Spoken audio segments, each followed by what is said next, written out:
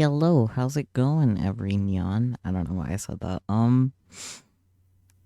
We are playing a game. Yep. They're accepting donations, the creator of this game. Isn't that exciting?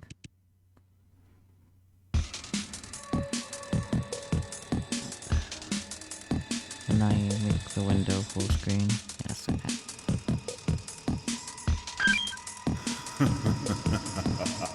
Mirror settings. Mirror settings. There we go. Okay.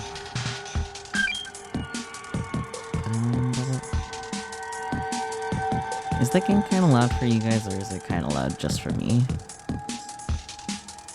Can turn it down. It looks a little loud for you guys. I'll turn it down just a smidge. Yeah. Is that good? Or should I turn it down a little more before I turn this full screen and make it difficult?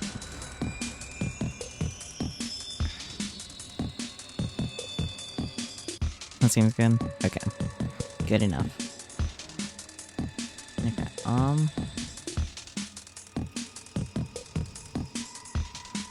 So, our dearest Tifimichu is actually familiar with this game, but I am not. It's a visual novel. And by the fact that we're not doing Data Live, the crossover is still broken. I'm not sure we'll be able to proceed with any of our games until further notice. Which is a shame, because that is 3 of our weekly games out.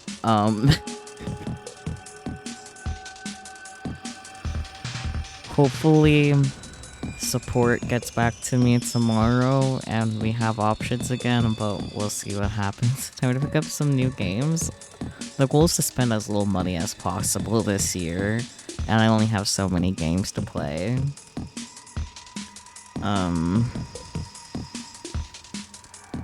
That stress aside though, let's hit play, I guess.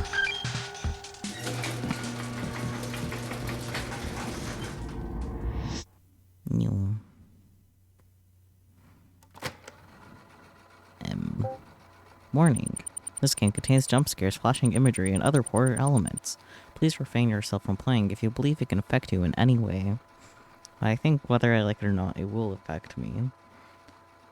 If only I had the wherewithal to set up my heart rate monitor for stream. I don't. So to hook up the heart rate monitor, what did I just say? I mean, that thing was also like kind of not working, which is why I haven't had it up for a while. Because, like, that thing was also in its own little beta thing. I even still have it on my Apple Watch. It doesn't look like it. Typed that before I said that. Yeah, that's how it be. The thought said empty. Okay. Escape/right click game menu. Okay. Left click/enter advances dialogue and activates the interface. Okay. Space advances dialogue without selecting choices. ESCI screenshots. Alright. A new headache. Dear Monsieur, I very much regret to inform you that we have encountered a new problem. Just as we suspected. That woman is still alive. Dun dun dun.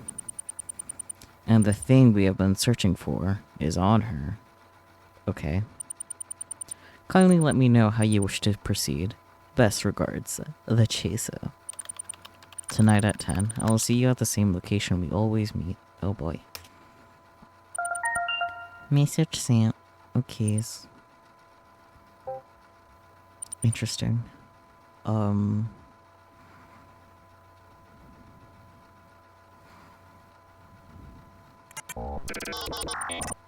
Initialization is complete. Awaiting command. Begin execution. Dun dun dun. The year 2086.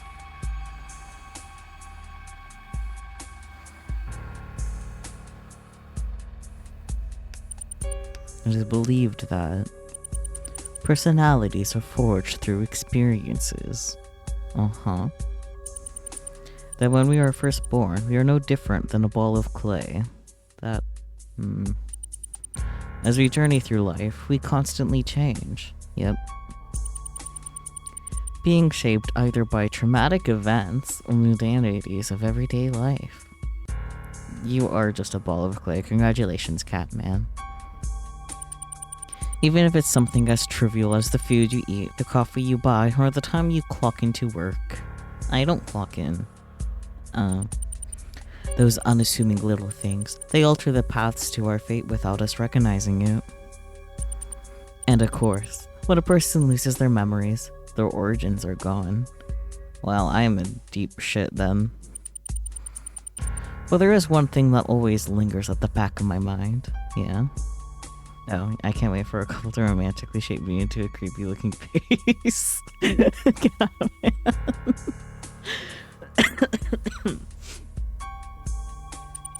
What would happen if someone gains memories that don't belong to them? I imagine fuckery. If we learned nothing from Kaguri in Steins Gate and her memories being overridden by Kurisu's. Thoughts?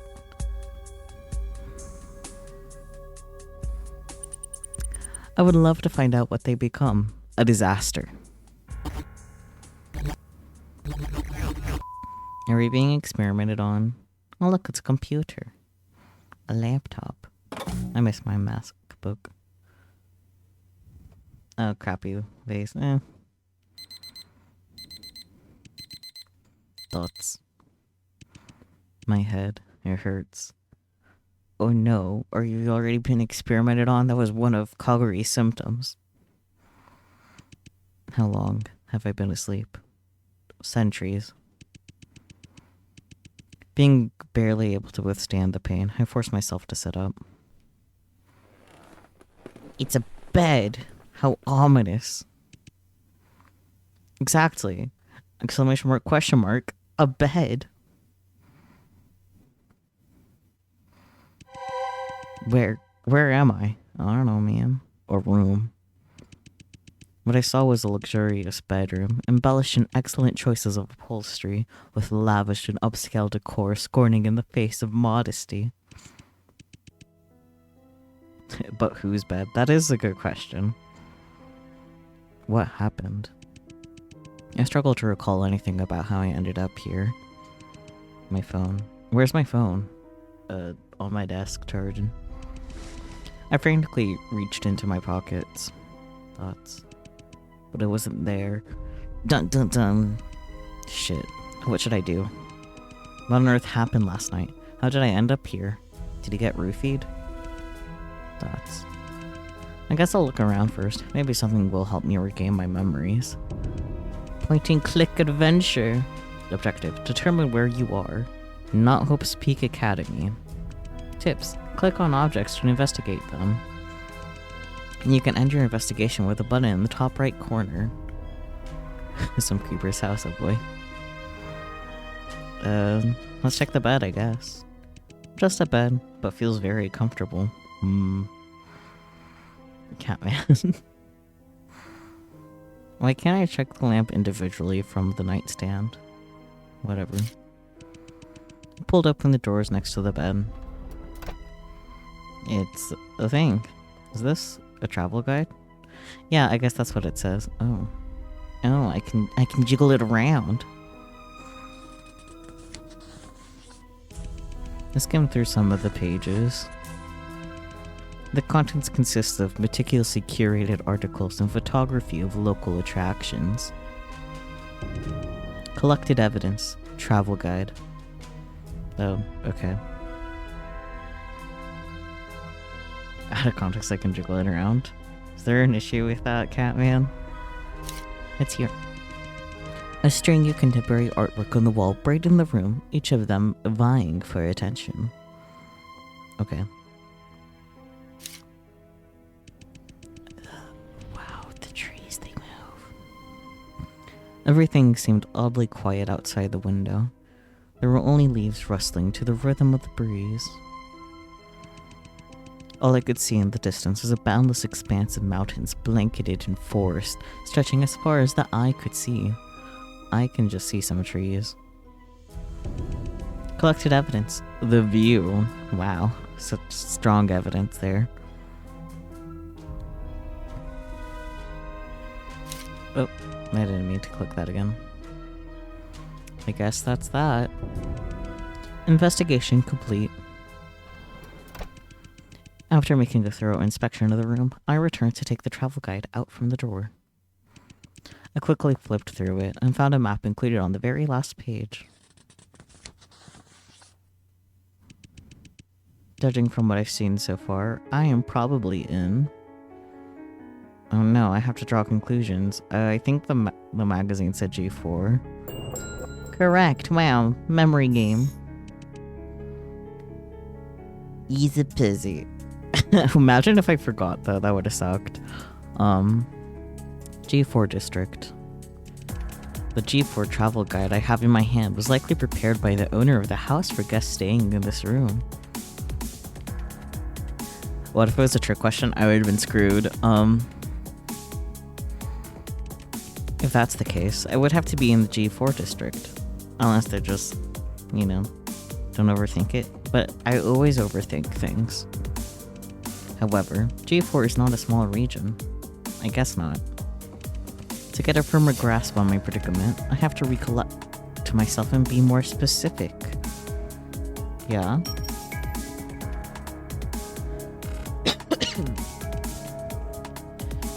Which part of the G4 district could I be in then?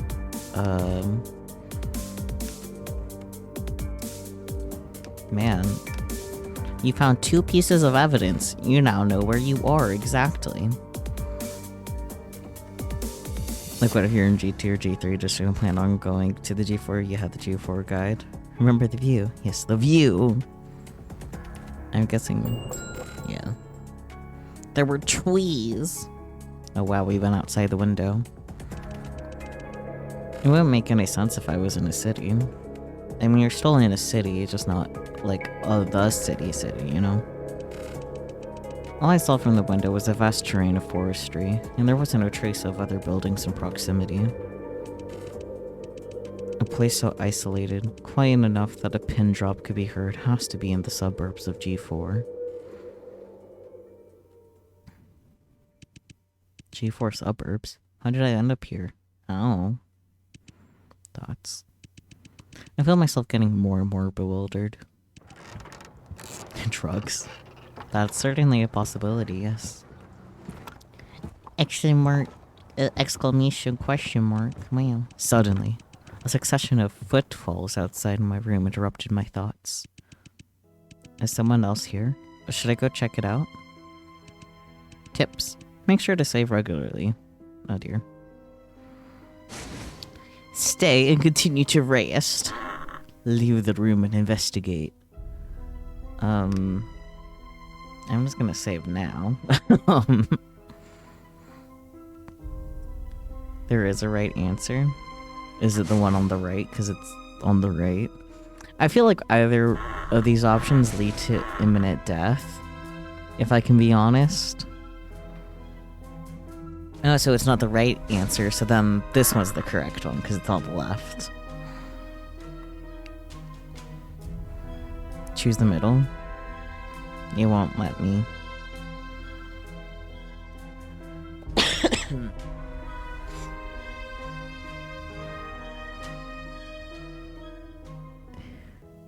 Why not both? I mean, we can do both, but we gotta start somewhere. Which one screams death more?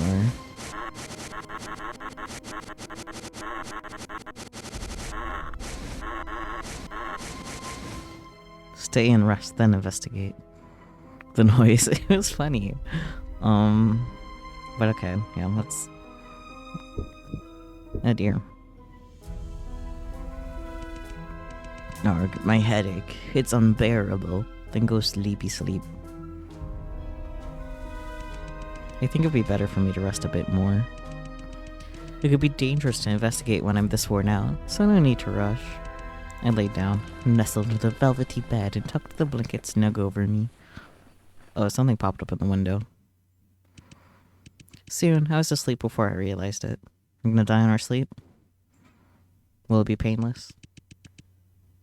Yeah, I never had the chance to wake up again. Well, that sounds like a peaceful ending. You can call the game here, right? Thanks. Why are there sounds? Okay. Okay, jump scares. Bad. Bad. Bad. Why couldn't we just have a peaceful death? Like, we weren't allowed to wake up, so why did there have to be a jump scare? That was so mean. STG means swear to God.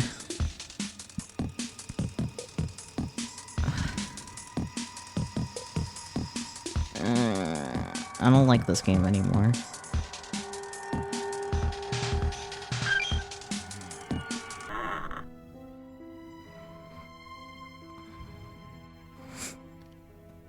I honestly did have a feeling that, like, continuing the rest would be the bad option, but it did jump scare me. It wasn't very nice.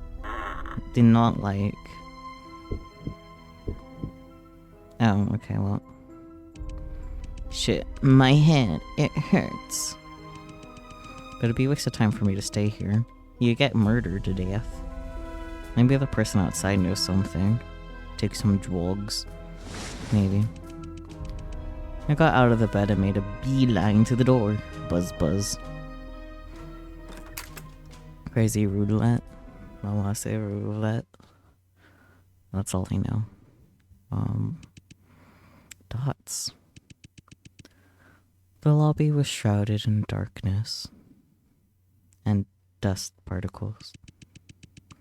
All I could faintly discern were the contours of a barroom set up in front of me. A bar counter. Possible scenario is that I passed out here after getting drunk. It could be a hangover. It could be. Yet. Judging from my surroundings, I highly doubt that a bar is where I'm at right now. Could be one of those... I got nothing. To me, this place seems more like someone's residency. Whose house could this possibly be, then? Oh, someone. I have no clue. Well, let's get some clues. Dear. Debris.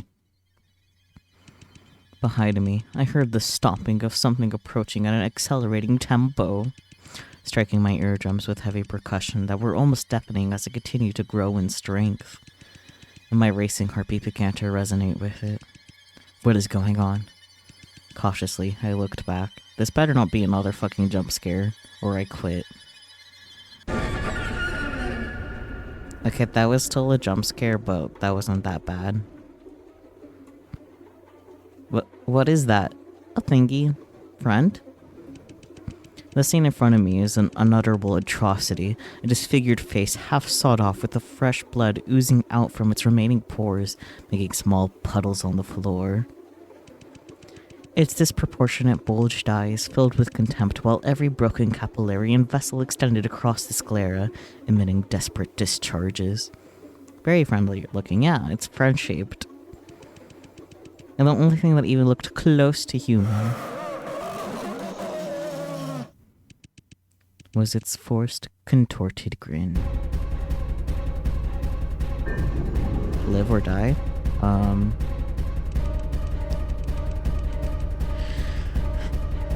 Die. Yeah, that's how I feel. I backed away very quickly and was able to see the full form of this creature.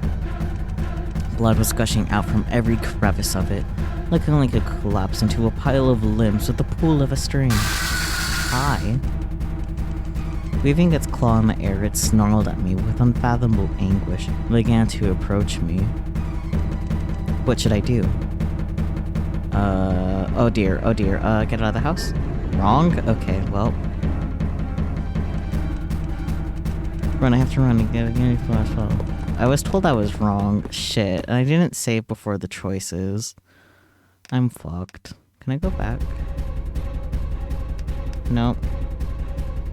Well, this is gonna be fun. I stumbled around as fast as I could. However, the enormity of this house had me running in circles. With the lobby blanketed in darkness, I quickly lost all sense of direction. My head was still pounding, and my limbs were getting weaker and weaker by the second. Last thing I heard was the stomping closing in on me. Time to die. Please don't have another jump scare, though.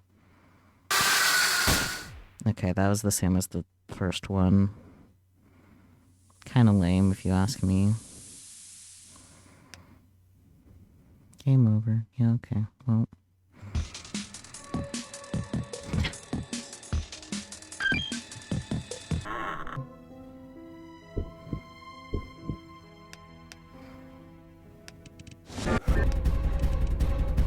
Save first. Just in case I fuck up again. Okay, well, that was also wrong.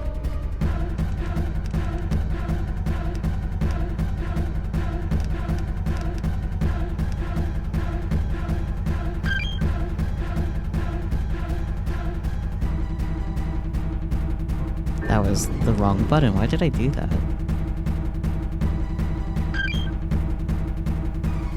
I'm a silly. Don't mind me.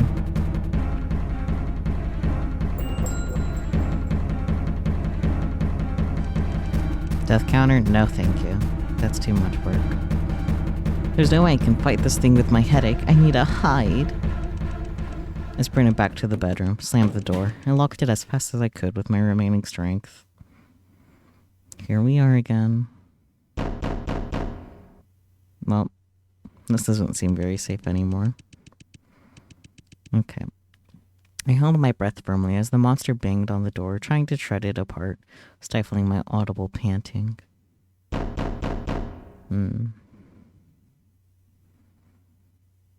Whose idea was this again?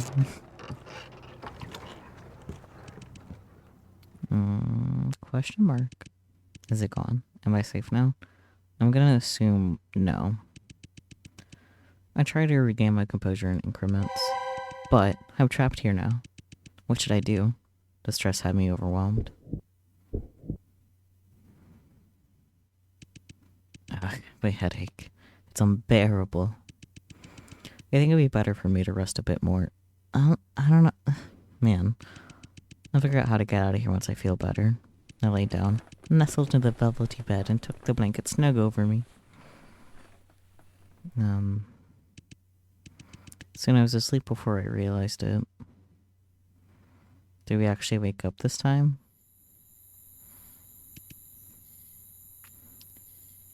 Thoughts? Huh? What time is it now? You ask as though you already knew. Slowly, I opened my eyes. Hello. I guess you're definitely a lot more friend-shaped than before. Time to get a watch. I was greeted by a figure sitting in the darkness at the edge of my bed, staring at me with his eerie eyes. Oh, the colors changed a little bit as a treat. Who are you? For some reason, he was amused by my uneasiness. Relax, my dear, he laughed. I was simply demanded by the owner of this mansion to keep an eye on you and make sure you're not causing any trouble. I'm very good at causing trouble. Mansion? I'm in a mansion? How did I get here, and who exactly are you? I gave him a wary glance and covered more of my body with a blanket. Why? Are you undressed? How lewd. Who am I? With his head tilted, he looked at me, seemingly entertained. My name is Victor Blake. Never trust someone with two first names. And I'm good friends with the owner of this mansion. Victor Blake. Victor Blake. Oh boy. I calmed down and started to take a closer look at this man.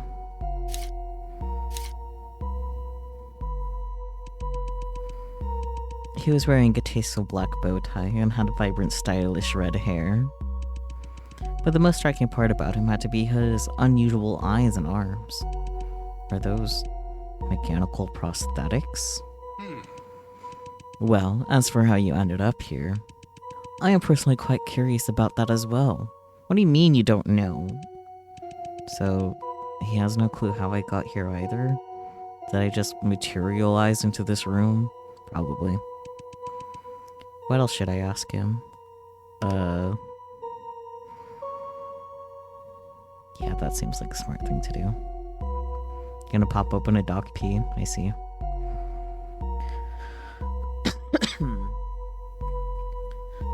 Pick number 3, what happened to your eyes and your arms? Well, sounds like that might end up being death, but sure, fuck it.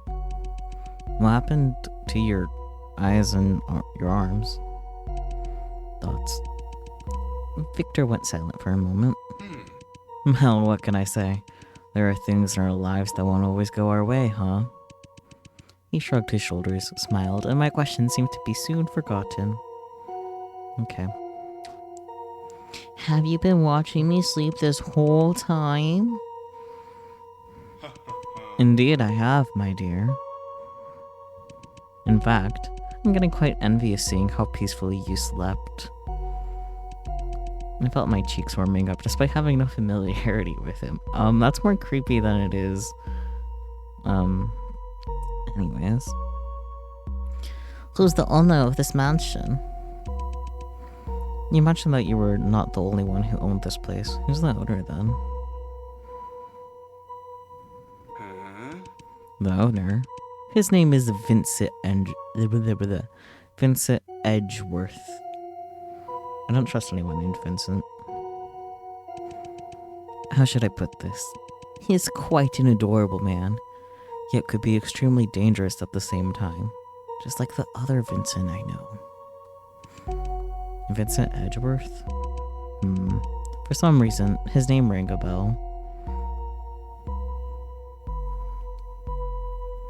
An adorable little man. Oh dear. What was that thing? Did you see that petrifying monster with blood oozing out of its body? Kinda hard to miss. Killed me a couple of times. A monster? He seemed puzzled. Oh, let me guess. You're talking about those cyborgs, huh? Did they kill you too? Cyborgs? And there's more than one of them? That's nice. Don't be so worried, my dear. They're just Vincent's little pets. They're not very friendly. Pets? That thing almost had me for dinner. End the conversation. If Victor doesn't know how I ended up here either, then there's no need for me to keep asking him questions. Well then, I guess it's time for me to take my leave now. I'll just get, is out the window safe?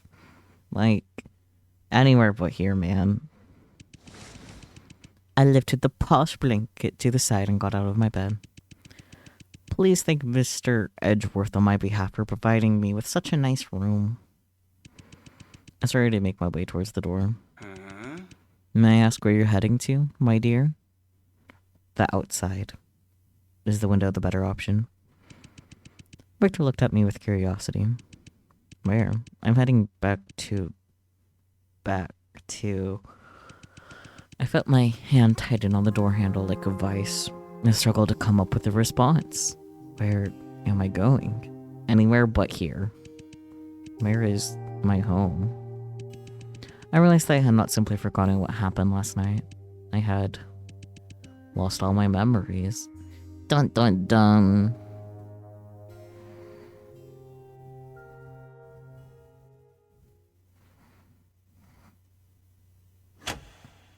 Vincent. The Secret of Myers. He has a stick. Sigh. No name, no cash, no ID. You're not even in a position to be a vagabond. Oh, darling, please. Don't be so distressed. You have to realize, losing your memories could also be a blessing. What's a vagabond? I don't know. Callous people are imprisoned by their own memories. They try their best to let go, yet cling to them at the same time. But you, on the other hand, are given a second chance. Isn't that wonderful? I'll be honest. Even I'm getting a bit jealous. I see where his point is coming from, but seriously, what could be worse than being homeless? Knowing for a fact that you're homeless, and having the memories that led up to being homeless. A vagabond is a wanderer with no established home. I say it again. Vincent. I gotta make up another voice. I only have so many ideas for voices that I can do, especially since I'm not being consistent with a singular one. You can be bald with a big nose, oh dear. Victor, how many times do I have to tell you? Quit smoking in my mansion. I don't know. Well, speak of the devil. If it isn't my dear friend, Vincent. Oh. I see why you said he's adorable. Vincent, so he's the owner of this mansion? Madam, excuse me? Excuse? If this perverted man has caused you any trouble, I could call the police and have him arrested right away. I think I'm good. Thank you, though. I responded awkwardly. Are those two really friends? Yeah. Vincent, may I ask if you're the owner of this mansion? Indeed I am, he smiled. My apologies for not introducing myself properly. My name is Vincent Edgeworth, and I'm the owner of this mansion. Vincent Edgeworth. May I have your name, madame? Mademoiselle, and the reason for your visit? The reason for my visit? So I was the one who came here to begin with? I wasn't sure how to respond. It is a shame, Vincent. It appears that our guest has lost all her memories. You giving him a French accent? I don't know what I'm doing. I'm just reading. I'm just going with whatever the fuck happens, whatever comes out of my mouth. Victor came to my rescue. Is that so? Oh, interesting. Do a German accent? I'm not sure I can, if I can be honest. If that's the case, shall we decide on a new name for you then, madam? I guess is right. A temporary name would be better than nothing. Not then. What should my name be?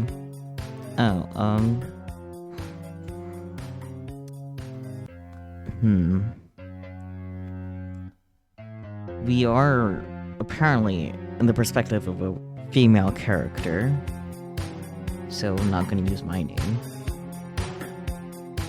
What should we name them? Oh, I guess her, yeah. Carrie? I could. Hello, Hades, welcome on in.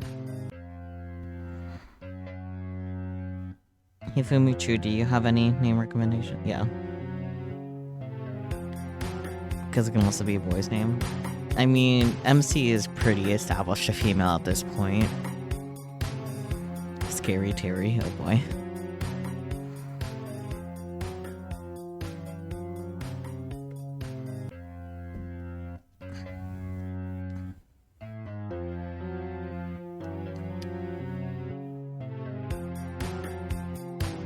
Zbytly has sent me a message.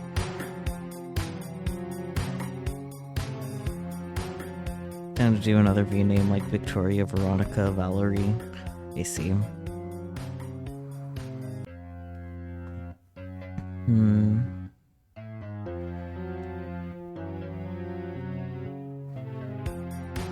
Velma?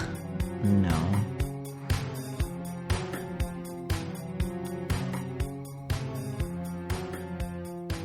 Violet?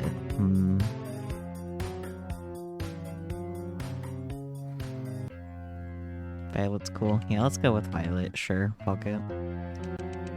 Should I go by Violet? Yes or yes? Yes. Violet. Please call me Violet. Amazing. Violet. Very good. It is my pleasure to meet you, Violet. You seem a bit distressed. I'm assuming you may have many questions on your mind right now. There's 3 V's, yes. Is there anything I could try to help you with? What do you actually sound like so I can make a good Vincent voice? Vincent might know something valuable that will reopen my memory banks. What should I ask him?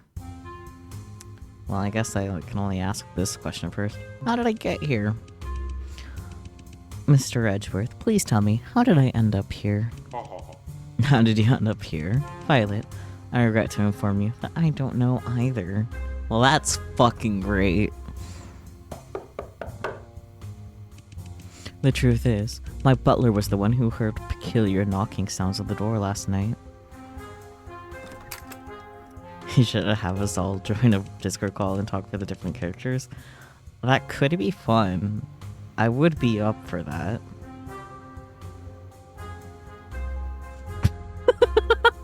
My name got autocorrected. Sexy, that's hilarious.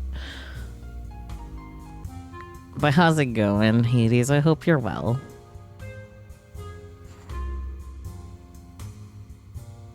Oh yeah. When he went to open it, he saw you face down on the stairs, unconscious. That's how it be. Since we knew nothing about you or the reason you were here, we decided to place you in the guest room for the time being. I see you didn't put a winky face at the end, oh dear. Vincent's words sent me deep into thoughts. Why on earth would I come to his mansion? What was that monster? Earlier today, I saw some sort of creature I've never seen before. Something that seemed half human, half robotic. Hades.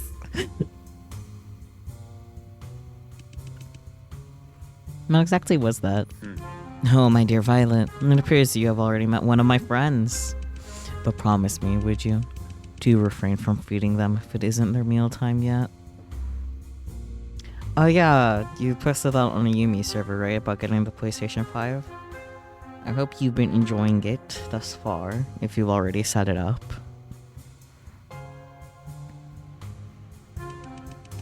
I guess I would be a fitting appetizer for them, am I not? Did I bring anything with me? Did I have anything on me when I arrived here? Speaking of that, we did find this in your pocket. He handed me a business card. Well, that's ominous. 666 Myers Road. The card was most unrecognizable except for the huge M-shaped logo. Myers Corporation? I pondered where I have heard of this name. Perhaps the beginning credits of the game? Why would I own a business card of someone working there? What is Myers Corporation? I looked up and asked. Myers Corporation is a world-famous mechanical engineering corporation based in the G4 district, said Victor. This was the first company that was able to develop highly flexible mechanical prosthetics. But unfortunately, this company was forced to declare bankruptcy due to a horrific incident that took place 5 years ago. A horrific incident? The G4 Cyborg incident. Vincent seemed displeased at even the mention of it. The G4 Cyborg incident? What happened? I imagined something. Both Vincent and Victor fell silent for a moment, as if they were debating if I should even carry the knowledge of this event. In January 2080, a notable number of citizens mysteriously went missing in a single week. Victor finally started to speak again. They disappeared without any sign, as if they had evaporated into thin air. No wills, no corpses, no bloodstains, not a single trace. But there's one thing those people had in common. They were all last spotted near the G4 district. Who would have enough power to make hundreds of citizens disappear in a single week? Naturally, the police suspected Myers Corporation, a mega international monopoly located in the G4 district. Nonetheless, Myers Corporation refused to admit that they had any involvement in this matter. After a year-long investigation, the police accidentally discovered a secret chamber located in this basement of the corporation. Inside the chamber, there was a group of cyborgs. Apparently, at least one with cat ears. Cyborg? Isn't that the thing I saw before? It would be natural for you to assume those cyborgs were the missing citizens. But the truth was more gruesome than that. How? Okay. The truth was, those missing citizens were used as cattle feed for the cyborgs. I guess that is worse, yeah. As for where the cyborgs themselves originally came from, nobody was really sure. That's nice. Cows, stop. Even in light of this discovery, Myers Corporation still firmly denied the fact that they had ever granted permission for such an inhumane experiment. I don't blame me for not liking that scare, Hades. That's been, like, the lightest one so far, though. With help from an attorney, one innocent employee was convicted. He was sentenced to life without parole, yet the company itself was free of any charges. Bye. However, that was not the end of the story. Of course not.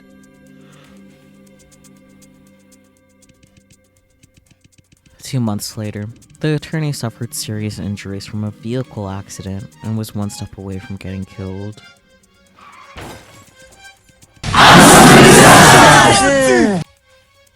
That honestly doesn't get me anymore, Catman, if I can be honest.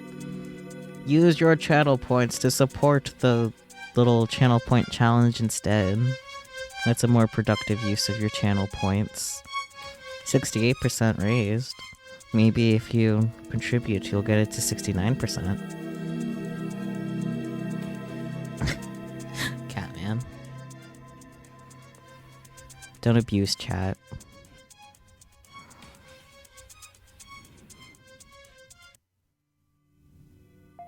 No, it's all 69%. Nice. Thank you. Within the same year, all core members of Myers Corporation were found brutally murdered. Nice. The perpetrator behind these horrific acts was never found.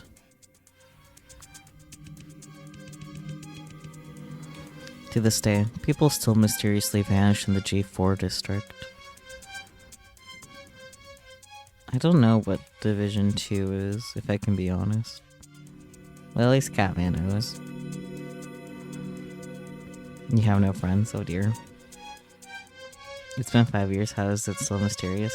Who knows?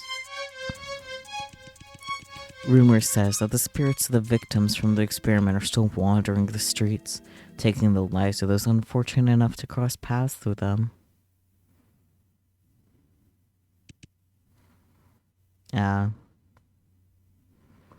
That's fair, I guess, that it's a looter shooter. Dots.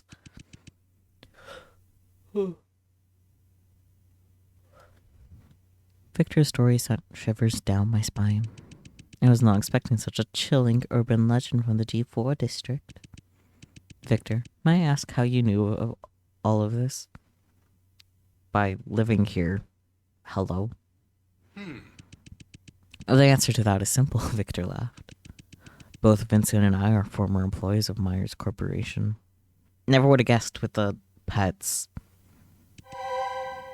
Oh, Violet, don't be surprised. Victor, I must say that I am quite impressed by how much you have committed the story to memory, Vincent said sarcastically.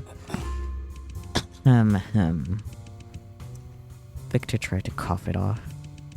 He glanced at the clock on the wall and seemed to be a bit troubled by the time. Is he running late? Well, story time's over. I shall take my leave now. Vincent, join me for a drink at the pub tomorrow night, won't you? It was a pleasure to meet you, my dear Violet. It's just the way he neumed off screen. Victor left the mansion. Bye. After that, Vincent helped me settle into the guest room. Guess I live here now. I thanked him and then returned to my room to get some rest for the night. Time to commit a mimir.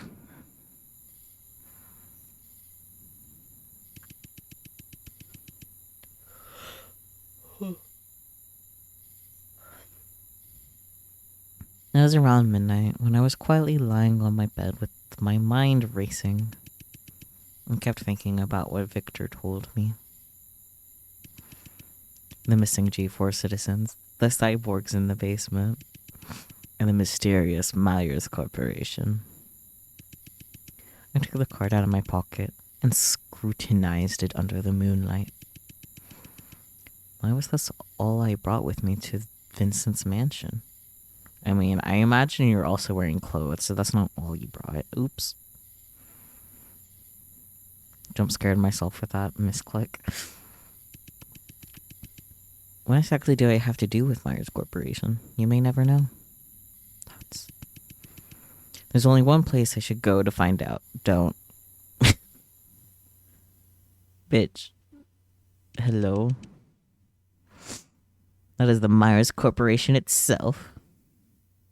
Did we just teleport here? Objective, enter Myers Corporation. Jiggle it. Jiggle. Yeah, a little too late. Tips, click on arrows to move around. Any items you collect will be shown in the top left corner. You can speed up the scene transitions by double clicking. Sick. No. Can I refuse? I don't like this route. Oops. Did not mean to do that. How did I... Oh, okay. It's like, how did I accidentally leave full screen? Is there anything to click here? I don't think so, right? Time for adventures? Sounds like time to get jump scared and fucking die again. Okay, I think the only thing I can click here is the arrow. No, you'll see it. Adventure time, oh boy. Wait, what do you mean, no, you'll see it? I'm confusion.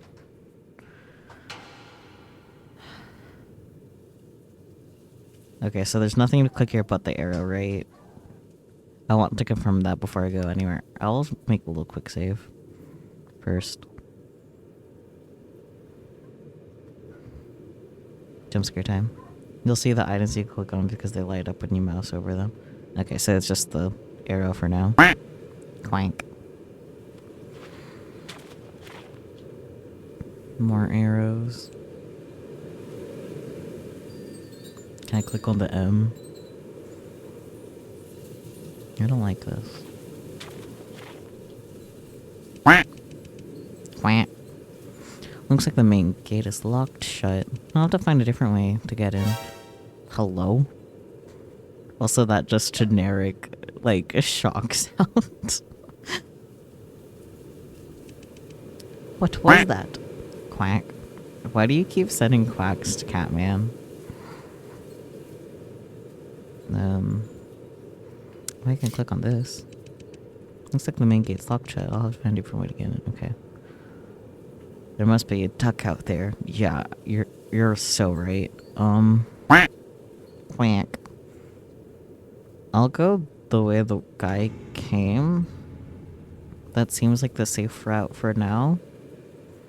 I'm going to save first, though. I don't trust Jack and fucking shit here.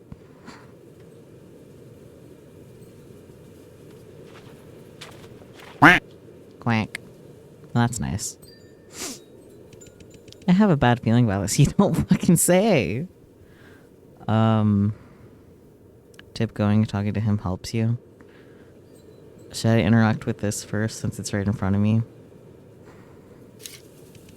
Thoughts? I don't know if I want to get any closer to that. Honestly, understandable. Have a nice day. Let's go find the guy, I guess. Maybe he is a duck.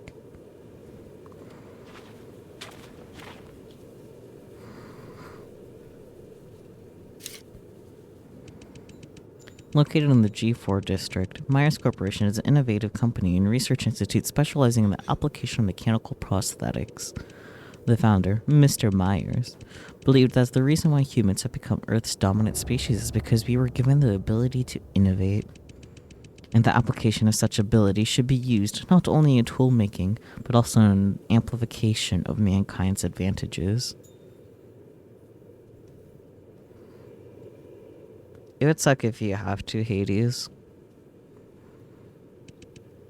Therefore, Myers Corporation is committed to redefining the balance between machinery and human body. And a large number of Myers employees have undergone some degree of modification. How fun. As a result, they exemplify excellent working abilities, and are for this reason more competent than most ordinary people. That's nice.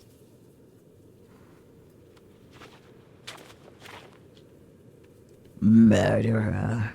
Wow. Myers, murderer. That's what the graffiti says. Mm-hmm. That's it? Okay. Oh boy, a keypad.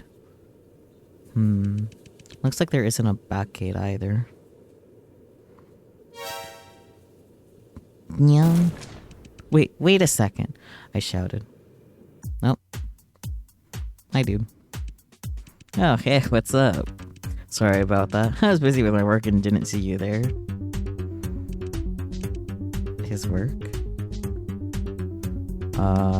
Just in case there's a wrong answer. The work? What kind of work? Hello, Spooky. Interesting that you're saying meow.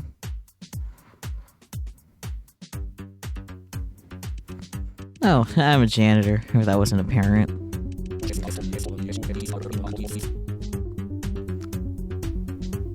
You can just call me Dino, huh?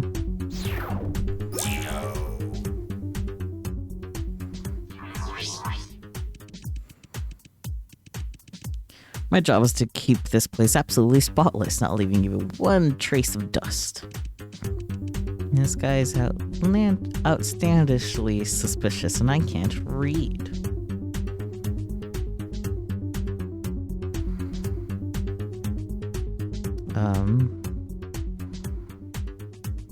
Why would you sleep outside Myers? Sure. Why would I? Do I really need a reason for that? What if I just enjoy it? A janitor who enjoys his job? That's quite unusual. Is there anything else I should ask him? Okay, it seems like I might be able to catch... You know you really resemble Michael Myers, right?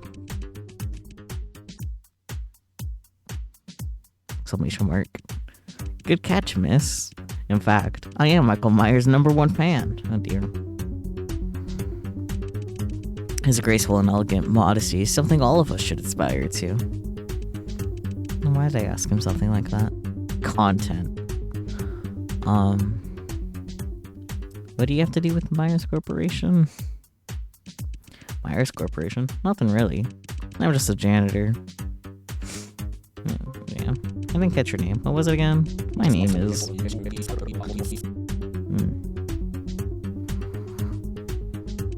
But seriously, just call me Dino. Okay.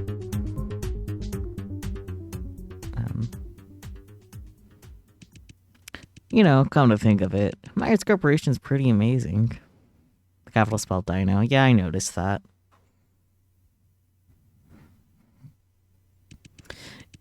Even though it has been abandoned for over 5 years, you can still find new garbage here every day. That's nice. New garbage? What do you mean? All kinds of garbage. Sometimes you find cyborg corpses, and other times you find new graffiti or posters, just all kinds of weird stuff. Dino's response only produced more questions in my head. Contrary to popular belief, that acronym is pronounced Dino.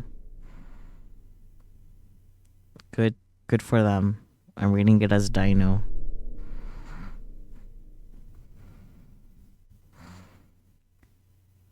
Abandoned for over 5 years, yet still having new things show up every day. Dots. There's only one explanation for that. Still active. That is, Myers Corporation is not entirely abandoned. Never saw that coming. You might benefit from using tone markers then, Spooky.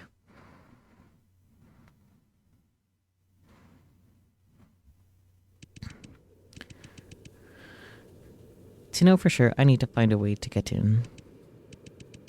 Dino, do you know if there's a way to get into Myers Corporation? About that.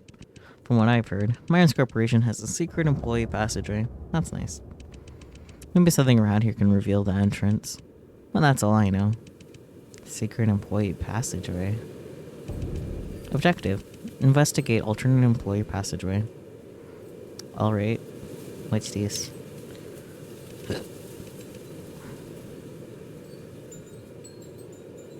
/J for joking.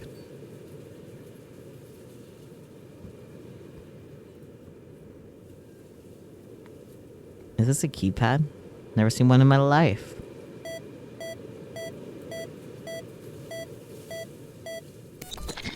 Access denied. Okay.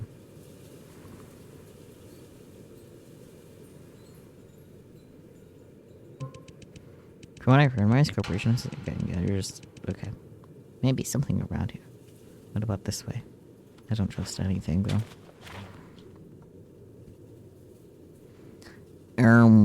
Oh, it's because of the murder thing, right? So 7, 9, 2.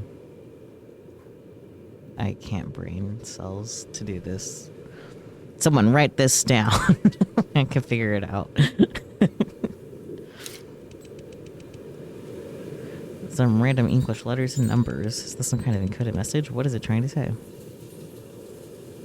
I'm going to... Okay, I can trust you guys this time. You both put the same number. Unlike that last time I asked you guys to write down a code and one of you put it wrong.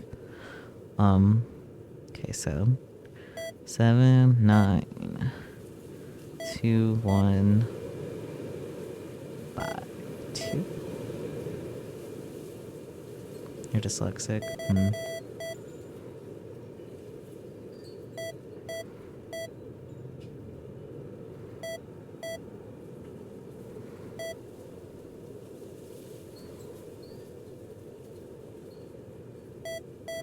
Murder.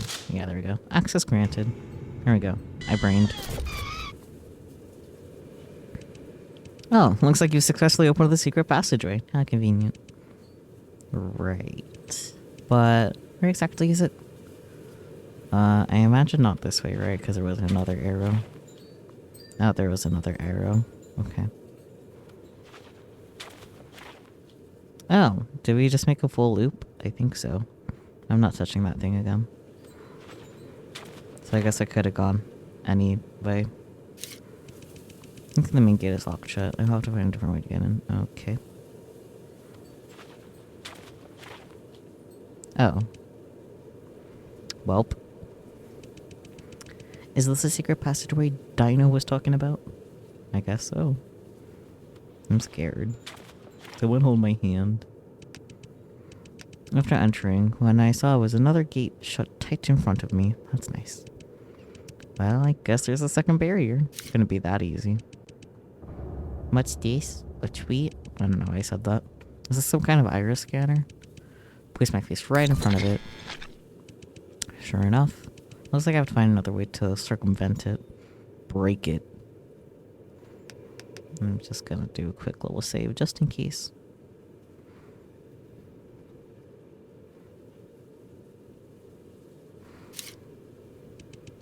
Get it shut close. There you go. Nothing else to click. Okay. Do you want a hint? I mean, I am made of the stupid. And I'm not sure where else to go at this point. Murderer. Use the cyborg. I don't want to touch it again.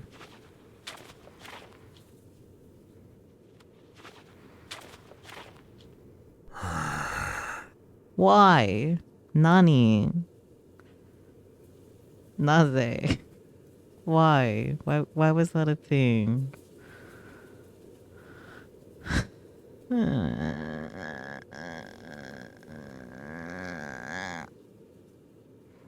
It was just a jump scare that did not need to exist. Catman, fuck you.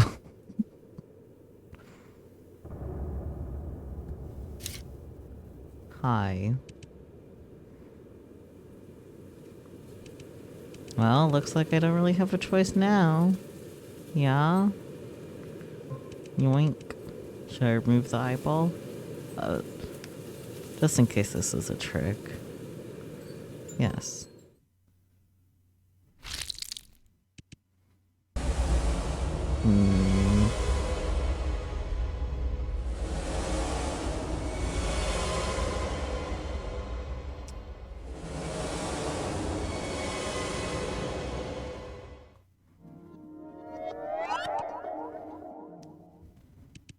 What just came over me?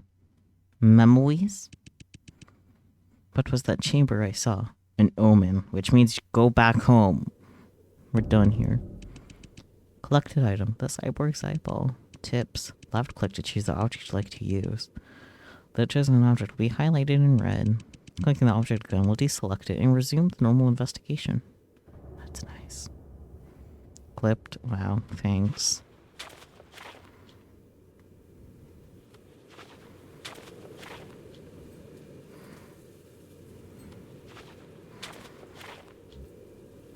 Plonk. Plonk. It worked. How unsurprising.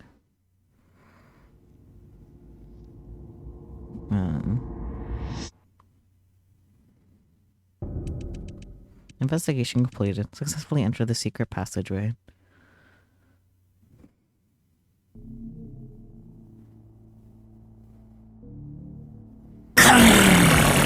Agreed. Good evening, my dear Monsieur M. Is there anything I can do for you? 1 minute. You're 1 minute late. Okay, Mr. White Rabbit. Thoughts. My most sincere apologies, my dear Monsieur M. I'm deeply ashamed of my behavior. Are you? Thoughts. I heard that you had something important to tell me. Is that true? Yes, sir. I have good news and bad news. Oh. The good news is, according to a reliable source, she has awakened. Oh. But the bad news is, she doesn't seem to remember who she is. We should have named her Alice. Thoughts.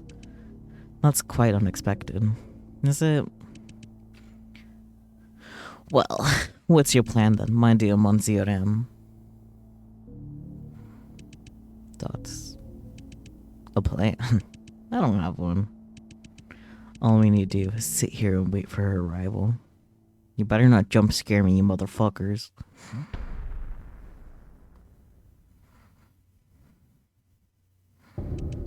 Chapter 1, The End. Is that it? Is that the game? Are we done here now? I wish. The M in Myers also stands for motherfucker, so true. The pronouns are just she because they'll never be her. Stop. The first thing that caught my eyes as I entered Myers Corporation through the secret entrance was the dark and narrow passage. I couldn't see the end of the passage.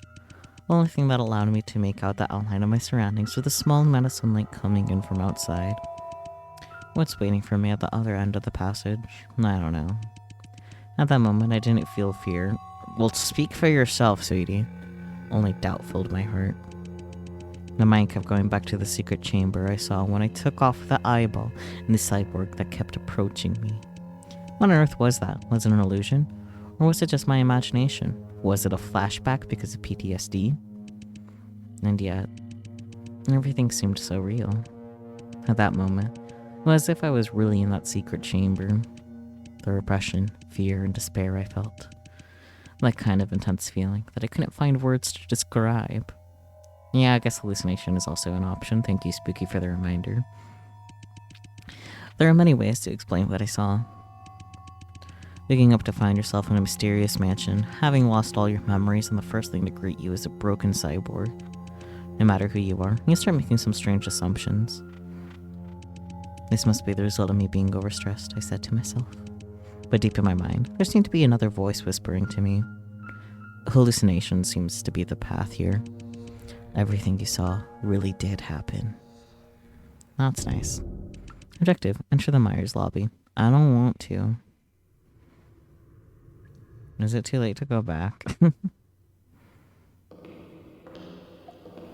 we stop this tomfoolery now? Oh boy, bloodstain, my favorite. Yummy. A puddle of blood. To be honest, this is not what I wanted to see. But I'm starting to get used to it. Thoughts.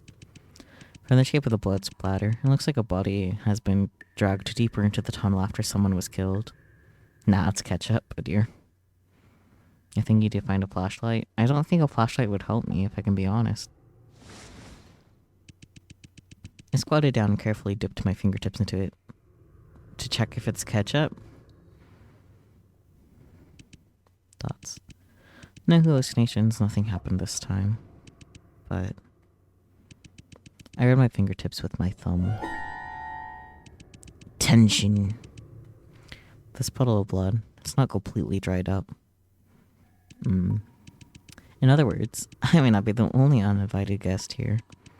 I need to be careful. Like, you don't want a little bit of death as a treat? That better not be a jump scare, or I'll just die on the spot. I saw that. That didn't really scare me, though. Who was that? Someone. What's this? You're cordially invited. Meow, meow, meow, meow, meow, meow, meow, meow. Is this an invitation? The bottom half of the invitation has been burned, so I can't see what came after. But on the invitation, someone has written a small paragraph with a pen that looks like it's been added afterwards. Quack. It's the duck. The duck's behind everything. Do you like parties? Depends. Enjoying good food and drink, strengthening relationships. The fact that there is a party proves that it's a day to be celebrated. Are we just going to Wonderland? Going to go to the... blah blah blah blah. Yeah. But unfortunately, happiness and disaster are not absolute. They're interdependent and can be transformed into each other. And what looks like a charming background hidden beneath the lawn can be ugly, wriggling insects. You know, it may seem like a good time to you, may be a shadow that lingers for the rest of his life. That's nice. The blood trail ends here. But strangely enough, there's no corpse to be seen anywhere. Maybe that's what the shadow was. The corpse is running away from you. Or I guess us.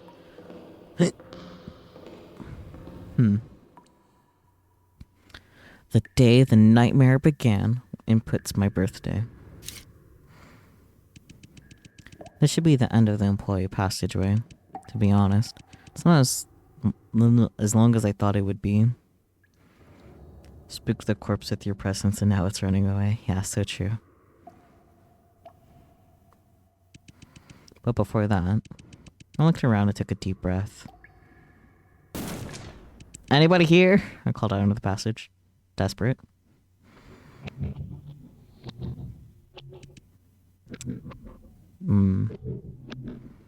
What have you done, Violet? No. For a moment, I thought I heard a low, vague reply. 'Cause you did. But it was just a distorted echo of my own voice. Echoes don't get distorted. Strangely enough, the figure I had seen just now is inexplicably gone. And there's an even trickier problem at hand. A puzzle. If I want to access the lobby, I need to enter a 4-digit code. Well, in this case, started thinking the thonkies.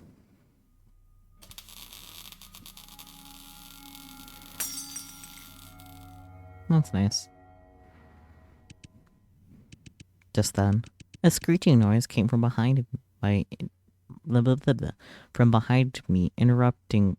interrupted my thoughts. Okay, you know what? That was just bad English. What was that noise? I'm not going back. The day of the nightmare began. A coded door. I need to enter a 4-digit code. Don't know what the code is yet. Using brute force would just be a waste of time. I don't want to go back. 6969. It won't let me even pretend. When did the nightmare begin? When did we start streaming?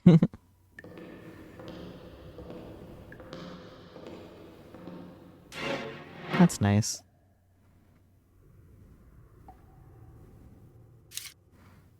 Hi, buddy. Is this some kind of toy? I don't quite understand, but it looks like an arm with arms. But more importantly, I'm pretty sure this thing wasn't here before. That strange noise from earlier could have been the sound of it following. Who's following me here? What do they want? Can we take the little guy? Investigate the toy? Yeah. A blood-stained arm with arms. It looks like some sort of toy. The blood on the toy is not completely dried, which makes me wonder if it's from the same person as the blood on the floor. Maybe I should pick it up and take a closer look. That seemed like that was the bad idea. Am I gonna die because of that? I didn't save. Myers Corporation. What's the goal of everyone at G4? Place to make dreams come true and parents proud. At least that's what I thought. I will never forget the day I came to Myers. Oh, okay. I'm so worried for game overs, if you couldn't tell. A collectible arm figure. You never know, man. Anything could happen. My excitement and exhilaration inevitably mixed up with nervousness, because to me, it was the reward for my years of dedication and hard work. To think, every single elite in Myers can relate to that. But who would have thought that behind this company that so many G4 residents longed for, there was only filth, sin, and blood that would never dry up? I can read. Who am I? I'm no longer human at this time. I can't even remember my own name. Not familiar. Every day now, I can only wander aimlessly around Myers. What am I struggling to find? Dots. I don't know. I don't know. I don't know, I don't know, I don't know, I don't know, I don't know, I don't know. Dots. I only wish someone could put me out of my misery. Same. Hello? We have a little guy. What is this? Where have I arrived at? Keyboard, mouse, little guy. John. Ew. Okay, John, calm down. It's just a job. I just need to smile and politely introduce myself to everyone. Okay. 3, 2, 1. Nice to meet you. My name is John. Wouldn't this seem a bit too emotional? Start over. 3, 2, 1. Nice to meet... Oh, are you John, the new guy? How did you know? Oh, hey. Welcome to Myers, in case you don't know. I'm the Chief Investment Officer, Victor Blake. Ah, nice to meet you, Mr. Blake. Haha, no need to be so formal. Just call me Victor. Looks like you've done all the paperwork to get started. Otherwise, you wouldn't even know where your desk is. Yes, I've done it all. Very good. Have you finished the online courses for the G4 district as well? Online courses? Could it be this is your first job? Yes. Actually, I just graduated from college. Oh, is that so? Your parents must be very proud of you being able to work in Myers right out of college. But even so, you have to complete the G4 online course. It's mandatory for every employee on the job. Don't worry. It's just trying to teach you etiquette and how to behave properly. You know. Don't get physical with your coworkers and things like that. Shh, let me tell you, I've never really paid attention to their lectures either. No, really? That's not good to hear, Director Blake. In fact, I believe you are the one who needs those courses the most in the company, Mr. Director. Need I remind you of your great feat last night when you vomited all over the floor in the lavatory of my residence? Lavatory? I must say your etiquette and behavior are quite impressive, Mr. Blake. No, my dear Vincent, what brings you to the investment department? You just happen to be passing by. It seems that Mr. Myers wants to discuss some important matters with me. So, who is this? Myers' newest employee, John. As of today, John is a member of the investment department. Hello. I'm just some guy. John isn't. Nice to meet you. I'm Vincent Edgeworth. You have my sympathies for being assigned to this man's department. If he ever treats you badly, you're welcome to transfer to the legal department anytime. We're located on the other side of the company. Okay, understood. No, congratulations on your success in helping Myers out, Vincent. Victor. That was already 2 months ago.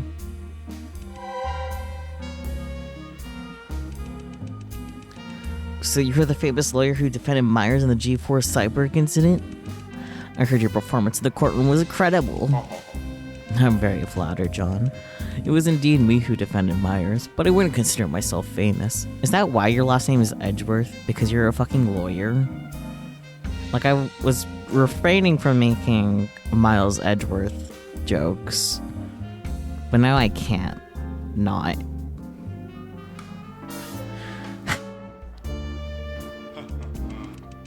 Vincent has had his hands full for a while. Good thing he can finally relax now. Are you saying that too soon, Victor? Anyways, I must get going. I can't keep Mr. Myers waiting. It was my pleasure to meet you, John. Welcome to Myers. Bye. You are lucky to meet Vincent on your first day. Even I don't see him very often at work. That guy's attitude towards others has improved a lot since college. He hasn't changed a bit towards me. Since college? Were you and Mr. Edgeworth college classmates? Only that. We were also roommates. And they were roommates? Eh? That sounds pretty gay, man. Although he seems very gentle now. He was quite aloof to everyone back then. His pretty face may have won the hearts of many girls, but his cold and arrogant attitude did offend many classmates as well. However, what does remain unchanged is his perseverance and determination. When Vincent was in college, he only had one goal, and that was to get his dream job at Myers.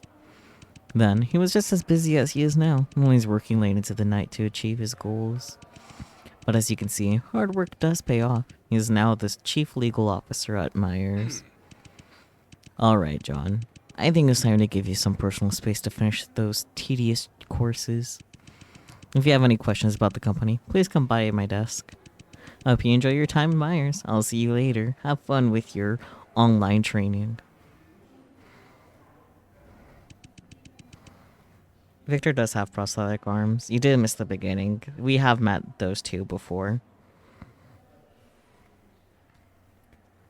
Mr. Blake feels like a very easygoing boss. But what's his mechanical process all about? What has he been through? Shit. Mr. Edgeworth too. And what Mr. Blake said made me want to know more about him as well. Thoughts. Anyways, this is not the time to think about that. Little guy. Speaking of which, I haven't even checked out my desk. Time to see what's around here. Little guy. The mascot of Myers Corporation, Meyer-chan. While many people are not fond of its look, it's rumored that Mr. Myers designed it himself, so no one dares to say anything. Alright. Oh dear. Maybe I should have checked the other things first, before the little guy. I was just so eager to look at the little guy. Hey, little guy, you look so sad. What was that? Just as before, I seem to be seeing memories from the past that do not belong to me. What on earth is going on here? Shit-nanigans. Tips. By interacting with certain items, you can trigger events from the past. Noted. You can use this ability to help you solve the puzzle you're facing right now. That's nice. Reading Steiner. Reading Steiner is going on. Oh dear. Can I go back?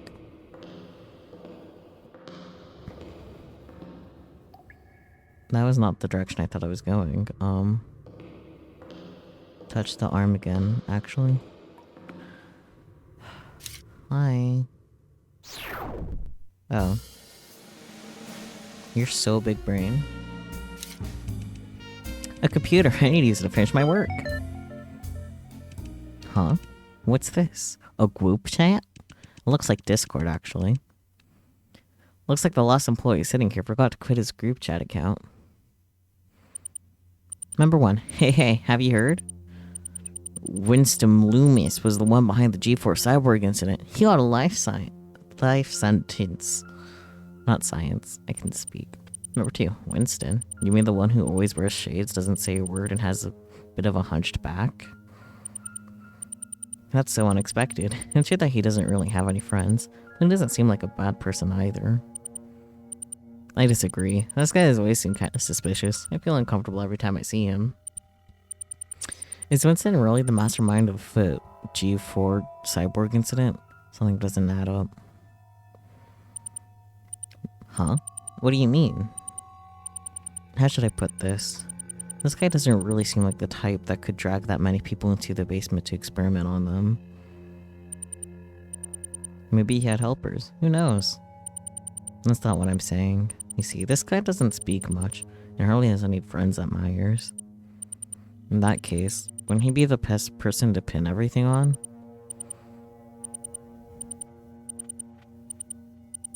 Hey, what the hell are you thinking? You'll be targeted by the company for saying that. Huh? This is just a random thought. Anyways, let's change the subject to something more uplifting.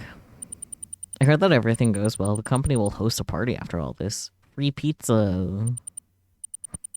I'm sure it'll go well, after all. We have Vincent. Party? When? Well, I think on a Thursday, 2 months from now. I don't remember the exact date. Thursday? Damn it, I work overtime every Thursday night. I know when the party is, but I can't go either, because I'll be on vacation at that time. Yeah? Vacation? That sounds nice. I'm pretty excited about it too. I haven't been in touch with my parents for a long time. However, I'm drooling at the thought of getting close to Victor at the party, huh? You bastard. Alright. Speaking of that, I did hear that Myers is having a party in a few days. But this is strange. The employee sitting here is just on vacation. Why would the company let me take over his desk? Because he's dead. For real, for real. A little post-it note. There are 2 pieces of candy next to it. To John, welcome to Myers Corporation. To celebrate your joining, we have a special gift for you. That is the figurine of Myers Corporation's mascot, Meyer-chan. Very lovely, isn't it? Haha. Anyways, we hope you'll enjoy your time at Myers Corporation. Myers Investment Department, 2081.4. A calendar may have been left behind by the previous employee. 2081. Celebration, February. I guess that's when the movie is. Vacation, 17th.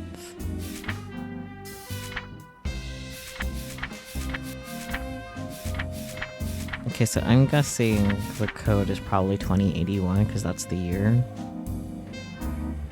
I could be wrong. That's all I can click.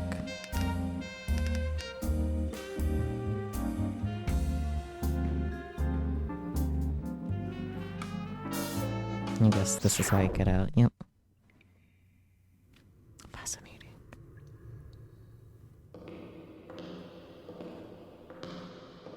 Yeah, going on vacation during a horror game definitely sounds like a death flag.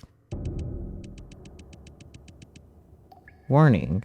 The door will unlock automatically after entering the correct answer. That's what I hoped it would do. I guess maybe if there's a jump scare afterwards, there's no way to prepare yourself. Okay, so that's not correct.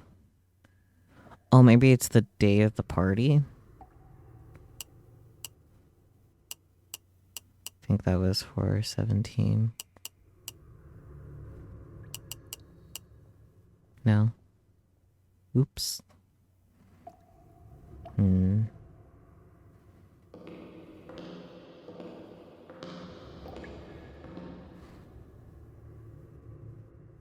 of the Thursdays? Yeah. No further information on this.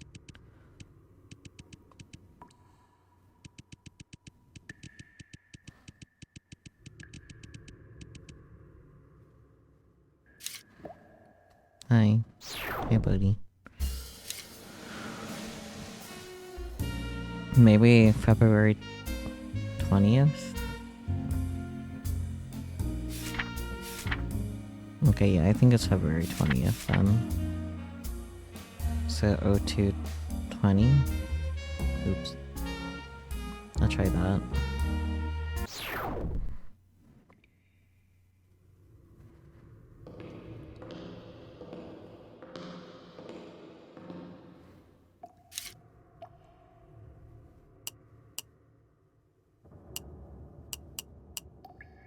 Nope, not that.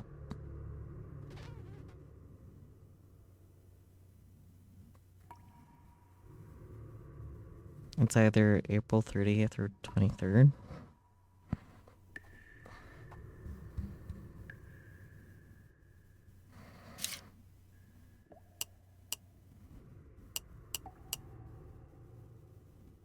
Okay, it's not 423.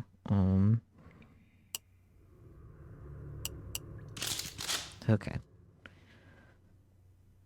That startled me. I don't know why. Access granted, though. Please don't jump scare. It worked. No jump scare, please.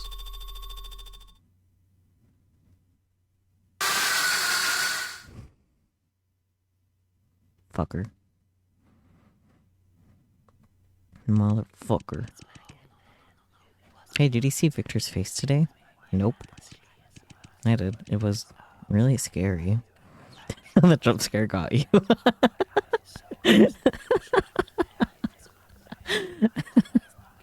Sorry for laughing at your suffering, but you kind of called it, too.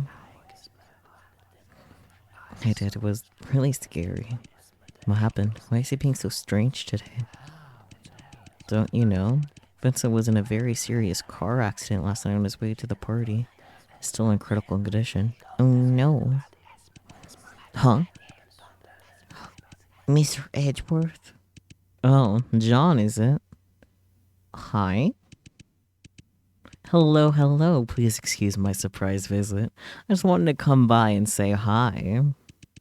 Are you free after work today? Would you mind coming to the basement with me for a short conversation? I don't know if the choice is gonna pop up, but just in case.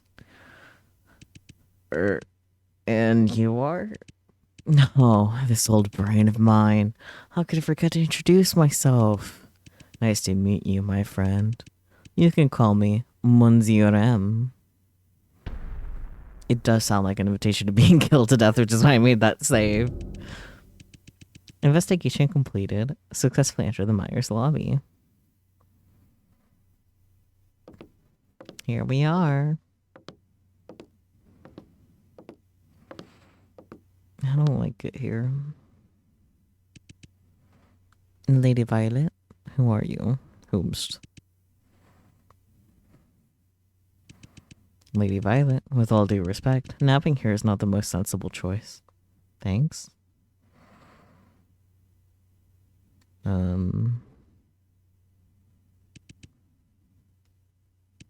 But what happened? Am I dead? Oh, hi.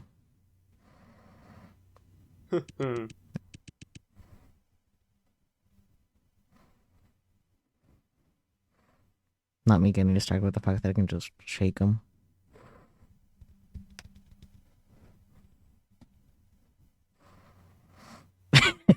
It's what's his face from Black Butler. No, it's just Vincent, I think is his name, right? Good evening, my dear Violet.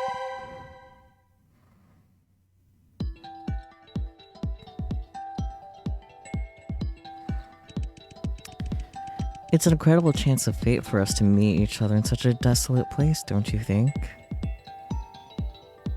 Not Vincent? Oh. What appeared in front of me was a dark-haired young man who was dressed formally and elegantly. I also like that I could shake him. I can't do that anymore, though. Not at this point. He looked very similar to Vincent in appearance, but much younger. Would you mind telling me who you are? It seems inevitable, doesn't it? Only in youth does coincidence seem the same as fate. Later, we know that the real course of our lives is decided within us. You don't look so old yourself. I am Mr. Edgeworth's butler. You can call me Draco. Okay. Draco. I'm Vincent's butler, so you're the one who saved me? You're also the one I saw earlier in the passageway, weren't you? What are you doing to Myers? It does not matter. What matters is what you're looking for, isn't it? Well then, trade off, I see. Sleep well though, Catman. Watch the VOD if you're interested in what happens next, I guess, or whenever I edit it down.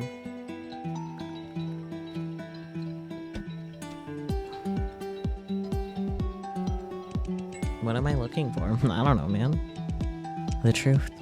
You're searching for the truth. Mr. Edgeworth's past, Mr. Blake's incident, and the secret of Myers. Pretty sure I'm trying to find out who the fuck I am. You're curious about all of this.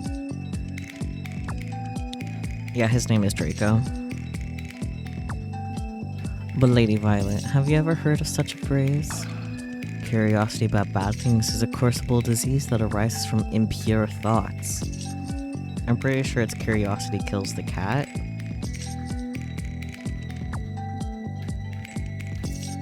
Draco, what exactly do you know? I'm just a butler with little knowledge. I don't know much about the past Myers Corporation. The truth is, I just can't bear to see such a lovely lady perish in this abandoned facility. Of course, I have my own reason to be here. At the same time, I want to stop your impulsiveness. You seem quite likely to kill me more than anything else. It is best you go back the way you came, Lady Violet. You don't belong here, and you don't deserve to be here. Dots. Thank you for your kindness, Draco, but I've made my decision about it. Laughs and no spoilers. Have fun with that, Fumi. You're right. I'm a bit curious about Myers Corporation. But what I care about is finding my lost self. My name, my home, my family. I want to get it all back. I don't know why you're here, but I hope you can find what you're looking for as well. Now, if you would excuse me. Shitsureishimasu. Huh? How stupid. Anyone who studies the history of human catastrophes can be sure that ignorance is the main source of human adversities. Your seemingly condemnable courage is nothing more than ignorance wrapped up in a pretty package, standing with your big fancy fucking words.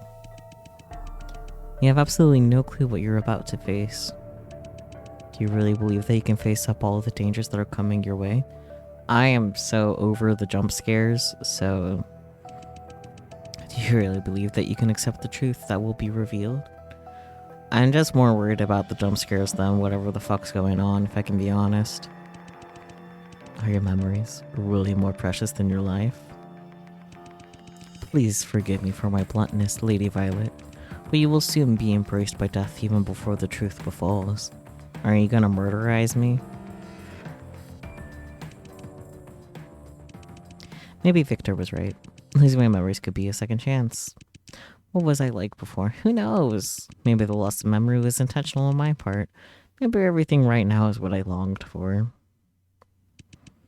But I'm sorry, Draco. I don't care much about that. The old me can make her own decisions, but the new me and only the new me makes all the decisions now. And what I do know is, I don't feel complete without my memories right now. I will not give up until I found out the truth. Thoughts. Lady Violet, you're so determined. It seems that there's nothing I can do about it. If that's the case, why don't we play a little game? A game? You came to Myers to investigate its past and your connection with it, didn't you? Then show me what you've learned.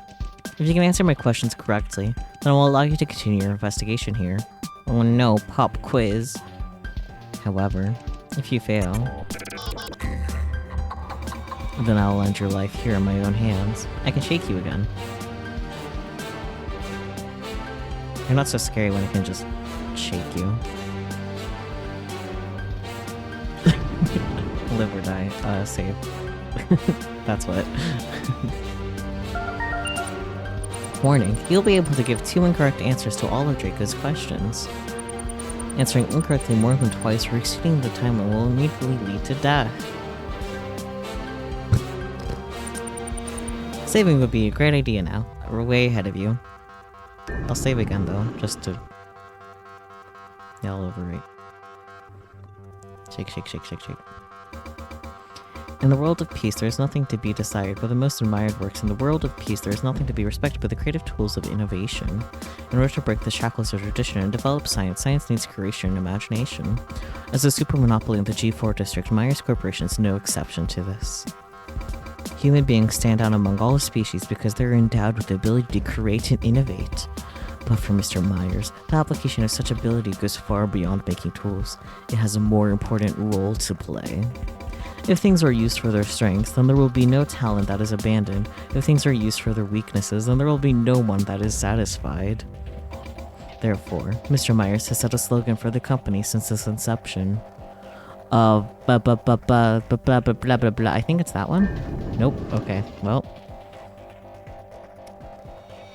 Well, okay, well I'm fucked.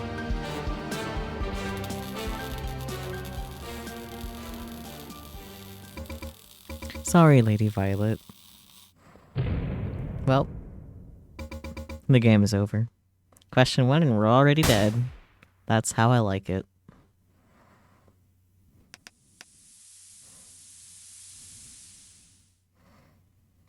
What is the phrase? I actually don't know. I thought this would be easier, but I have no knowledge. What's the answer? Give me the answer to the first one and maybe I'll be better with the other ones. Let you pay more attention. Okay, sounds like we're gonna die. Oh shit, did I overwrite my save? Can I kill myself?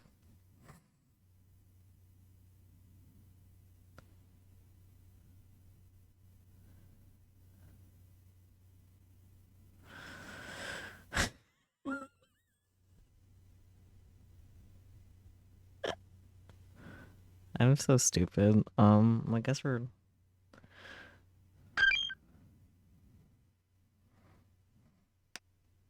Speedrun.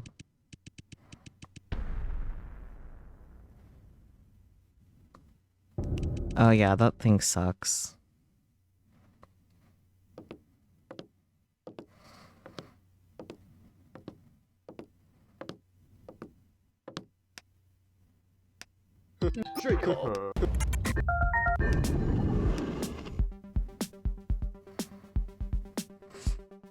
Thank you for your contribution. Okay. The world of peace, there's nothing to be decided about it. Okay, yep.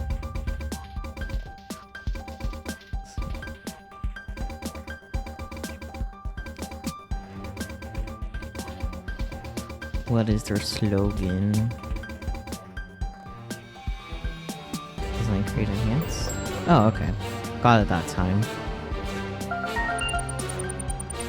Correct answer. Design, create, enhance. Myers Corporation. Oh yeah, that was on the thingy. For Mr. Myers, humanity has lasted because it was endowed with the ability to innovate. And the application of such ability should be used not only in toolmaking, but also in amplification of mankind's advantages. Compared with ordinary people, modified Myers employees exemplify better working abilities. Therefore, Myers Corporation focused on designing, creating, and enhancing human strengths.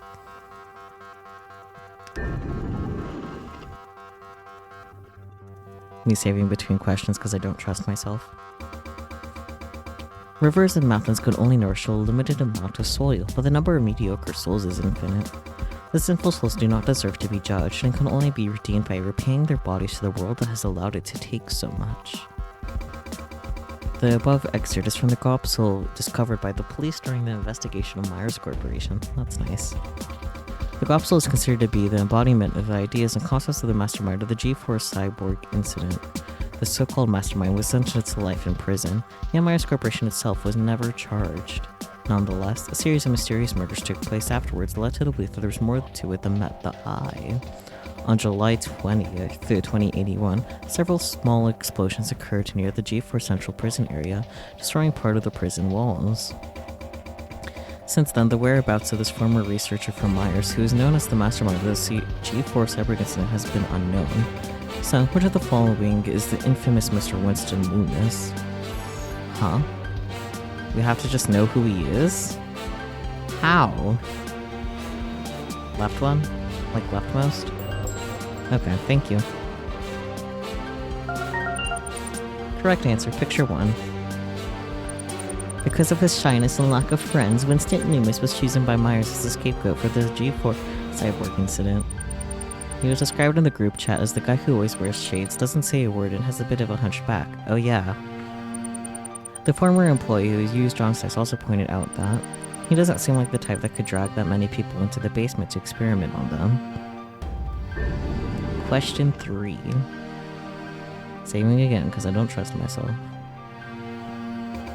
Innovation is not enough for a giant enterprise like Myers to succeed. It also needs to make proper use of resources. Yes, I am shaking Draco. What else would I be doing right now?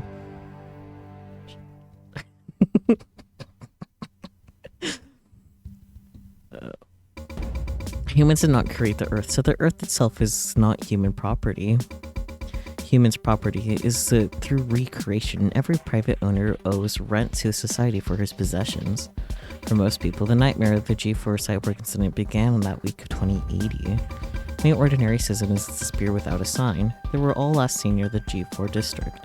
However, what's really strange is, according to the investigation of the G4 police, these ordinary citizens were not the cyborgs made in the basement.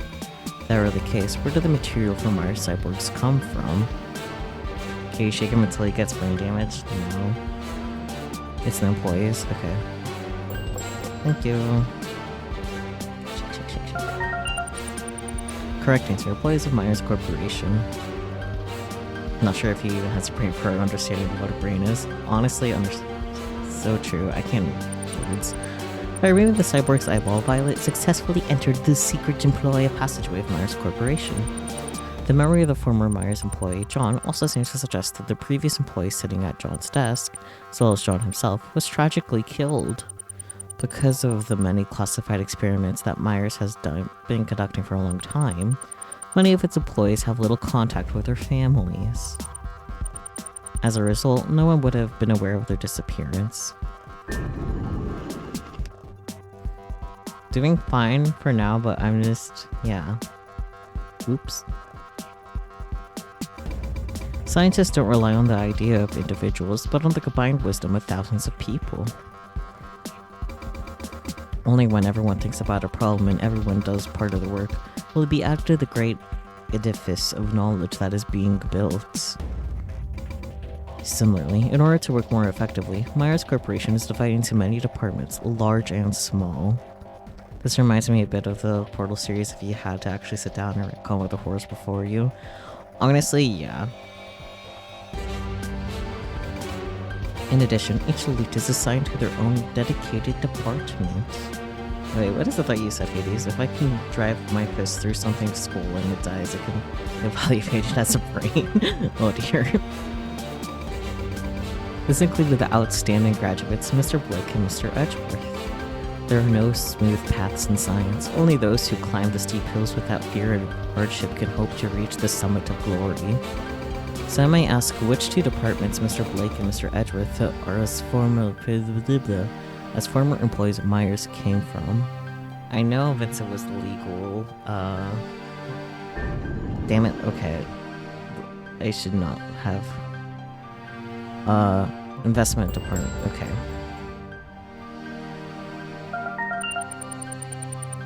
I don't even know which one I misclicked before, but we might be a little screwed. We'll see what happens. I have one more chance. Investment department and legal department. We know that John's past memories that Victor is John's boss and also chief investment officer at Myers Corporation. And Vincent's encounter with John revealed that he was the lawyer in charge of extorting Myers from the G4 cyborg incident and implied that he came from the legal department on the other side of the company. Save! Oh, thank God that was the last question. I guess that means I can't shake him anymore, though. Well done, Lady Violet. He did not disappoint me. Draco, I've answered all your questions. It's time to live up to the promise and let me go.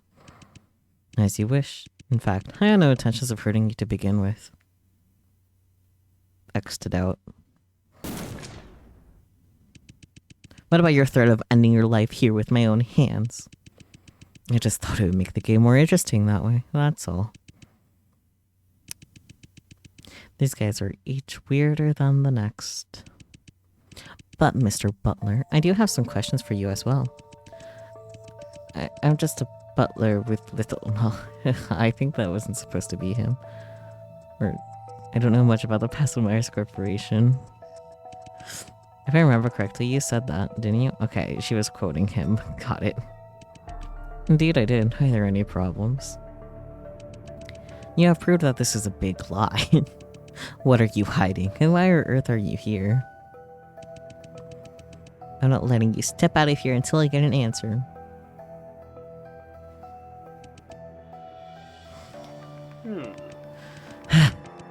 You just can't win with this lady. But it won't hurt to tell you. The truth is, Mr. Edgeworth had a lot of hassles with the Myers Corporation. Yeah, that's what I was thinking too, Spooky, that there would be more quotation marks to signify that that was a quote. That's part of why I was like, wait, is this the wrong box? Hassles? Do you mean? The car accident. Dun dun dun. Lady Violet, you are very clever. I think you've already guessed.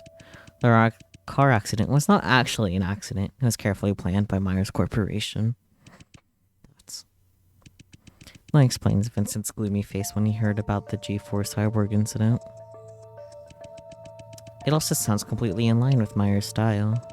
But why did Myers try to kill Vincent? Oops. I don't understand. What did Vincent do? Didn't he get Myers Corporation off the hook for the G4 cyborg incident? The reason is simple. Because he knew the truth about the G4 cyborg incident. Duh. What other option would there be? Although Mr. Edgeworth was a lawyer at Myers Corporation, to the core members, he was just a pawn and another outsider. When the pawns have outlived their usefulness, they're discarded. And the fastest and most effective way to deal with unnecessary outsiders who know something they shouldn't is also to make them disappear from the world. Therefore, the company took the opportunity of holding a party to kill my master with a premeditated car accident. However, they never expected that Mr. Edgeworth would survive. Although the company failed in their plan, they did not stop there. Since then, Mr. Edgeworth had received constant threats and harassment from Myers Corporation. Harassment? Even after the bankruptcy? Yes. There are signs that Myers Corporation has become a secret underground organization after the G4 cyborg incident. But to me, that doesn't make much difference. The old Myers Corporation was just a terrorist organization hiding under the banner of scientific research. So what you're saying is, who's still using the abandoned site of Myers Corporation is Myers itself? Dun dun dun, never would've guessed. That is why I'm here. It's the answer I'm searching for.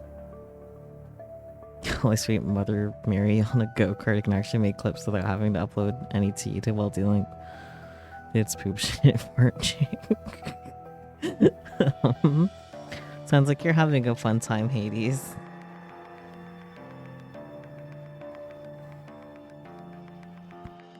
Oh, so this is Portal if you had to sit down and reckon with the horrors before you cool. Yeah, that's... yeah. Wait a minute. If Vincent's car accident was the work of Myers, how do you explain the death of all the core members? Someone else must have been responsible for that. Well, I don't know who. So basically, after Myers attempted to murder Vincent, there was a different perpetrator who assassinated all the core members of Myers Corporation. So, one last question. Do you know how I'm involved with all of this? At that moment, Draco's smile disappeared. Sorry, Violet. I don't know. For some reason, his tone is much heavier than before. And the sudden drop of formality also left me lost for words. That's what you're here for, isn't it? I'm sure you'll find the answer. Draco regained his smile, as if he suddenly became aware that he was being out of character. But this time, the smile was a bit different. It reminded me of someone else. I need your help, Draco. If the two of us work together to investigate, we'll soon find out the truth. And partner with me, I'm really flattered. So listen up, Lady Violet. What I'm going to tell you next is very important for our investigation. Starting from the lobby, Myers Corporation is divided into two sections, left and right, of course. Each section contains different departments and rooms. On the left is Mr. Blake's investment department, and Mr. Edgeworth's legal department is on the right side of Myers Corporation. As to where you want to start, it is entirely up to you. No matter which route you choose, will eventually lead to the basement. In other words, where the secret chamber of G4's cyborg incident is located. Notice I say, if I want to know about Victor's past, I should choose to go left. But if I'm more curious about Vincent, I should go right. That's an interesting explanation. You're not wrong saying that. So, Lady Violet, have you made up your mind? Warning, starting from Myers Lobby, the game will have two different branches. Depending on the route Violet chosen, the game will unfold differently. In order to keep the plot smooth, branch 2, left, will be unlocked after branch 1, right, is finished. Oh. That's kinda lame. Alpha 1.02, game updated to chapter 4. Which route should I choose? I mean, I'm gonna make a silly save anyways, despite the explanation being like, just for simplicity's sake. Yeah. Only one option. Right, is it? Looks like you're more interested in Mr. Edgeworth. From the information we've gathered so far, Vincent seems to be more closely involved with the G4 cyber incident. I believe investigating the legal department will give us the answers we want. I see. I'll have to agree. Radio sounds. Just as Draco and I reached an agreement, the intercom in the Myers lobby went off without warning. How exciting.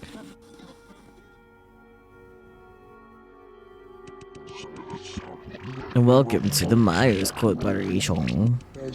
As the #1 trusted source for mechanical prosthetics, we define global standards and create a first-class corporate image.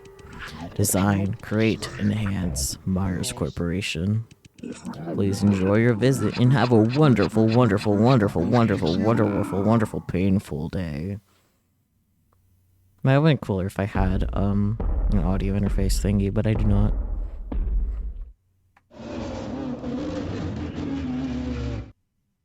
This is nice. From the far end of the employee passage in the distance comes a heart-rending howl.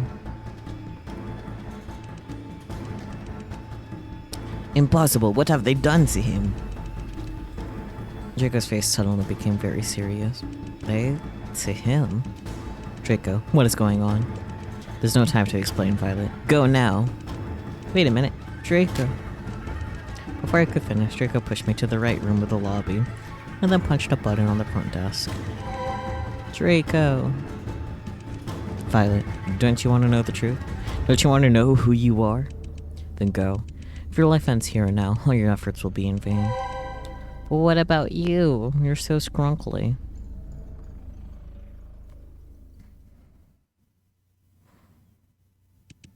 I'm just a butler. Please don't worry about me. I'll try my best to hold him back. But... Violet, like you, I'm a person without a past. It wasn't long ago that my life could only be described as empty, monotonous, and boring. But the arrival of this one person changed everything around me. She helped me break free from the blank world, and made me realize that nothing is more important than the present. She is very important to me. I can't lose her a second time. Vods. Draco. Do we know each other?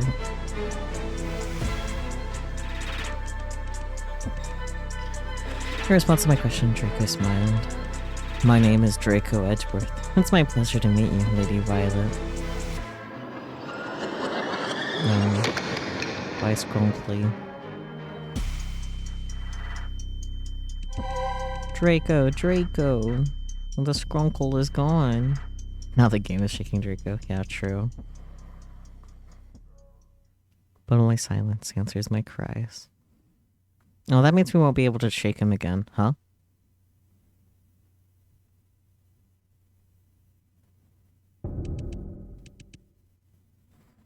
Chapter 2 of the end.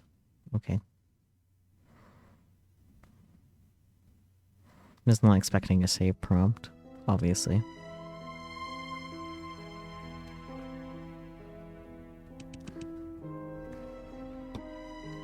Draco Edgeworth, the skrunkliest of the skrunklies. From the first moment I saw him, I thought he somehow looked very similar to Vincent. In fact, I confused him for Vincent. But I had no idea that Vincent and him were really related by blood. Are they brothers? But what kind of person would make his own brother a butler? Vincent. Obviously. His name is Vincent. Like, there's just spells trouble. Violet, like you, I'm a person without a past. It wasn't that long ago that my life could only be described as empty, monotonous, and boring. But the arrival of this one person changed everything around me. She helped me break free from the blank world, made me realize that nothing is more important than the present. She is very important to me. I can't lose her a second time.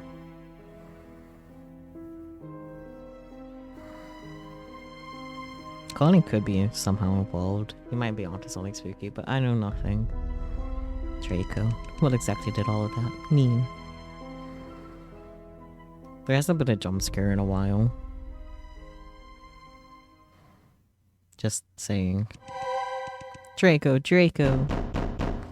The new love of my life. I banged on the gate again and again, but there was no response. Damn it.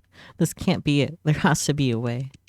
I groped along the nearby walls, but didn't find any switch to reopen the gate. Draco. I felt disheartened on how powerless I was. I was right there, yet I couldn't help him. What the hell? Why is the gate locked? Huh? Hi? Suddenly, I was taken aback by the appearance of an odd-looking person from the other side of the room. Oops. Before I could say anything, she ran around me and rushed to the gate. Hey, let me out! She was yelling and banging, as if she was completely unaware of my presence. Hey, can you hear me? Hey. After carrying on for a while, but earning no response, she finally decided to give up. She was breathing heavily when she turned around, staring straight at me with her bright, burning eyes. Was it you? Were you the one who locked me in here? Shh. She demanded. Shit, I may be in trouble.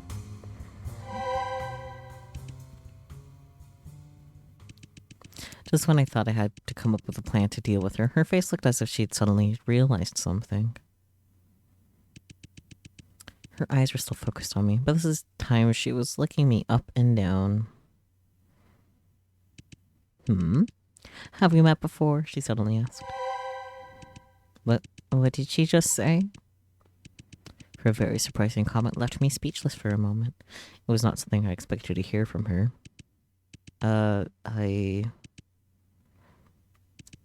Calm down. This is critical. I can't miss my chance. In other words, I might be able to learn something about my past from her. But I need to be careful. I don't have an idea whether she's a friend or foe yet. And judging from how she acted, it seems that she's only had a casual acquaintance with me as well. Meow. Cat, why? It may not be the best idea to just start throwing questions at her about myself. More importantly, if I expose the fact that I lost my memory, things may only work against me. So the safest strategy right now would be to get information out of her in a less straightforward way. Oh, hi, it's been a while. Do you still remember me? I tried my best to stay calm and greeted her. Thoughts.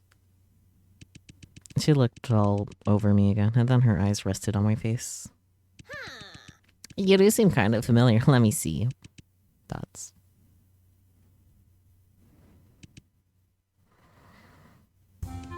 Oh, hey, a detective. Of course. She suddenly exclaimed with excitement. I remember now, I knew it. You were the one with that famous lawyer last time. As was expected of me, Zalmona, I knew we've met before. Zalmona. Okay. Zalmona, is that her name? But more importantly, did you just say I'm a detective? My brain felt as if it couldn't handle all the information I just received at once. Never thought I'd be a cop. Was I involved in a case? Did something happen during my investigation that caused me to lose my memories? But wait a minute. She mentioned that it was with a famous lawyer. Could she be referring to... But detective... Salmona's voice interrupted my thoughts and dragged my back mind to reality. Did I read that wrong? I'm pretty sure I read that wrong. Dragged my mind back to reality. I'm curious, what brings you back to Myers Corporation this time? Back to Myers. Think. We need to come up with an answer. If I were a cop, there'd be only one explanation for coming back here. I'm here to investigate the case of menacing citizens over recent years and the truth behind the J4 cyborg incident. Huh? Again? My god, the G4 Investigation Bureau is useless as ever. Dots. Detective, then it looks like your last investigation with that lawyer didn't go so well. Why didn't you bring him along this time? It's complicated. A famous lawyer. Are you by any chance referring to Mr. Vincent Edgeworth? Of course, who else could it be?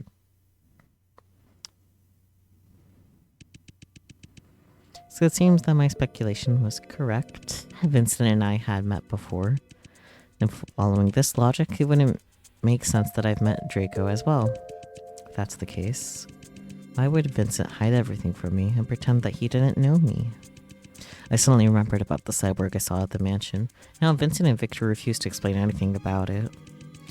Myers had gone bankrupt years ago, but it is clear that someone is still using the abandoned site for some kind of experiments.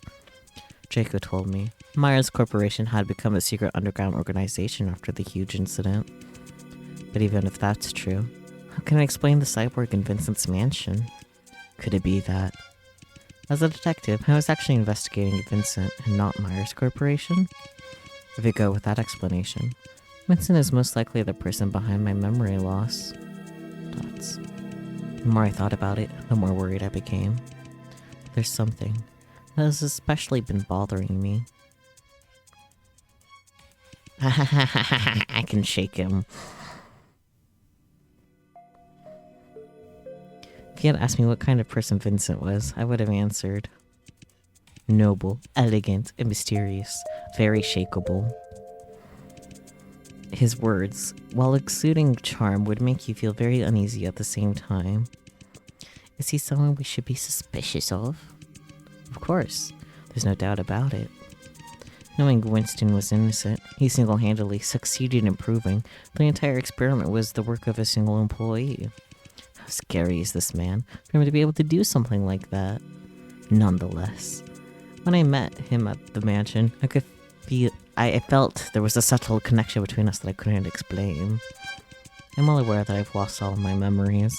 I have no idea about her past and have no reason to draw such conclusions. But this feeling was particularly strong. It was as if the part of my brain that stored memories had disappeared, but the part that stored emotions was still intact. I have to learn about Vincent's past. It is vital for me to know. Zalmona, did you just come from the legal department? Huh? Yeah. Are you planning to go there? Yes. Can you take me there? It's simple. Just go through the door right here, and you'll reach the legal department. However, she pulled out a card from her pocket. Only by swiping this key card can you unlock this door. How did you get that? No comment, Miss Detective. You know, I haven't even yet dealt with you for locking us in here. I can read. Dots.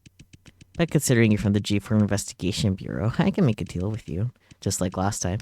You do me a favor, and I'll do you a favor. How's that? Last time. Really? Have you forgotten already? Perhaps a little bit. Last time you did me a little favor. In exchange, I told you some secrets about Myers Corporation. Are we in a time loop? Let's do the same this time. The truth is, I accidentally lost one of my belongings here.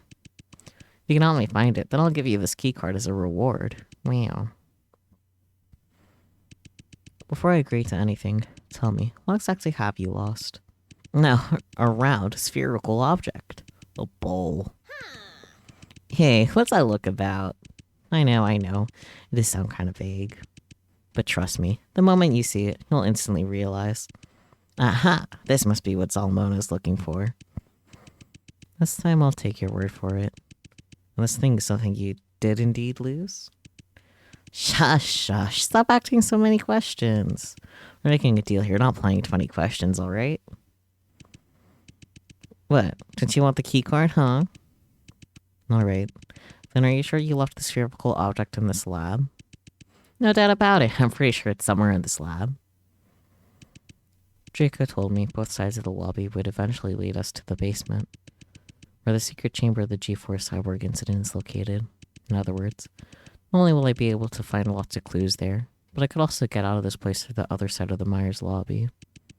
At this moment, still nothing could be heard from the other side of the gate. I don't know what has happened to Draco.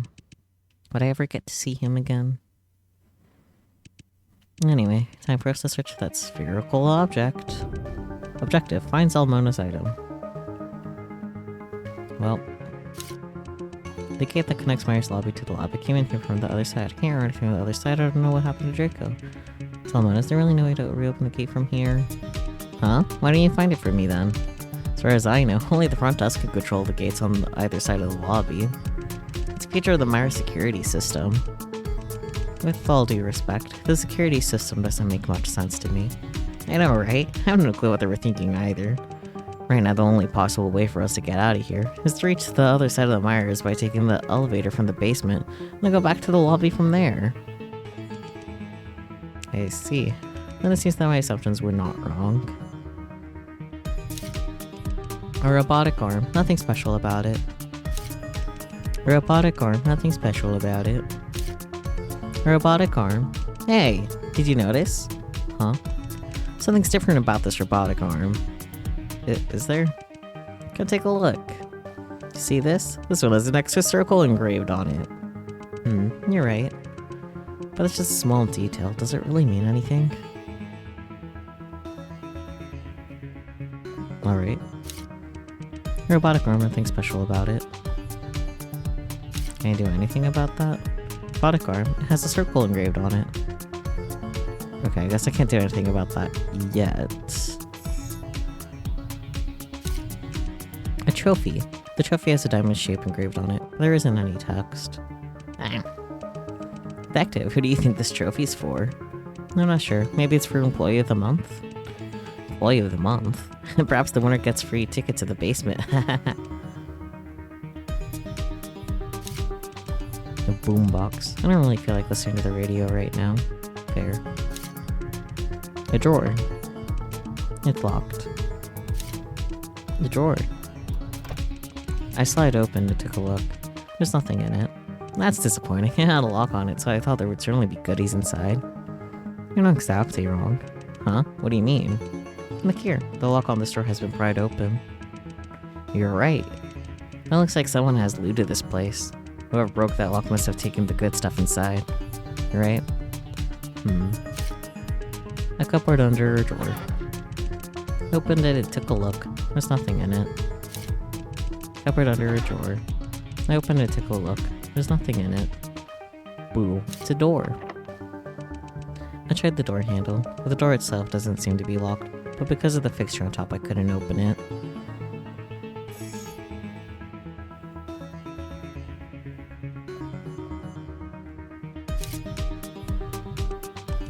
Contemporary art is really getting more and more pretentious. Detective, what do you think these for art piece mean? I think it's some kind of device. Some kind of device? Look here, there are 2 buttons under each piece. Oh, let me try pressing one of them.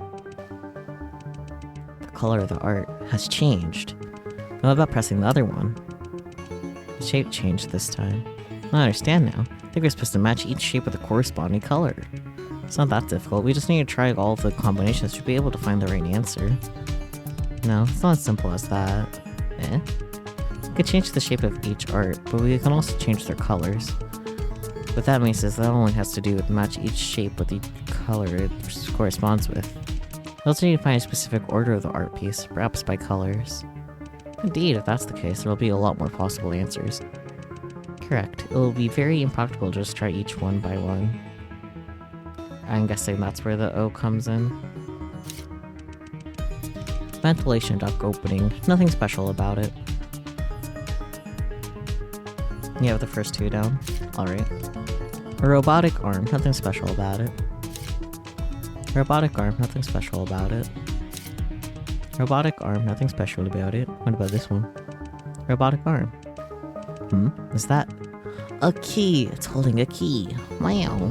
Collected item. A key. Fascinating. Red circle and yellow diamond. Yeah. Hi. Jump scare. The door to the legal department. Okay. And then, let's see.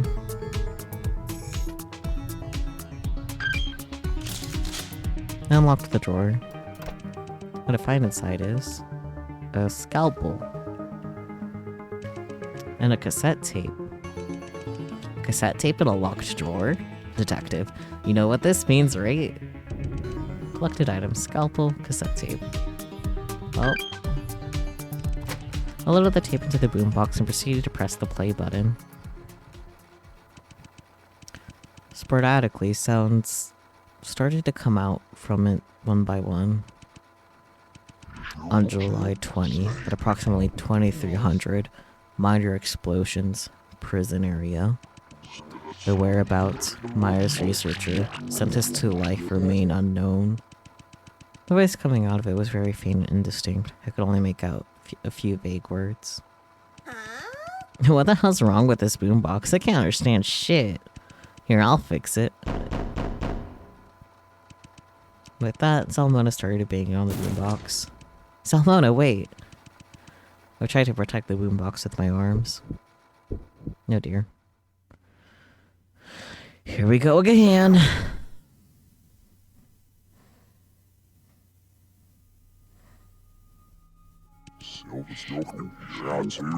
On July 20, 2081, at approximately 2300, several minor explosions occurred near the G4 Central Prison area, destroying part of the prison wall. The whereabouts of Winston Loomis, a foreign Myers researcher and the mastermind behind the G4 cyborg incident, who was sentenced to life, remain unknown.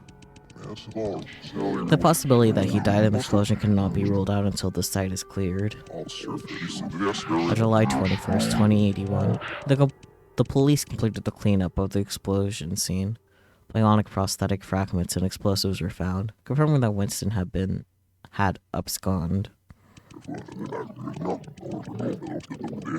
The fugitive is still at large. The police had yet to find any information leading to his arrest. Alright.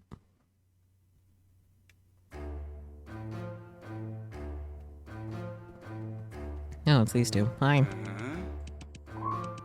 My dear Vincent, tell me, this news doesn't happen to be connected to you anyway, does it? Dots. I have no knowledge of this. I only just heard about the news as well. Oh, is that so?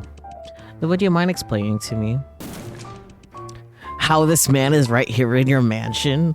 That's nice. I just happened to run into Mr. Loomis on my way back. What an amazing twist of fate, wouldn't you agree, Mr. Loomis?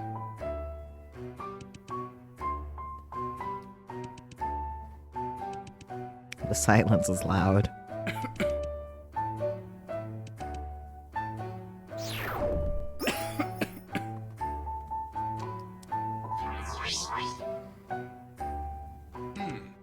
No, quite the twist of fate indeed.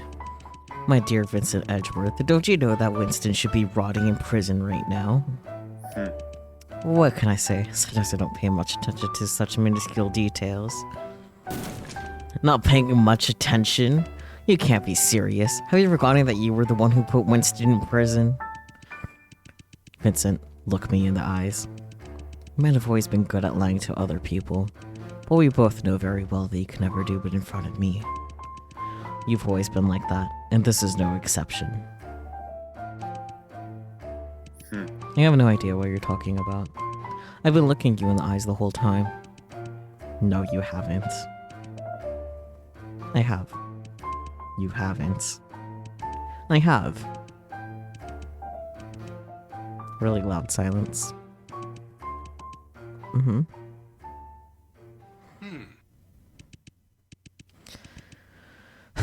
You know, my friend, I would always support you no matter what choice you make. And I always have, ever since we met each other in college. Okay. But all of this, it's just pure madness. I understand. What Myers did to you is absolutely unforgivable. But do you realize that there's also no turning back to the path you're going? The moment you choose revenge, you are no longer different from your enemies. Vincent Edgeworth, it is already a miracle that you survived from that disaster. You could still achieve so much in your future. Do you really want to be at war with Myers forever? Do you really think you can take on the entire Myers Corporation on your own? Don't be ridiculous. You're just sacrificing your life for nothing.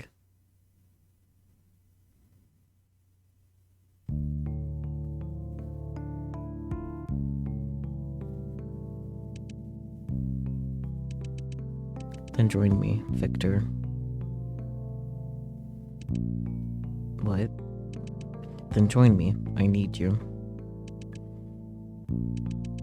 I may look like an idiot who's in over his head to you, but I just no longer wish to be pushed around.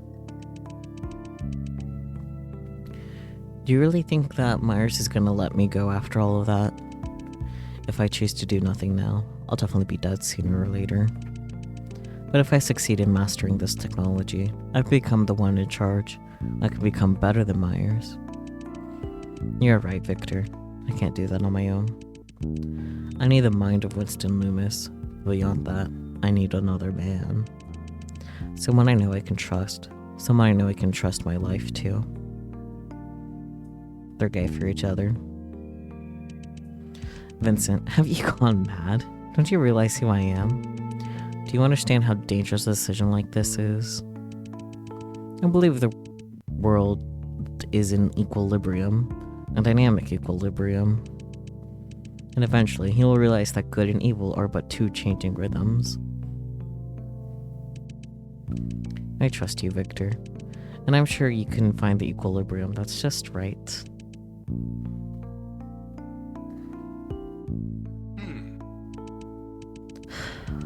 That's right, how could I forget?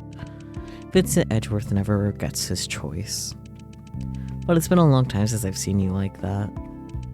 It's going to be an incredibly long and difficult path, but this time, Vincent Edgeworth, I'm willing to walk alongside you. Thank you, Victor. What did you say? I couldn't hear you. I said, thank you. Hi, Winston. Oh, look, we almost forgot. Mr. Loomis has been here the whole time. Looks like he's heard everything we've been saying. Speaking of which, what are you planning to do with this fellow? Perhaps you could throw him back in prison. What's the matter, my dear Vincent? What's that embarrassed look on your face? Victor, that's enough. By the way, I actually got a surprise for you. And these are some items I brought back from Winston's lab. I secretly broke open one of the drawers there when no one was around. So it was you. In other words, you know this whole time that Winston's escape from prison was my work? Well, you could say so. Edgeworth, why don't you take a moment to look through these? And as for Mr. Loomis, just leave him to me for the moment.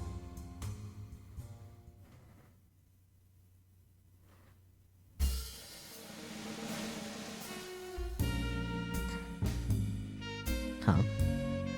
Okay, well. Triangle green. Victor Blake. He intimidates me sometimes. He could read my mind without any difficulty, and could even go as far as to anticipate my every move. He never needed Myers' mechanical prosthesis to be a superhuman. He already is one. Sometimes I can't help but wonder if I hadn't become friends with him back in college, if I never had him next to me when I needed him. How different would things be but now? Where would I possibly be at this moment? I'd rather not think about it. Time is running out. I need to carefully examine all the items Victor has brought back. Pen. Fountain pen. The whole surface of the barrel is smooth. Blue square. Only one side has a square engraved on it, which seems quite out of place.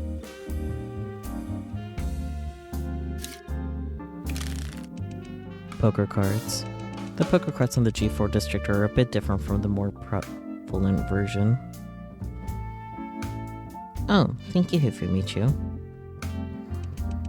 The more prevalent version originated from the G3 district, with 4 suits: spades, hearts, clubs, and diamonds. On the other hand, the G4 version has a nature theme, with the 4 suits replaced by fire, trees, water, droplets, and the moon. There have been many theories as to why this is, but there's still no definitive answer. However, this is quite ironic in my opinion, because the culture and the purpose of G4 has nothing to do with nature at all. But more importantly, why would Winston Loomis bring back a deck of cards to Myers Corporation, and specifically these 4? Every employee should know that it's strictly forbidden to carry non-work related items, let alone playing cards.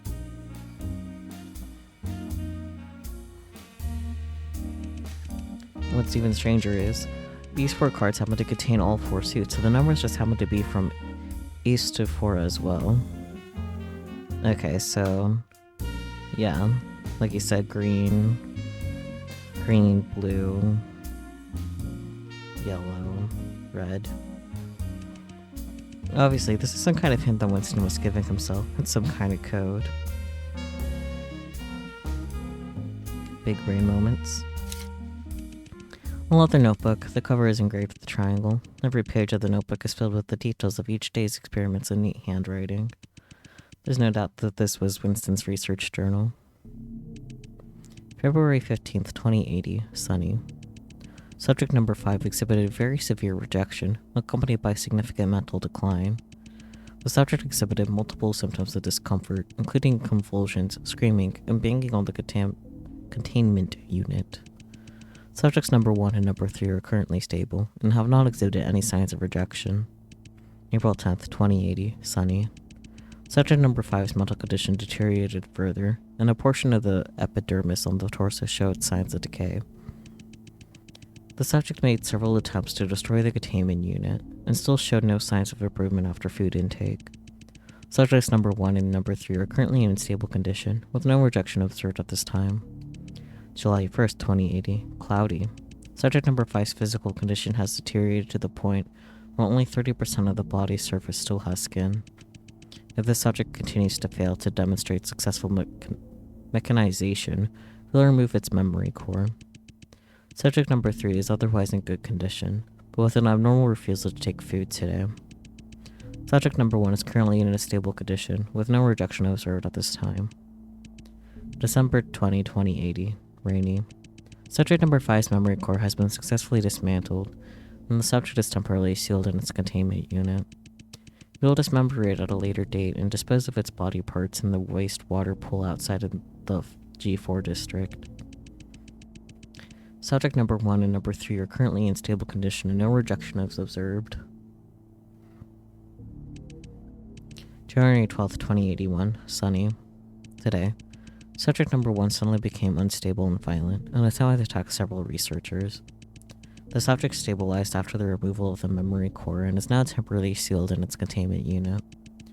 Subject number 3 remains stable at this time, but has yet to show any evidence of successful psychic linking.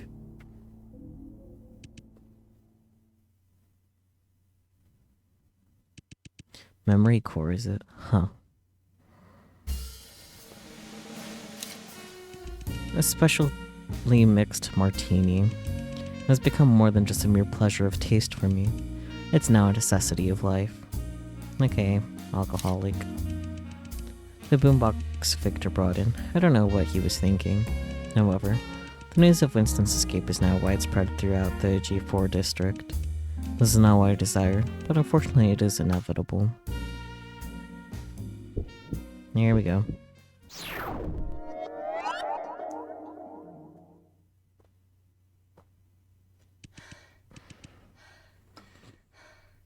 Huff huff.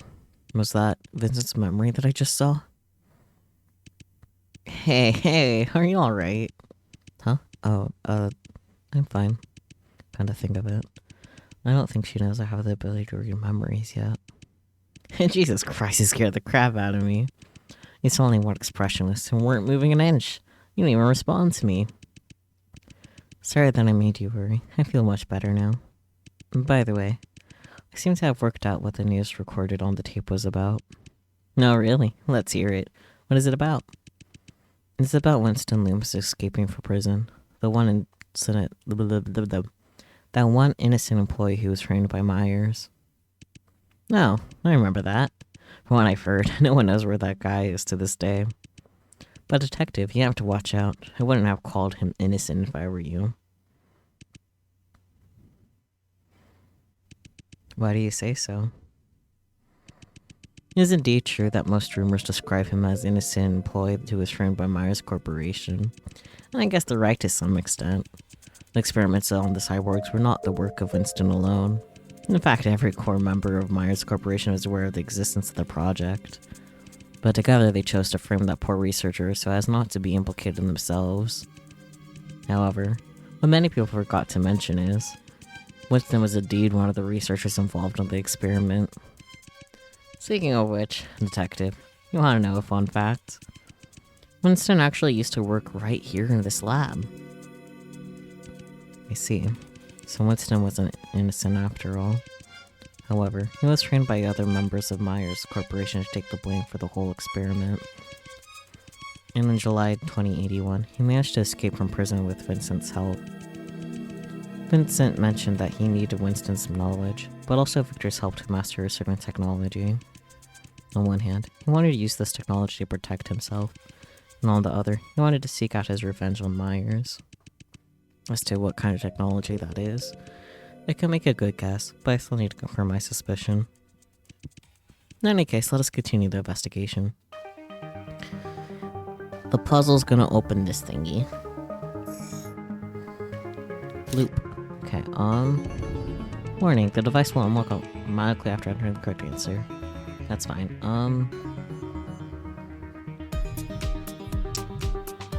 Green circle, so not that one. Green circle, blue square,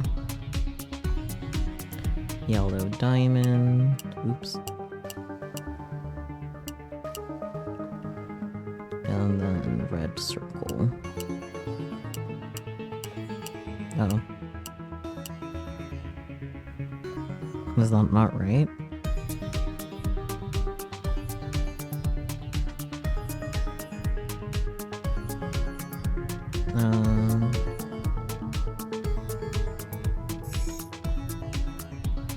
You need a triangle.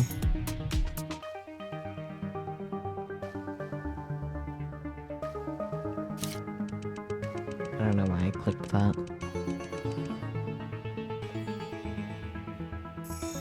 Yeah, I'm confident that you have the right colors.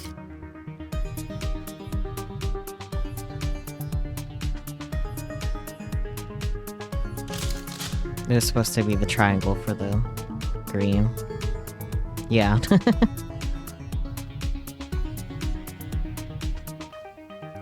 It worked. I can't believe it. You're incredible.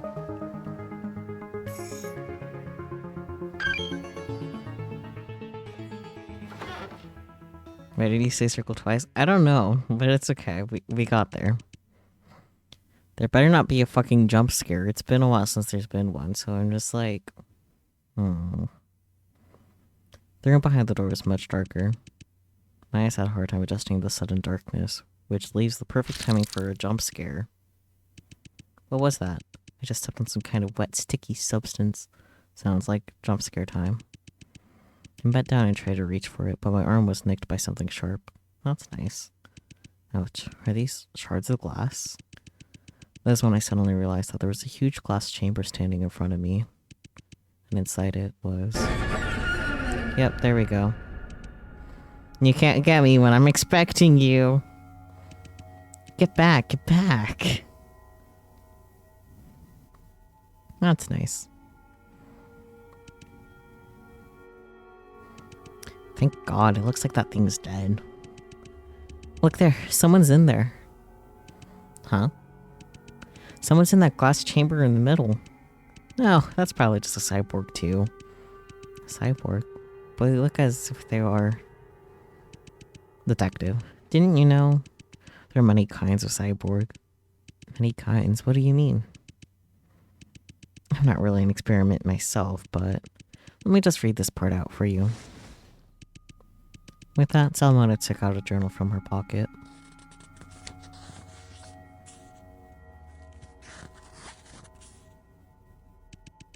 Due to different bodies' varying ability to withstand mechanization, the phenomenon of intellectual pluralization often appears in each batch of experimental subjects. Subjects that are able to withstand mechanization generally retain human facial features, and with their newly modified bodies, they exhibit superhuman abilities superior to those of ordinary humans.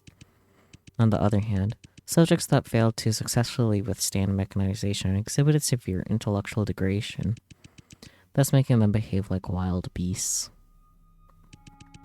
At the same time, the bodies of these failed subjects would exhibit an obvious rejection of mechanization, resulting in them often giving the impression that they were falling apart. We refer to these cyborgs that have lost their intelligence as husks. It is worth noting, however, that some of the experimental subjects seem to require an acclimation period. That is, their bodies exhibit a repulsion similar to that of a husk when they first undergo mechanization. But as long as they are fed regularly and are given ample time, eventually their bodies will be able to successfully accept the modifications they are given. Thus, after each batch of experimental subjects have been modified, we tend to leave them in the secret chamber for a period of observation. If, after that time, the subject still does not demonstrate signs of successful mechanization, we would then dismember it and dump its body parts in the wastewater pool outside the G4 district. The above was recorded in an experiment journal I found here at the corporation. In other words, there are two kinds of cyborgs.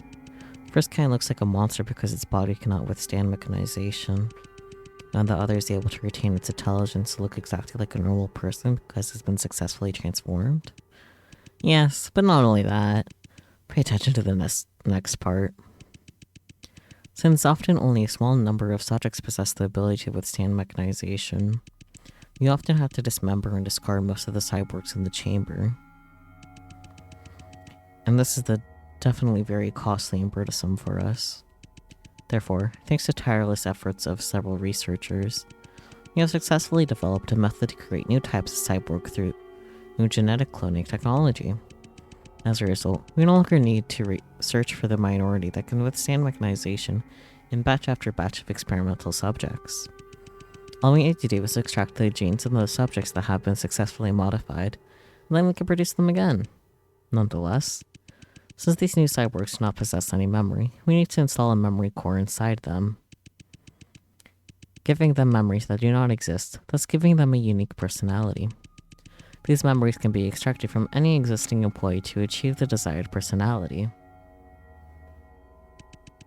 In other words, there are cyborgs that are not directly modified from human beings, but are created through genetic cloning technology. But it's hard to tell them apart just by looking at them.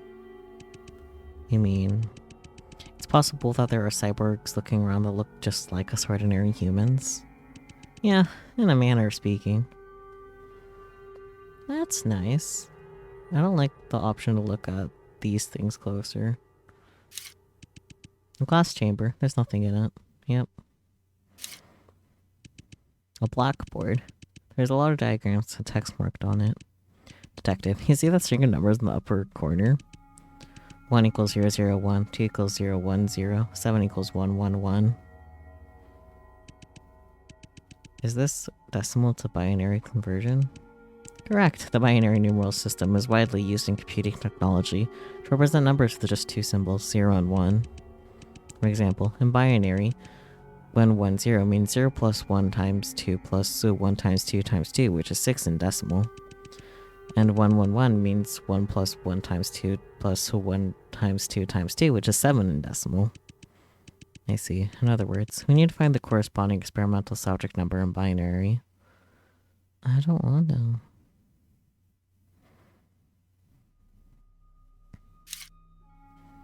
Okay, so that's... I don't want to touch these. Glass chamber. It stands a separate that looks just like a human being. This gives me the creeps. Understandable, have a nice day. A cyborg. Thank goodness it's dead. Yeah.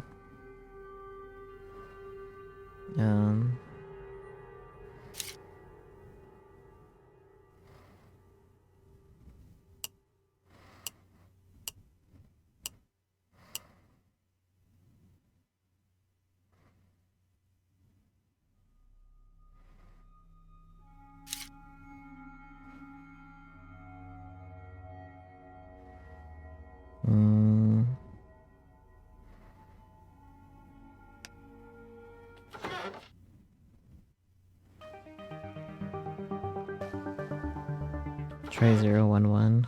Fine.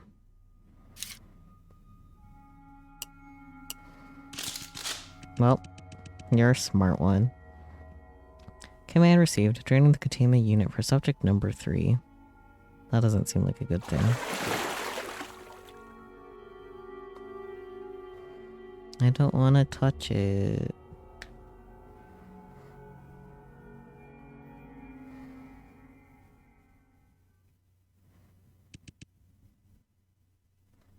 It's not a jump scare, don't worry. The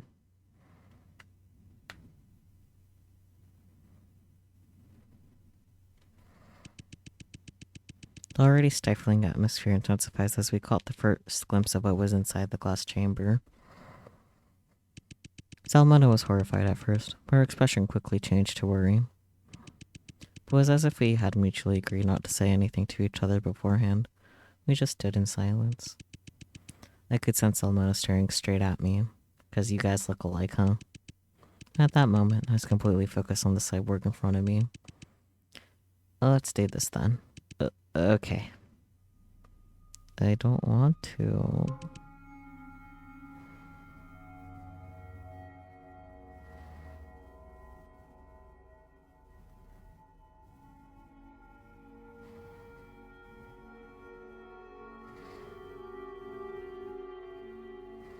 I'm confused. Oh.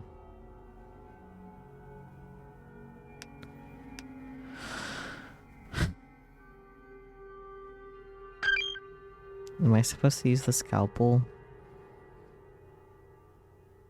Not the scalpel, for fuck's sake.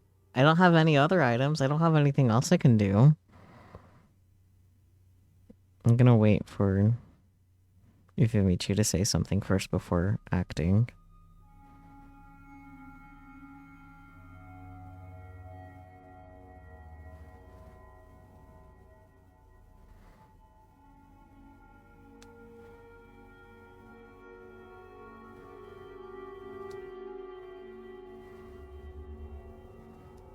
Just main elbow is me. Obviously, gotta use the scalpel.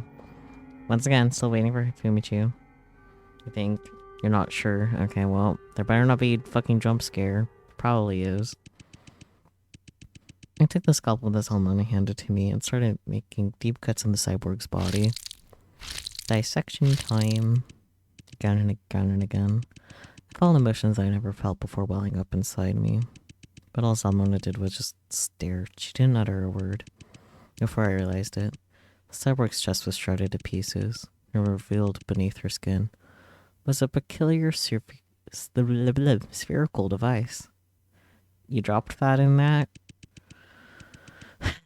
I grabbed the sphere with my bare hand and pulled it out. Is this your item? This is what you wanted, right? The cyborg's memory core? Yes. That's nice. I handed it to Salmona with my blood-soaked hand. Let's get the hell out of here. I can't stand in here anymore. Same. Let's dip. Outie.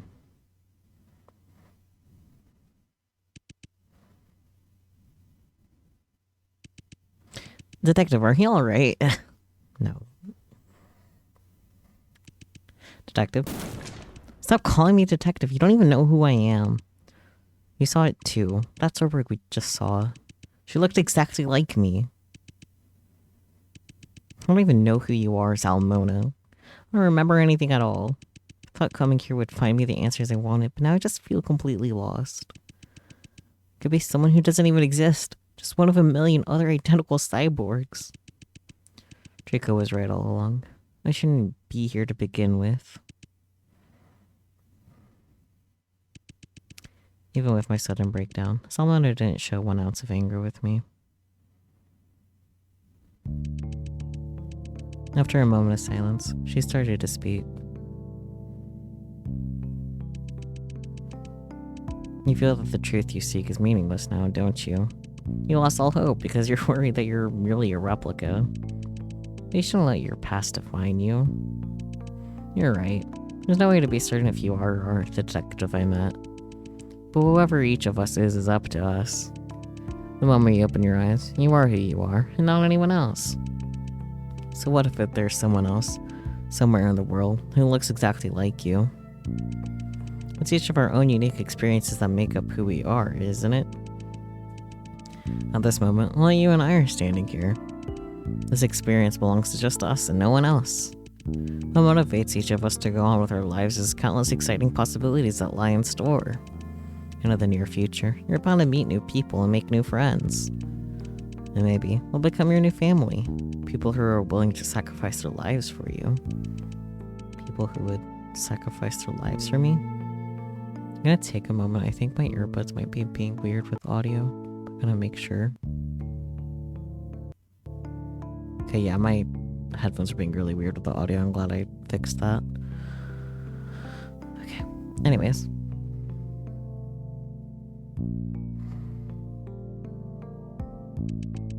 Salmona's words were somehow very reassuring. It's very different from how I imagined her to be. I never thought I would hear such words from you. Probably something I picked up during my previous profession. Huh? Don't worry too much about it. It's irrelevant now. Anyways, thanks a lot for your help. You have no idea how important this device is to me. Salmona, why do you need the cyborg's memory core? It's a long story. You said you've lost all your memories. But seeing that you found your way into Myers, I think it's safe to assume that you heard of the urban legends about the G4 district. G4 district's urban legend? Do you mean the infamous G4 cyborg incident? Close, but I'm thinking particularly about the end of that legend. It just sounds something like this. To this day, people still mysteriously vanish in the G4 district. Rumor says that the spirits of the victims from the experiment are still wandering the streets, taking the lives of those unfortunate enough to cross paths with them. I remember. Right. You don't need me to tell you that ghosts don't exist. These recent disappearances in the G4 district are the deliberate work of a certain someone as well. Are you suggesting that Myers Corporation is behind these recent disappearances as well? The Myers Corporation is continuing operations covertly? Yeah, something like that. But here's the thing. A lot of details about these cases are different from the original G4 cyborg incident. In the C4 cyborg incident, Myers Corporation turned their own employees into cyborgs and kidnapped ordinary citizens to use as cattle feed. But most of the people who go missing nowadays aren't ordinary citizens. It's people who either had a history with Myers or who were former employees of Myers. Did Myers Corporation turn them into cyborgs as well? Or were they just used as cattle feed? If they were all somehow once associated with Myers, it makes sense that Myers would simply want them gone. Precisely, but many people believe that the series of disappearances is the work of just one person.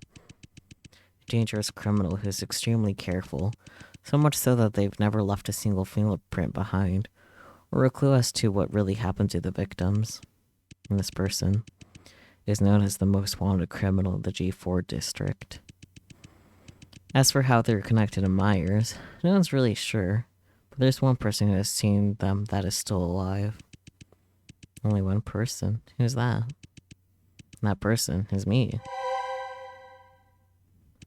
Yes, the most wanted criminal in the G4 district messed up once, and I was there when it happened. It was a dark and windy night. 3:09. I had just gotten back to my apartment building. I was about to go inside my apartment to relax.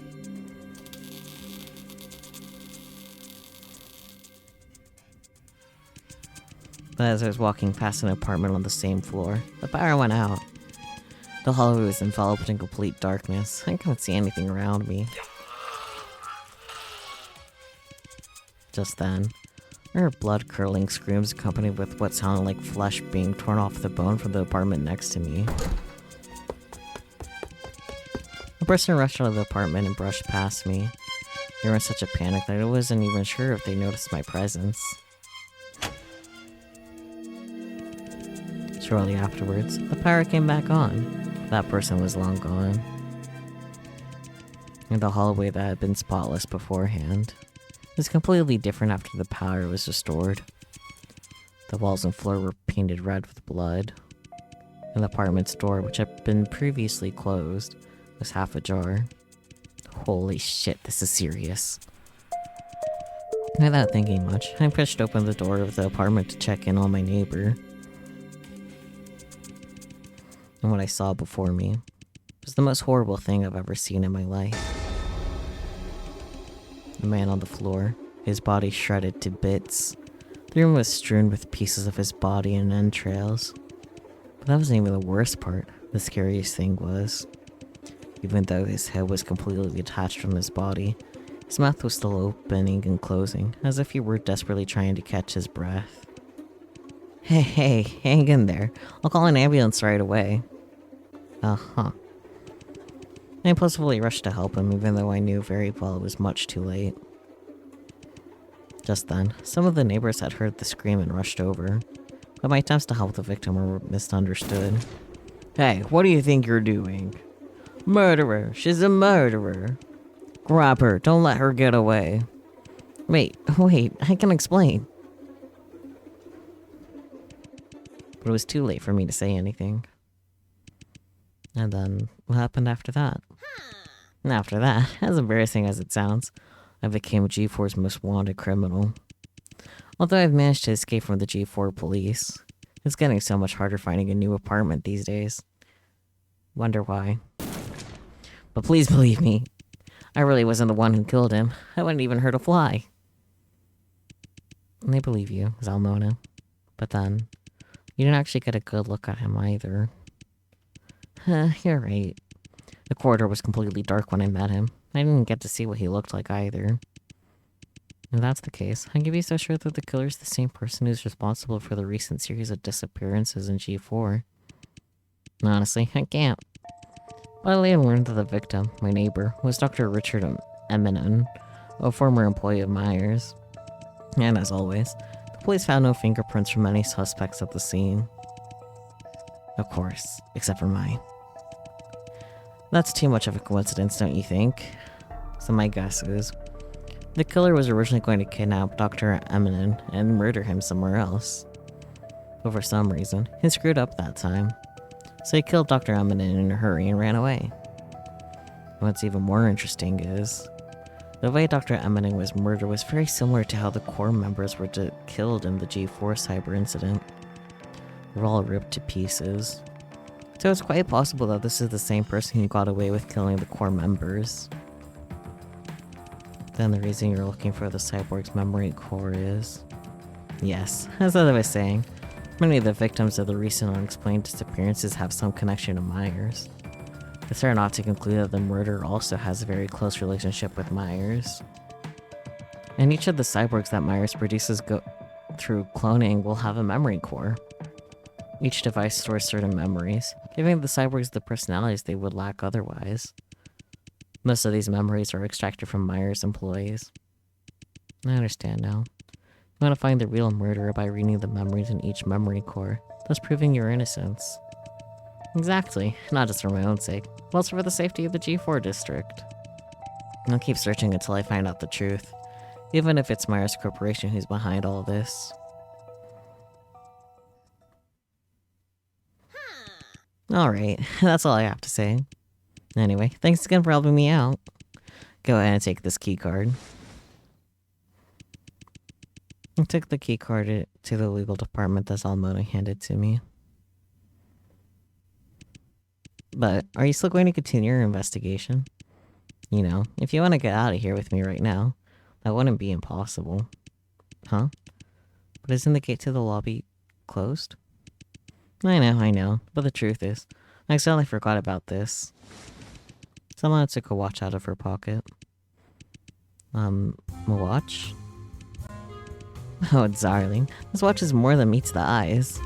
It was originally a gift from an old friend of mine. I have made a few modifications to it. Just by wearing it, I could teleport myself anywhere. Convenient. How did you forget something this important? But the downside is, you can teleport me anywhere. What do you mean? As in, I can't decide where we'll be teleported to.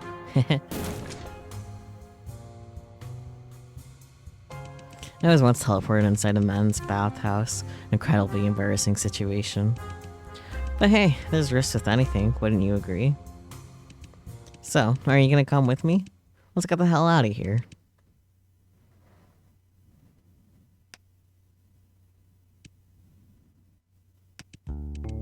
I'm sorry, Salmona. I can't leave just yet. Damn.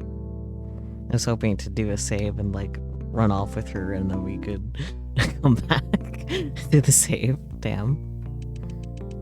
There's this person that, even though I can't remember how we're connected or why, is willing to risk his life for me. And that person is currently trapped in the Myers lobby. I'm worried about him. I see. Do you want me to come with you? No, Salmona. That would be too dangerous. This is all my fault. I should never have come here. I can't get another one of my friends involved. I want to see them get hurt. I understand. If that's the case, promise that you'll take care of yourself. Maybe we can meet again someday. Maybe then, you'll be able to tell me your real name. I'll see you later, miss. When you get your memories back, be sure to tell me all the stories about your past, alright? No. Of course. Goodbye, Salmona. Just gone. I wonder where she'll be teleported to this time. Well then, it's time for me to push forward as well. Next stop. The legal department.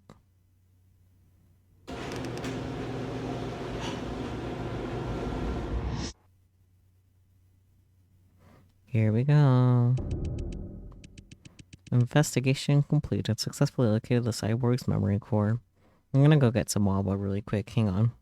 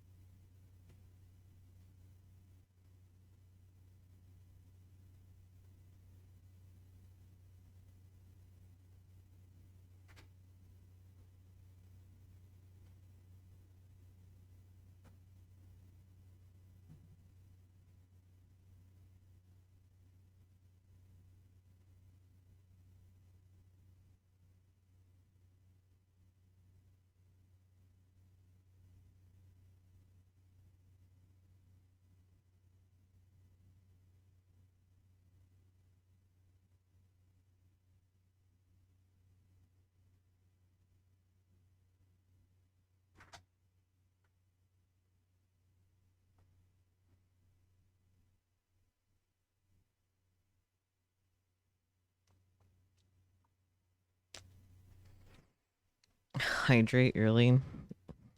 Are you kidding me?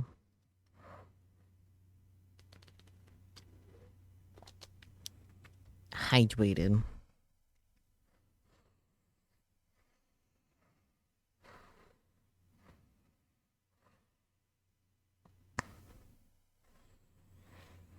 Sleepy. No jump scare, please. No jump scare, please. Please, no jump scare. This is a room.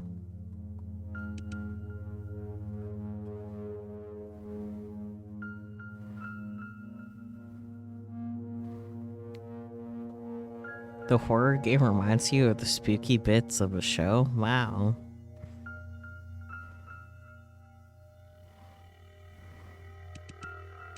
Here we are, the legal department. It's hard to believe that Vincent used to work here. Wait a second. In the distance, is that an elevator? Someone had told me. The way to get back to the Myers lobby now is to take the elevator to the basement, and then return there from the other side. So it seems that this is what she was talking about. However, we've come a long way. Shouldn't I investigate this place first? But what's the point? I've now long lost the confidence I had when I was confronting Draco in Myers' lobby. I'm not sure if I want to know the truth anymore. You have to realize, losing your memories could also be a blessing. Countless people are imprisoned by their own memories. They try their best to let go, yet cling to them at the same time. But you, on the other hand, are given a second chance. Isn't that wonderful? I'll be honest, even I'm getting a bit jealous. How did you end up here? Violent. I regret to inform you that I don't know either. The truth is, my butler was the one who heard peculiar knocking sounds on the door last night. When he went to open it, he saw you face down on the stairs, unconscious. Your seemingly commendable courage is nothing more than ignorance wrapped up in a pretty package. You have absolutely no clue what you're about to face. Do you really believe that you can face up all the dangers that are coming your way? Do you really believe that you can accept the truth that will be revealed? Vincent, Victor, and Draco, whatever. How many lies are there all around me? Why is it like that? Why is everyone lying to me? Ever since I woke up in the mansion, I have been deceived again and again. Why? Why are you all lying to me? Thoughts.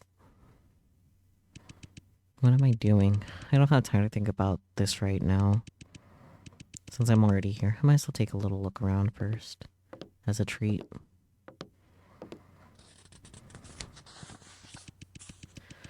I started to briefly read through some of the documents I found. Thoughts. These documents from the legal department. I really don't understand them at all. Legal jargon is a headache, so understandable.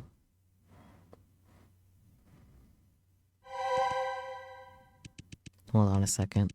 The nameplate on this table. Vincent Edgeworth, Chief Legal Officer. So then, this used to be Vincent's office table. I love that there's just a glove. And then the little thing, cute little heart-shaped note. Read me. Well, the table was a note and glove. They don't look brand new. They therefore seemed out of place compared to the rest of the files here. Someone could have just recently left it here. Was Almona the one who put it here? I picked up the note from the desk and shook it around because I can. Dear my lovely Violet, how are you doing? I'm just joking. Of course I know you're not doing well, because you've lost all your memories. So, do you want to get all your memories back? I know you do. In that case, I have left you a small gift. I'm sure it'll help you a lot in getting back what you want. An old friend who wishes to remain anonymous. A gift for me. You must be referring to the glove next to it.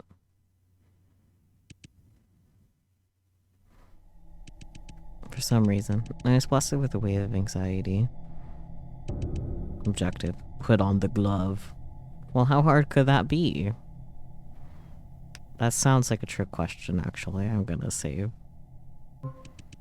Should I put on the glove? I'm assuming yes.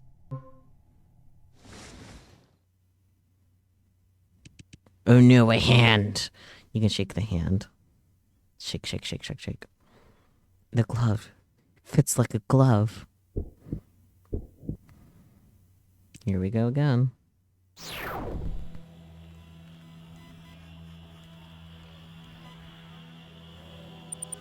Do you remember who you are? Not really. All hail Myers. Do you still remember your purpose? All hail Myers. We all miss you so much. All hail Myers. Hurry up and come back home. 1-0M? No, hey, hello. Welcome to Myers Corporation. How does it feel to be alive? Pretty good, huh? I know you're still a little confused right now, but that's okay. I assure you that you will soon get used to it.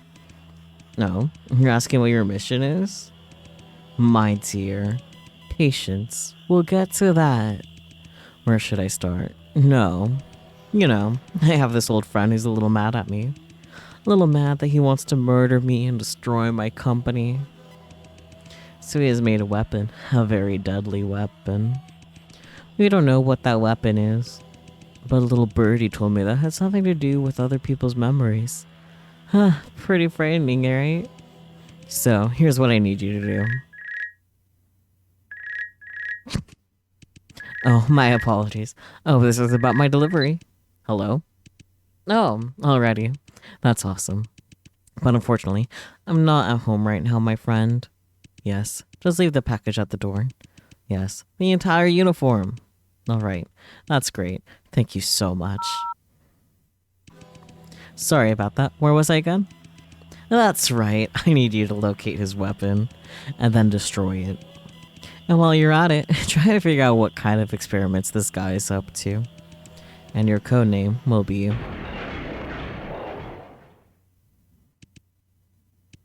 A sudden, tremendous shudder from the legal department snapped me back to reality. What just happened? Oh dear. Suddenly, a man flew through the wall connecting the laboratory to the legal department as if he was thrown by something with full force. He was slammed into the wall at the other end of the department and then fell to the floor. What's that? Draco! But because of this massive impact, Draco had lost his consciousness. Oh boy. What followed was an inhuman roar from the lab. I could hear the monster's approaching steps. Draco! Draco! I shook Draco violently, but he didn't respond. Draco, wake up! Damn it, what should I do? The basement, quick!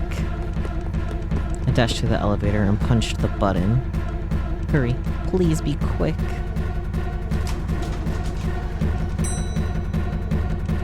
I hurried and dragged Draco into the elevator, then pressed the button to close the door.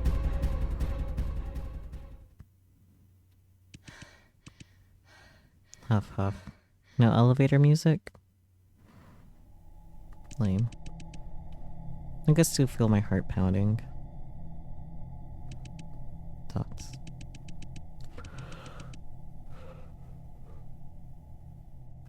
That monster doesn't seem to be pursuing us. I think we're safer now. What exactly was that thing? Violet. Draco! I'm sorry, Violet. I couldn't stop him. Slowly, Draco stood up. He sounded very weak. Draco, are you okay? No need to worry about me. It's just a few scratches. It's just a flesh wound. Stop acting like a hero at a time like this. Draco froze in the face of my emotional outburst. At that moment, We were both just looking at each other and stuck in silence. Draco, are you serious? Stop it with the act. You've been saying strange, incomprehensible bullshit ever since we met in the lobby. You're badly hurt, yet you're making light of it. You're really starting to piss me off. I don't give a damn about how cool you are. And at this point, I really don't care how many lies you've told me. But I do know that what I'm worried about now is you.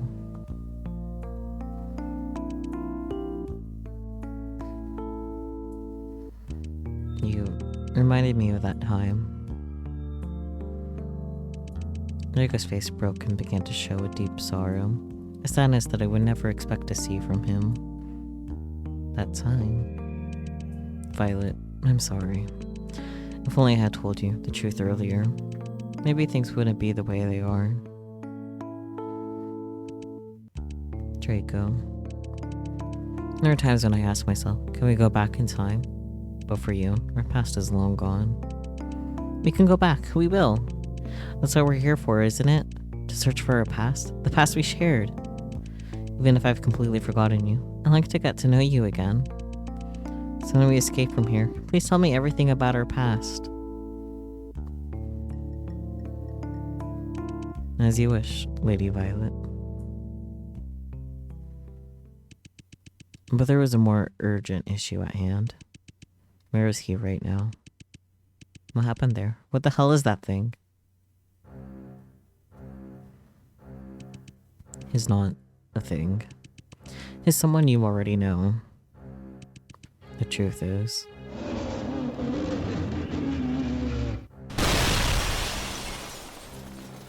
I'm sorry, that was more funny than anything else.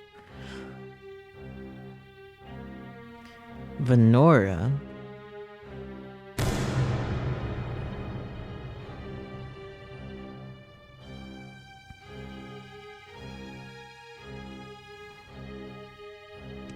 My precious chaser, tell me, is there someone you love? A loved one? My dear Monsieur M, why would you ask such a question? Let's assume one day a disaster were to happen to your loved one. Say they lose their body, but their memories are still intact.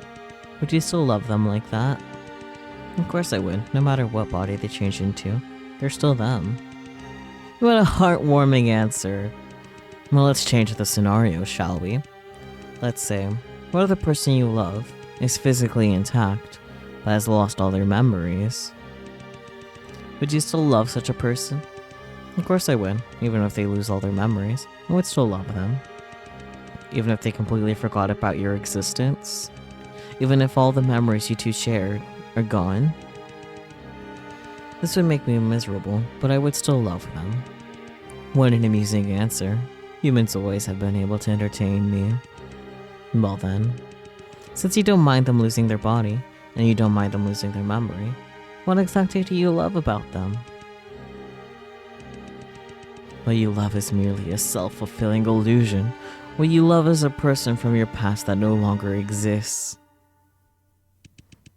The brutal truth is, the moment one loses their memory, they will no longer be themselves, and they will never be able to go back. Now, if they have their memories backed up on Unedited and they just need it, you know. Investigation completed. Successfully retrieved the glove.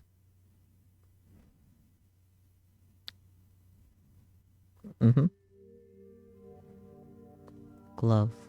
Glove, glove, glove. Police sounds.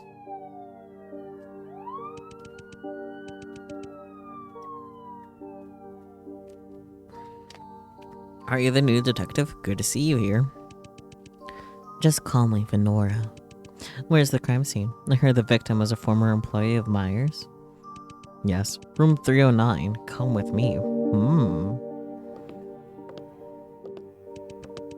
Move along, people. Nothing to see here. And stop interfering with the work of police officers. Right, here we are.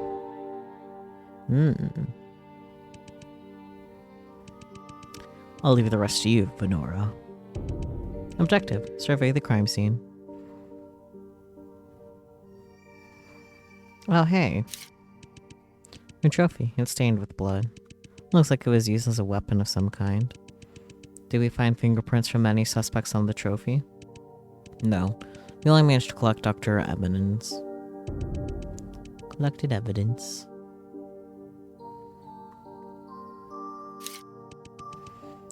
A blood-stained cabinet. Nothing special about it. Some paintings hanging on the wall. But the closer you look, the more obvious it is. They're just printouts. Well then. A bloodstained chair. Nothing special about it. The door into the apartment. The residents of the apartment building claim that the murderer eluded them and escaped through here. The suspect's name is Almona, a resident on this floor. Something worth mentioning is, she is a mutant. A mutant? Is she from G3? We're unsure at the moment. Countless tourists visit G3 district every year to receive modifications. We can't draw any conclusions yet. We thoroughly searched her apartment, but strangely enough, we couldn't find any form of identification. For now, it seems that the murderer has escaped. What about the bloodstains in the hallway outside the apartment? Before he arrived, Dr. Eminence's screams attracted a lot of curious residents. These guys trampled over the entire apartment building, and now there's blood everywhere outside the apartment. Even if there weren't useful clues in the hallway, they've probably been trampled them into oblivion by now. I see.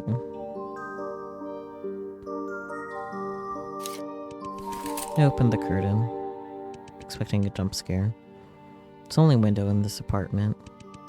The lock appears to not be tampered with, so it's unlikely the murderer entered through the room through here. Was the curtain here closed before? Yes, of course. We haven't moved a thing.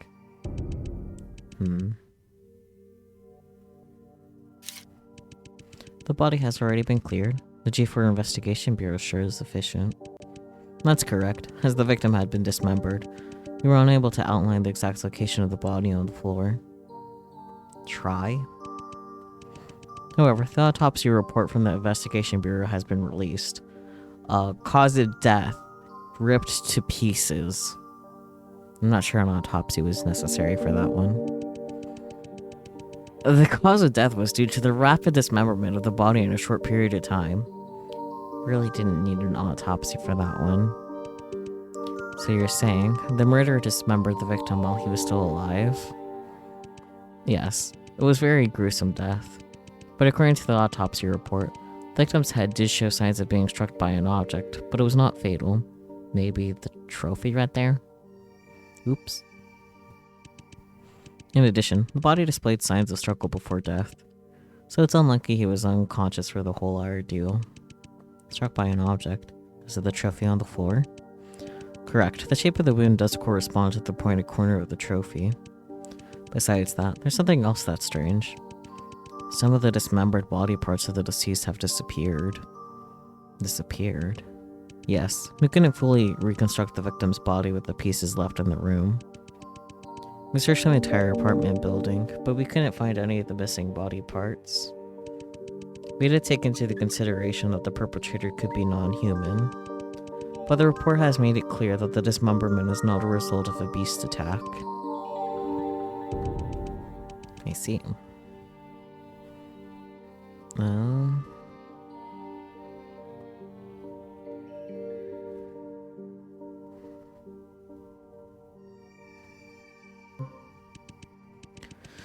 Is there anything I can assist with, Detective Honora? According to our conversations with the residents of this building, there was a short power outage in the building around when the crime scene was occurring. However, after our investigation, it seems the building's blackout was not the murderer's work. It was a mere coincidence. So the victim was killed at the exact time of the power outage? Correct. The name of the victim is Dr. Richard Aminen, a former researcher at Myers Corporation. According to our investigation, although the victim holds a PhD, his position at Myers was rather unremarkable. We don't know much about his current occupation, but judging by the apartment, it's not hard to deduce that the pay wasn't getting any better. A resident on the same floor claimed to have last seen him in the hallway outside his apartment last night.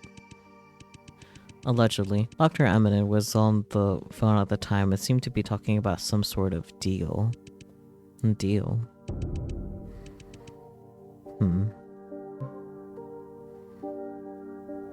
Well, that's everything. Investigation completed. Well, we've gathered enough information to postulate on what may have happened. Eminent backwards is indeed no name, huh? It's clear that this murder was premeditated. The perpetrator was planning to kill Dr. Eminent from the very beginning. And since the window lacked any signs of forced entry, it's most probable that the culprit entered the apartment directly through the door. That means the murderer was invited into the apartment by Dr. Eminent himself. In other words, a murderer is most likely whoever Dr. Eminent was making his deal with. Nonetheless, in the midst of this, a small mishap occurred. The killer intended to kill Dr. Eminent directly by hitting him on the head with the trophy. But the sudden power failure in the apartment made him miss, and he failed to kill Dr. Eminent with a single blow. Which is understandable. No one can anticipate a freak blackout. However, if the killer is the same person that's behind the other recent G4 disappearances, then their negligence cannot be attributed to just that. The other victims who went missing disappeared without a trace, as if they had vanished into thin air. But this time, the murderer messed up the whole apartment and attracted the attention of other residents. If it really is the same perpetrator, there has to be something else that contributed to such a major mistake. In fact, the murderer could very well be handsome, be seriously injured, had an extreme fear of the dark. I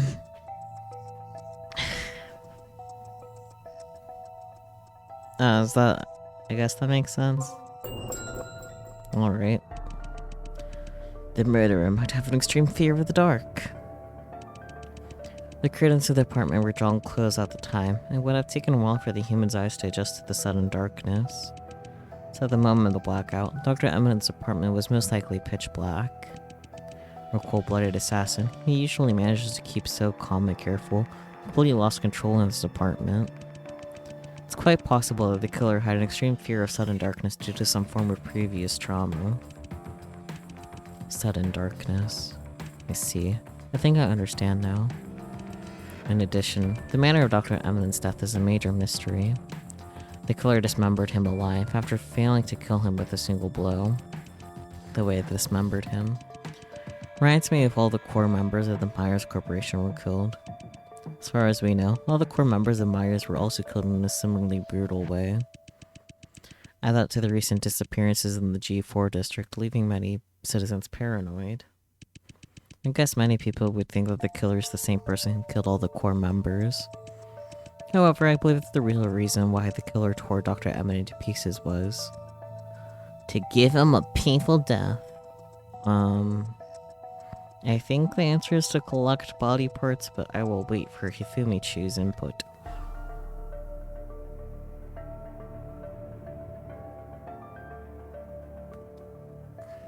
Yeah, the body parts. Okay.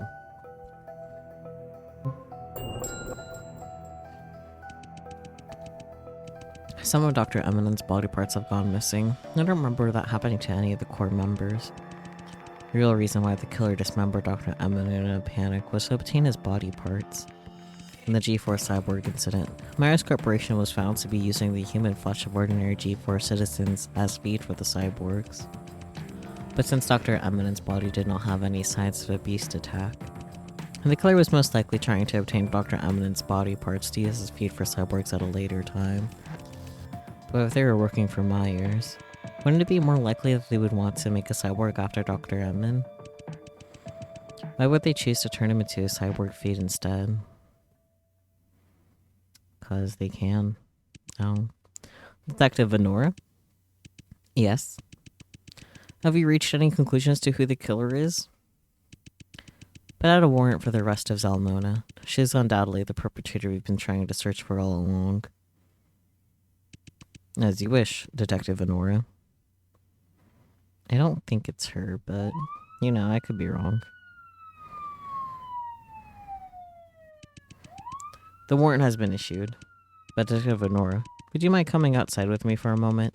There's some important matters I'd like to discuss with you.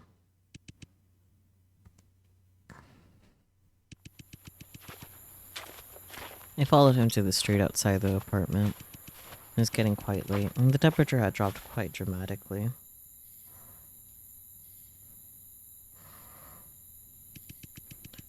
But he was just walking in front of me silently, as if the cold weather did not bother him.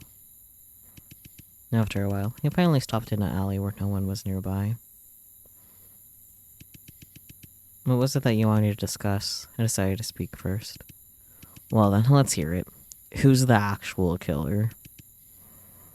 Excuse me? You're called an inspector. You don't even realize who I am this whole time. The man in front of me slowly took off his police hat, and what followed was a sight that I could not have expected. Hello. He suddenly grabbed a corner of his cheek and tore the skin off his head. What was revealed beneath it was his blue skin and white hair. It's you. Whoever you are. But him revealing his true form only made me more vigilant. Inspector, it appears the fact that you see me as a threat. Believe it or not, I don't have time to play Mr. Triple Agent for that stupid organization from 3G, or G3 I can read. What are you doing here? What else can I be doing here? Our boss gave me clear instructions to make sure you succeed in your mission. But it seems that you have everything under control. However, you know very well who the actual killer is, don't you? Just what the hell happened back there? I thought he was good at this. How could he screw up things this badly? Why don't you just go ask him yourself? He has a tail. You're as tough as ever. See yourself then. I don't really give a damn about that guy's past. But do we really have to pin it on that woman for this aim floor? You need to sacrifice this for the future of the company. Each one is necessary. Her boss is really getting to you, isn't he? Company this, company that. That's all he ever talks about. All of us are merely little pawns in his hands. What do you say? No offense, but this is nothing but a job to me. I'm not trying to debate the ethics of what we do, nor am I interested in his great vision. And why don't you use your brain once and think about what you truly want instead of being a slave to his company all day? What I truly want? You know, finding the love of your life, forming a family, that sort of thing. Don't end up like me, an old guy who still doesn't have a single clue what he should be doing in his life.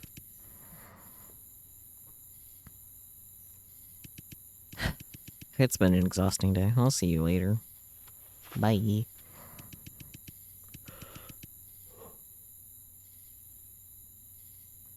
was about to turn to leave, but he suddenly stopped again.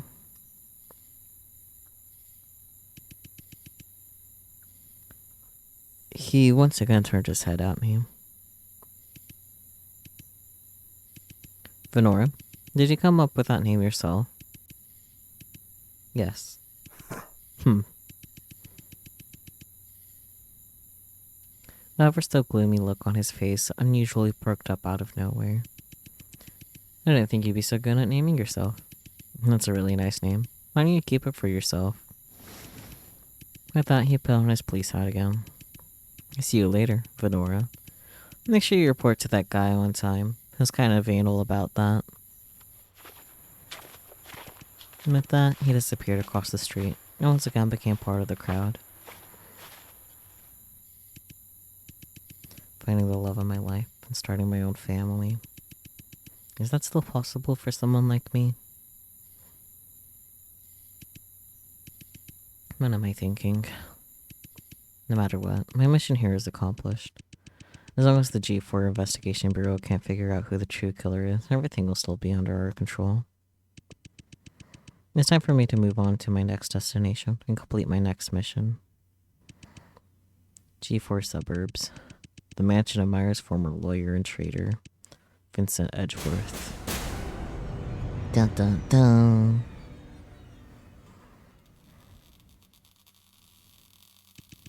Vincent Edgeworth, That name, I remember now.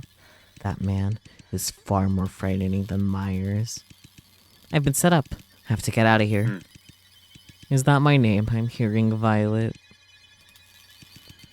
Or should I call you Venora?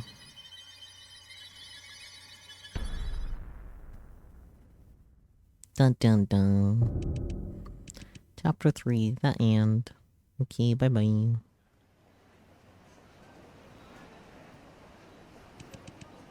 Vincent Edgeworth, is it? Welcome to RMU. Here's the key to your dorm. Enjoy meeting your new roommate.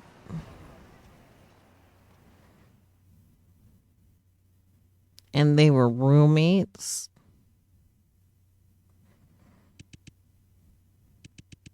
New roommate. Pardon me, is anyone there? I'm coming in. Oh, wow. Oh, hello there. Pleasure to meet you. You're Vincent, right? Please allow me to introduce myself. I am your roommate, Victor Blake. I'm majoring in economics. It's an incredible chance of fate for us to meet each other at this place, don't you think? An incredible chance of fate. Don't make me laugh. Everything exists for a reason. Our life experiences are shaped by our own actions, not fate. If you say so. But that also means there has to be a reason for both of us to be standing here, correct?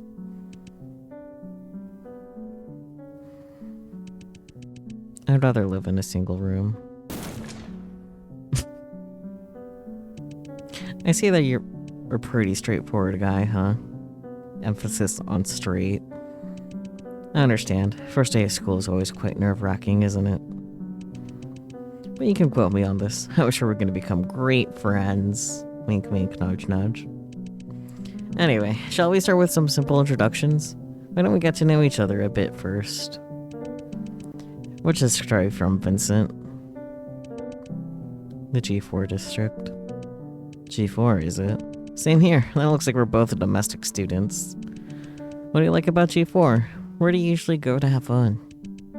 I don't really go out much. I see. What about hobbies? What do you like to do in your spare time? I enjoy reading about history and philosophy. No, that's exciting. What else? That's it. Is that not enough? I see. It seems like you've been working pretty hard, huh, Vincent? You think I'm boring? No, why would I? If anything, I should learn to be more like you. Anyway, I hear there's going to be a freshman party tonight. Would you like to come with me, Vincent? Not interested. Okay, but what's wrong with making some new friends? Do I look like I'm here to make friends? You have absolutely no clue how much work I've put in over the last few years. Being accepted by RMU is a well-deserved milestone for me. But all the other idiots here think that just by getting here it means they've won in life. All the J4 students and even people from other districts want to study at this prestigious school. But for those people, those 3 letters of RMU merely serve as a title for them to show off. The true reason for them to celebrate on the first day is that their goal was to get admitted here. I see you have pretty high expectations for others as well, huh, Vincent? However, please allow me to disagree with you. You're wrong to assume that those students are celebrating because they believe they no longer need to work hard. Perhaps for them, RMU symbolizes the beginning of a new chapter in their life. I could care less about what you think. What remains unchanged is that they're wasting their time. But I'm different. I know I still have a long way to go. We're at the top university in the G4 district, and not to mention, the most competitive one. RMU's acceptance rate is only 4.5%. And because of that, I'll cherish my time here even more. I will be focusing on my studies, and only my studies, nothing else. The competition is far from over. If I dawdle now, it will be no different than admitting defeat to others here. I'll only consider myself a success when I get hired by that place. By that place. Well, let me guess. Could you possibly be aiming for the Myers Corporation? That's hilarious. Are you mocking me? Oh no, don't get me wrong. I don't think Vincent's adorable, so adorable I want to laugh. I read that slightly wrong. I just think Vincent's adorable. I was worried for a second that my roommate was going to be boring as hell, but now I see that was terribly wrong. Every word you say can irritate me all day long. What do you just say? My dear Vincent, do you mind if I ask what your major is? I'm a law student. Law student, huh? Indeed. You certainly don't look like an engineering student. Do you really think studying hard is all you need to get into a top company in G4? Quit joking around. Pure hard work is not the only thing that matters in the workplace. Socializing is also an integral part of it. This is especially important for your chosen profession. With such a lousy personality, I shudder to think of the lonely life you lead. Even if you do get into Myers Corporation, you'll just be ostracized by everyone. Your co-workers won't like you, and your boss will just think you're useless and incapable of understanding the ways of the world. It will be your fate to end up being an outcast, and be forced to leave Myers Corporation because you don't belong there. No, wait. Or should I say, this will be a life experience shaped by your own actions. But since you've already made up your mind, there's nothing you can do about it. I respect your decision. But if you change your mind at any time, please feel free to join us at the party. I hope to see you at the freshman party, Vincent. We'll catch up later. 8.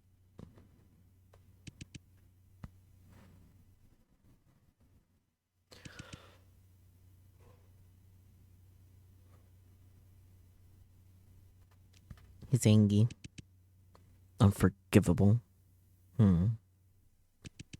He had such a sickening smile on his face, and his words were filled with nothing but sarcasm.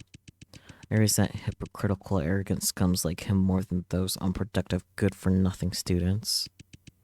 Myers outcast. My destiny is mine to decide. I have not asked for your worthless opinions, and certainly don't need a loser like you to mock my dreams.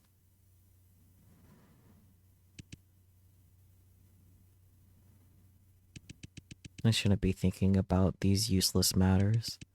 Thank God he's left the room. Well, give me at least one more night alone.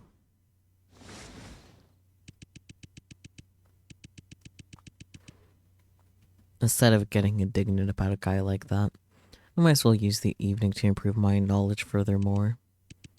So which book should I start with today? Being and Nothingness, Republic, The Birth of Tragedy.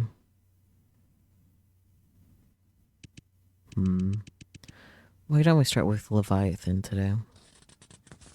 The Bible? The Bible?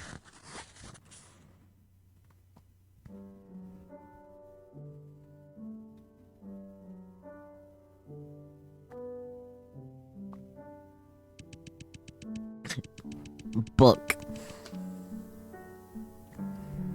From this diffidence of one another, there is no way for any man to secure himself so reasonable as anticipation.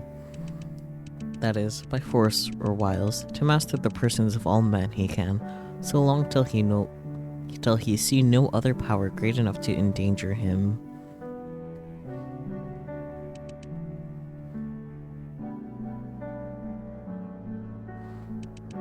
Victor Blake was his name, wasn't it? Come to think of it, he was my first roommate and the first person I ever met here. Maybe I shouldn't have given him the cold shoulder on the first day. It wasn't the wisest thing to do. After all, I'll be spending most of my time here in this tiny room with him. Pretty gay. No, that's not true. I should be able to move out and live alone next year. I have no reason to put on a smile for this guy. I'm not in the mood to do that.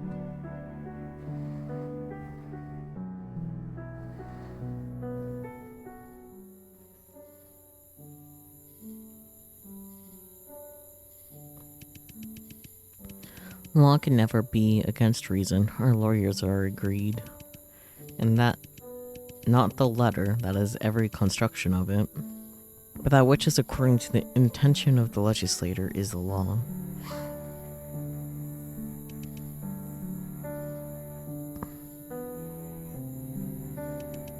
It's 12 o'clock. When is this guy going to return? Why am I thinking about him? You're thinking gay thoughts. His lifestyle is definitely none of my business. It feels as if I'm eagerly waiting for him to come back. I don't understand. It's the gay.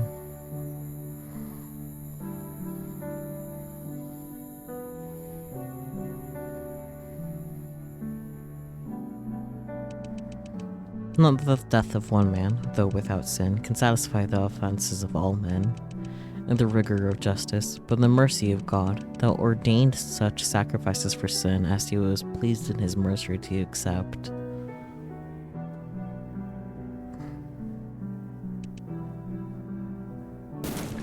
It's 3:30 in the morning. This is inexcusable. Victor, on your very first day at RMU, all you do is party until the wee hours of the morning? Where did you get the confidence to speak to me like that?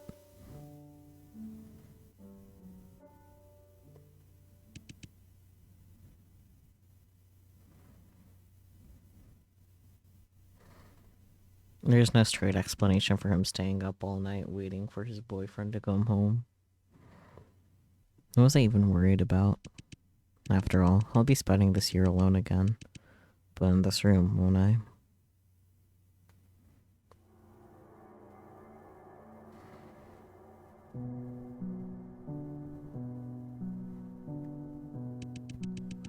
Geniuses are often born in isolation, with a lonely destiny. They often have a tendency for self-abandonment, to abandon everything for their ideals.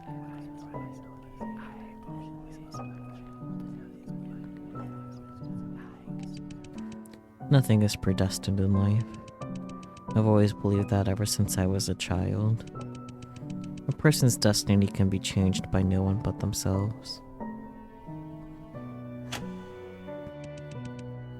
I can't shake him. Ordinary people obey fate, but the strong ones become rulers of their own destiny. To enter Myers Corporation and become the creme de la creme of the creme de la creme is my goal. But why?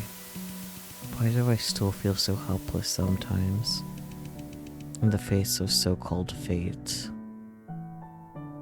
The will of Steins Gate. The real loneliness is a deep void, an emptiness that will drive you crazy. Even in the midst of cheering, you feel nothing but emptiness, melancholy and frustration inside you. When I stand in the middle of a crowd, I feel even more lonely and out of place than I do when I'm alone.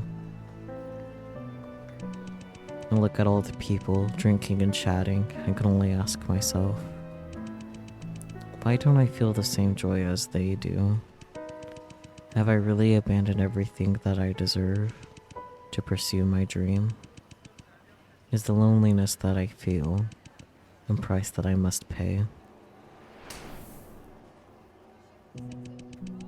I know better than anyone else that coming here won't change anything. It's a brand new year. I hope all the misfortunes will go away. I'm going to be an adult soon. Perhaps I'll be more mature then. Or maybe I'll finally be able to make real friends when I go to my new school. Birthdays, New Year's, new schools. I've heard similar prayers all my life. Humans always like to place hopes on useless things that make them feel like a turnaround will come out of nowhere. They willingly blind themselves, and are reluctant to see the truth that many of the changes in their lives need to be done by themselves. All will change at the new year if you don't do anything. How will you become more mature if you don't even try to improve yourself? But in the end, I realized I'm really not that different from them. I had hoped that my life would change when I came to RMU. I hoped that I would find real friends at RMU.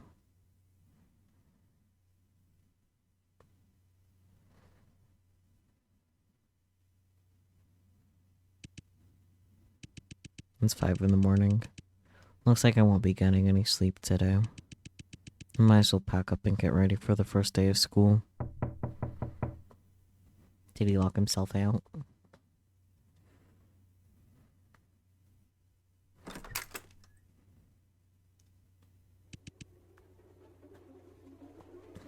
Victor? Vincent, you're still awake? I'm not feeling so well. I think I might be... Nope. Victor? Victor!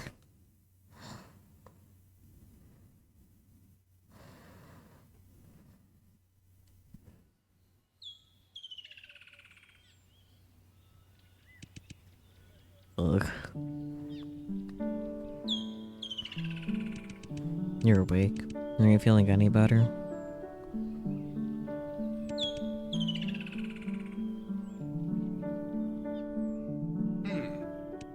What time is it? How long have I been asleep? It's already noon. Oh god, I've missed all my morning classes. Well, am I supposed to congratulate you? Not only that, but you made me miss all my morning classes as well. I'm sorry. Perhaps you don't remember, but the doctor from the infirmary has visited here.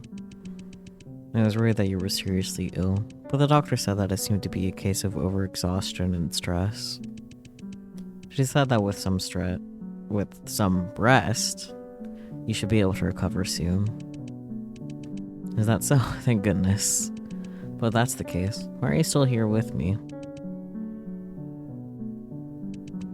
I guess I just wanted to make sure you were feeling better when you woke up with my own eyes. Cat? A little meow meow in the cup? I wasn't quite sure what I was supposed to do, so I bought you a cup of hot chocolate. I also asked them to make the foam on top in the shape of a kitten.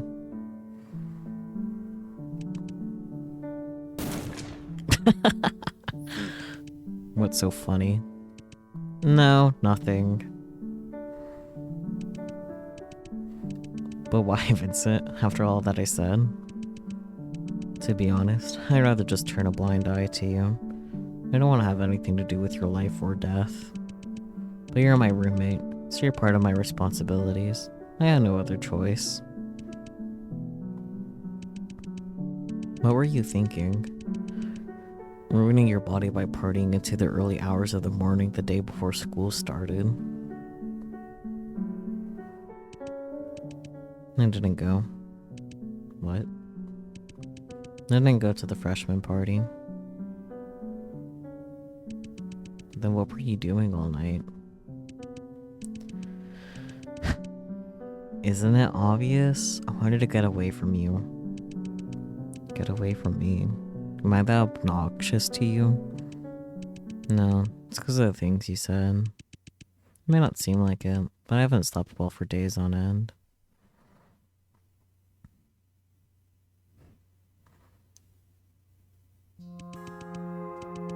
I lay into every night, and I'm plagued by a million thoughts. I never knew what I was going to do when I got here. Everything about the future terrifies me. My goal was to get accepted to RMU, but a lot of that time it felt like I was just carrying out my family's expectations of me. You have to make us proud. That was what my parents would always say to me. But when I finally got here, I just felt lost and overwhelmed. I made it to RMU. I have succeeded, right? But then what? What happens after that? Why isn't anyone telling me what to do next? It was as if I was standing on the last step of a staircase, but it didn't lead anywhere. That's when I realized I had not a single clue what I wanted. And then I met you, and that feeling became stronger and stronger. Everything about you irritated me. Your condescending attitude and the way you talked without any consideration for others made me want to punch you in the face. If only that was the truth. One night spent in the cold sobered me up. And I wasn't actually angry with you. I was just disappointed in myself. Because you're different from me, Vincent. You're an admirable person. Unlike me and many of the students here, you know exactly what you want. You have a clear goal in mind, and every drop of your effort goes toward it.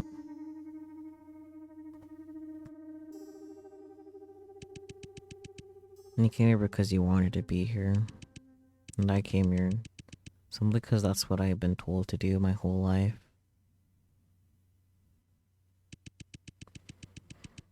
The loss I felt for myself when I heard you say those words had never been stronger. And I was unwilling to face the truth, then it turned into jealousy. I'm sorry, Vincent. I said terrible things to you. Huh? Are you blushing? No. I just didn't expect you to be so honest with me. Is it because I called you an admirable person? You enjoyed being complimented like that, didn't you? I don't know what you're talking about. Come to think of it, you still have classes this afternoon, don't you? There's no point in staying here for me. In that case, I'll take my leave then.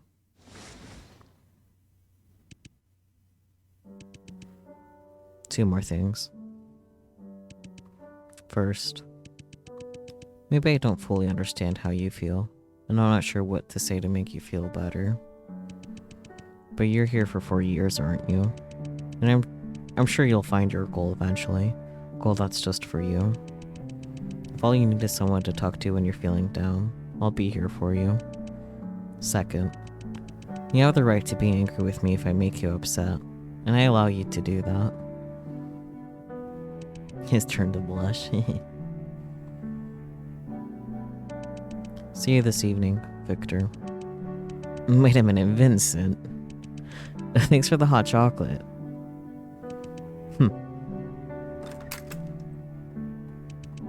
And just like that, they became college roommates for the next 4 years. And they were roommates? How many times do I... Maybe I should have a counter for how many times I say that. And why exactly are you telling me these? I know who you really are, infiltrator. What you should be scared of is, if Monsieur M finds out, he'll be all over for you. But I know what you want. Believe it or not, to a certain extent. We actually share the same goal. The same goal? Say, want to collaborate with me, my dear infiltrator?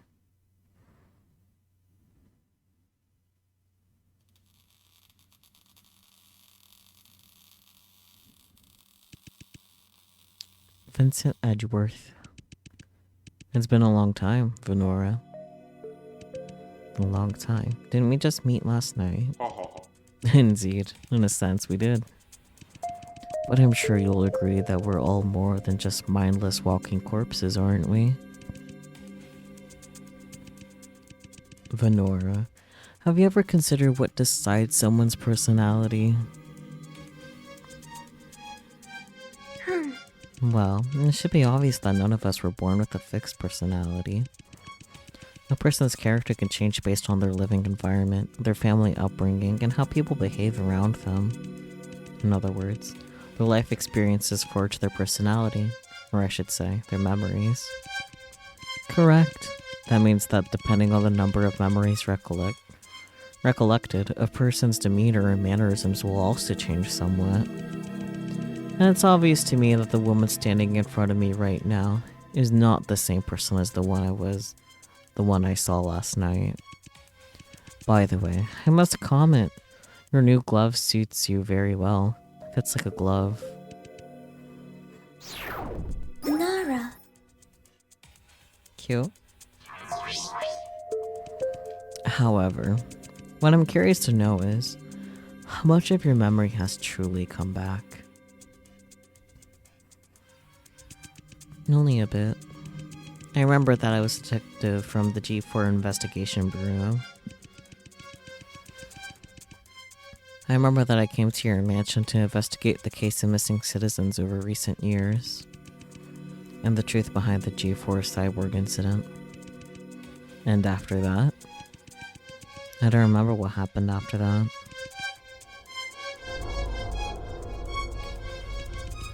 Is that so? That's fine. We should take everything one step at a time, wouldn't you agree? It's certainly not a wise idea to rush things. Vincent, you knew exactly who I was all along. Why were you hiding everything from me? Me hiding everything? You got all wrong, madame. If I didn't wish to help you, why would I go through all this trouble to offer you leads? That business card? It was your intention to give me that business card to lead me back to Myers Corporation to find my memories. You have a special power in you, don't you? As I expected, you discovered it as well. You're able to see past memories contained in certain objects. Well, that's the case. Do you even need me to tell you about your past? Even if I had told you the truth while we were in the mansion, that would be nothing more than just a bedtime story for you. It wouldn't have helped you find your true self, would it? In other words, you wanted me to utilize this power myself so that I could truly realize my own past?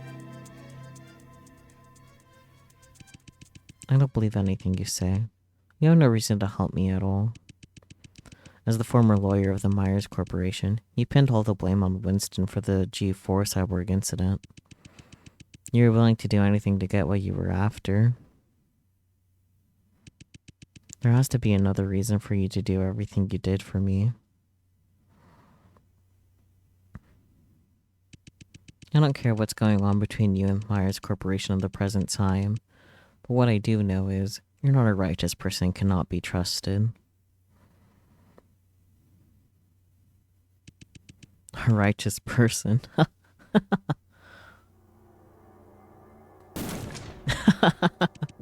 Venora, with all due respect, even more humorous without your memory than with it.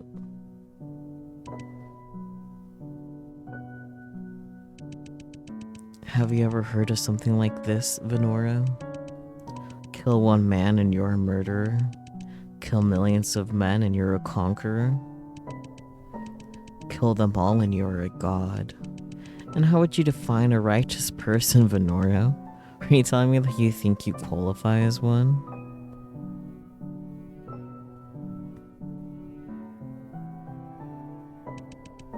In this world, there's nothing that is absolutely right, nor is there anything that's absolutely wrong. The essence of a good and evil is really just success and failure, just a matter of different perspectives. All things could be just from one point of view, but may be immoral from another.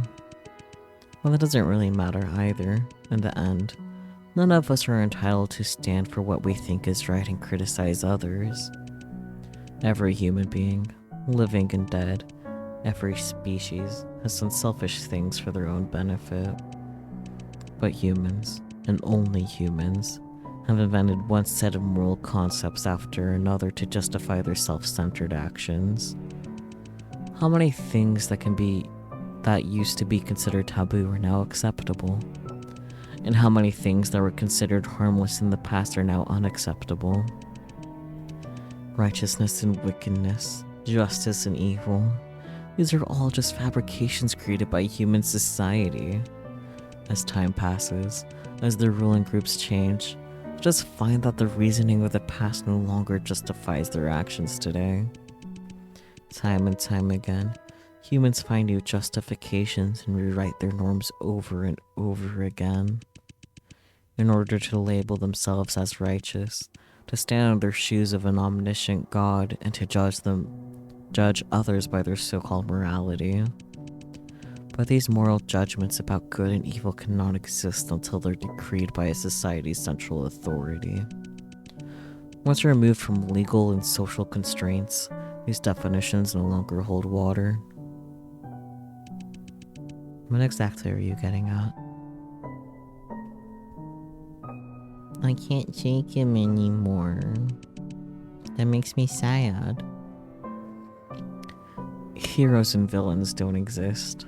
All that really exists are losers and winners. Become a winner in society, become the conqueror of the world, and you will be on the right side of history. By the same token, become a loser, and you'll be on the side of wrongdoing. It's not up to you or me to decide who's righteous between us. It all depends on who comes out on top, right?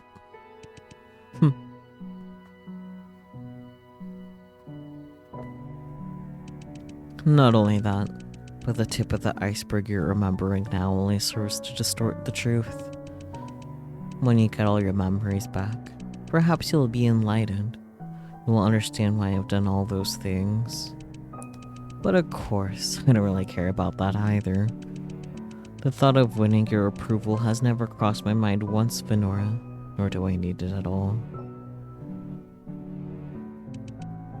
Thoughts? I never said what you did was without reason, Vincent. On the contrary, I'm pretty sure that you do have one. Righteous or not, all I want is the truth, and only the truth. The truth is it, I see. In that case, may I offer you a proposition? Why don't we explore that room together? The room filled with truth.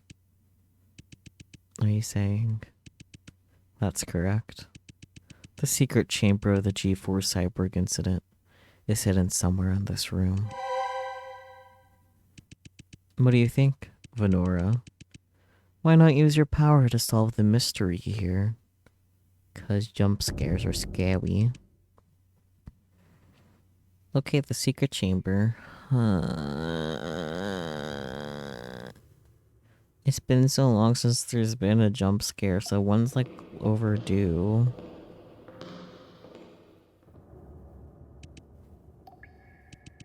What the hell happened here? Interesting. The blood splatters on the wall are fresh. Looks like a fight just happened here before we arrived. Then this must be a fight between Draco and that monster. Design, create, enhance. A poster of Myers-chan. The poster was firmly fixed to the wall with some kind of white glue around it. I picked at it with my finger, but I couldn't get it off. Venora, may I ask what your thoughts on the design of Myers-chan are? The intent of mascots is generally to serve as a bridge between the brand and the user, reflecting the company's spirit and strengths. Myers-chan's look as a mechanical prosthesis may be a bit too straightforward for many people. I don't think there's any harm in a unique and comical design like this. If you place Myers-chan next to other corporate mascots, it would stand out simply by making people go, huh? What's this supposed to be? But it's also an advantage in some sense. In other words, you believe Myers-chan has an advantage as a mascot simply because its design is too peculiar, not because it's a truly qualified design. If you have to put it that way, then yes. What about you? As a former lawyer at Meyer Corporation, what's your opinion on its design? I thought it looked so hideous that I gave mine to Victor. I guess I can't really blame you for that. A drawer. I slide opened it and took a look. Inside were just some discarded papers. A cupboard under a drawer. A white mug fell out and shattered on the floor. For some reason, Vincent's face turned sullen. Are you mad at me for breaking the mug, Vincent? No. What would I be mad about? Vincent suddenly lost his balance. Without the support of the wall, he may have already fallen to the floor. Is he connected to the mug? Vincent, are you okay? No, don't come any closer. Vincent held out one of his hands, telling me not to come closer. I'm fine. I don't need you to worry about me. Leaning against the cupboard by the wall, he regained his footing.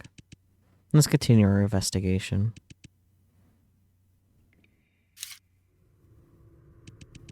A shattered mug. The moment I opened the cupboard, a white mug fell out and shattered on the floor. Why would someone leave a mug full of fluid in such a place? Investigate the mug? I guess so. Be careful, Venora. Don't hurt yourself. I squatted down and carefully touched one of the shards at the tip of my finger. Here we go again.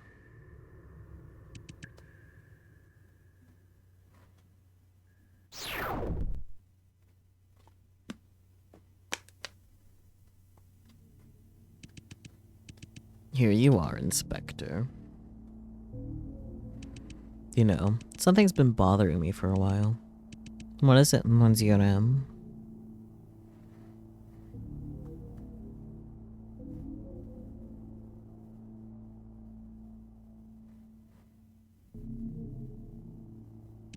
Inspector, if someone could get a crystal clear view of anyone's memory, like seeing how a seemingly strong person had actually hit it in a corner and cried out in pain, or the deceit and arguments behind what happens to what appears to be a beautiful love story, or someone's painful childhood memories that have been repressed in the depths of their mind, what kind of power do you think this person would have in this world? It would be like an all-knowing, all-powerful God. They would see all those things that no one wants to reveal and discover the truth that everyone is trying to hide. Yes, there is no doubt that they could rule the entire world. And my goal is to be that person. Are you saying? Yes, that's right. Our researchers are getting closer and closer to reaching success. Soon I'll become an omniscient God. I'll be able to see everyone's past and spy deep into their hearts. But strangely enough, ever since this time last year, important research documents and samples belonging to our organization have been disappearing one by one. What's even stranger is, they all happen to be related to the research of this power. You mean they were stolen? Someone's trying to steal our organization's research?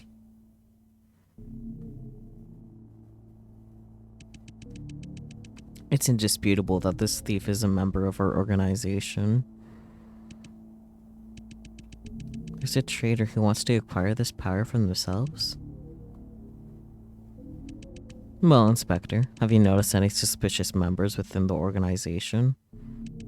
All of them? Sorry, I haven't been paying much attention. That's too bad. You know, Inspector, there's something I've always admired about you. Whether you're telling the truth or not, you're always able to keep that innocent look on your face. Monsieur M, I would never lie to you. You're like a father to me. It's not even Father's Day anymore. It's past midnight. No, am I? But surely such high-level research material is not something that just anyone can comprehend, wouldn't you agree? If the thief was able to pinpoint exactly those documents and samples related to this memory reading power, I think he must be one of your researchers. My apologies. Please allow me to pick up the phone. Hello, Monsieur M speaking. Is that so? I see. Well done.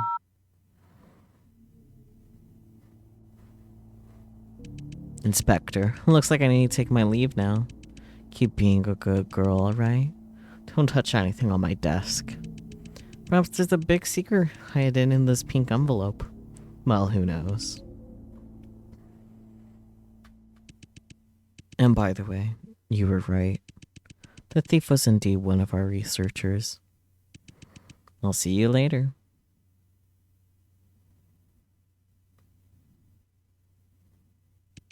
Monsieur M has left. From what I've heard, ever since Monsieur M received a threatening video, he became more and more paranoid. Well, to be honest, I actually have no clue what he was like before that either. Tomorrow, I'll visit Vincent Edgeworth's mansion and investigate him using my cover as a detective. But my real objective is to uncover his secret weapon and destroy it.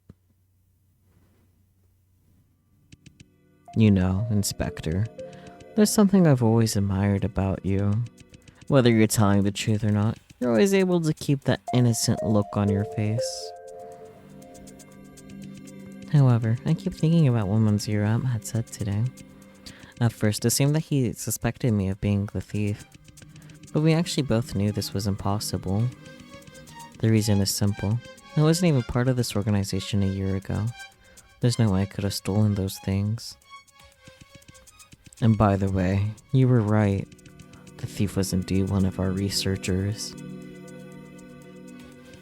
Just before Monsieur M left, he received a phone call. The person on the other end of the phone may have just told him the true identity of the thief. But judging from Monsieur M's reaction, everything seemed to be as he expected. Therefore, it is way more likely that Monsieur M knew who the thief was long before our conversation. In that case, why would Monsieur M invite me here to have such a seemingly meaningless conversation? And it just happened to be the night before I was to go on a mission. Keep being a good girl, alright? Don't touch anything on my desk. Perhaps there's a big secret hidden in this pink envelope. Well, who knows? Don't touch anything on the desk. Monsieur M, I wish you had been more straightforward with your invitation. Monsieur M has never left me alone in his office before, nor has he ever specifically said such things. It's now obvious to me that he in fact meant quite the opposite. He actually wanted me to look at what was on the desk. Time to investigate the clues here. The desk lamp on Monsieur M's desk. Should I turn it on? No. Cute. Monsieur M's laptop.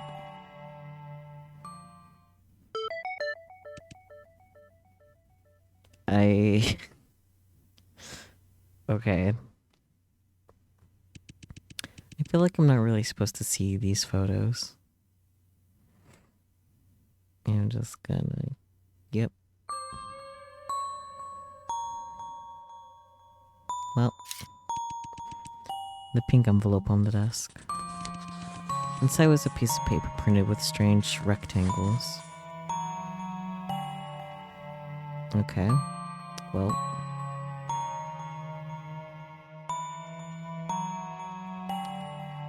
That was the thing.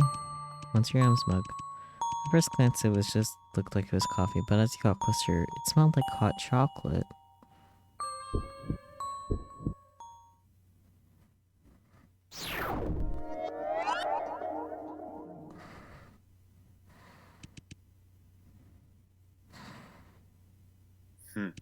What is it, Venora?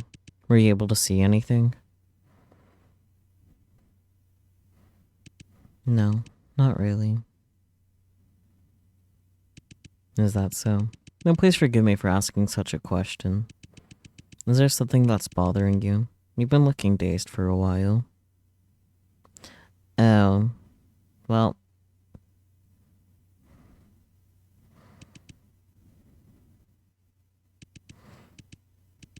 Actually, yes, there's indeed something that I just don't understand. Oh.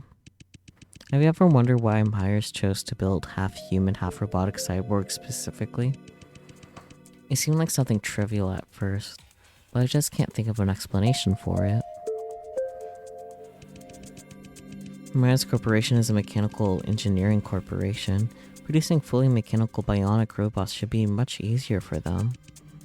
If that's the case, why build half-human, half-robotic ones instead?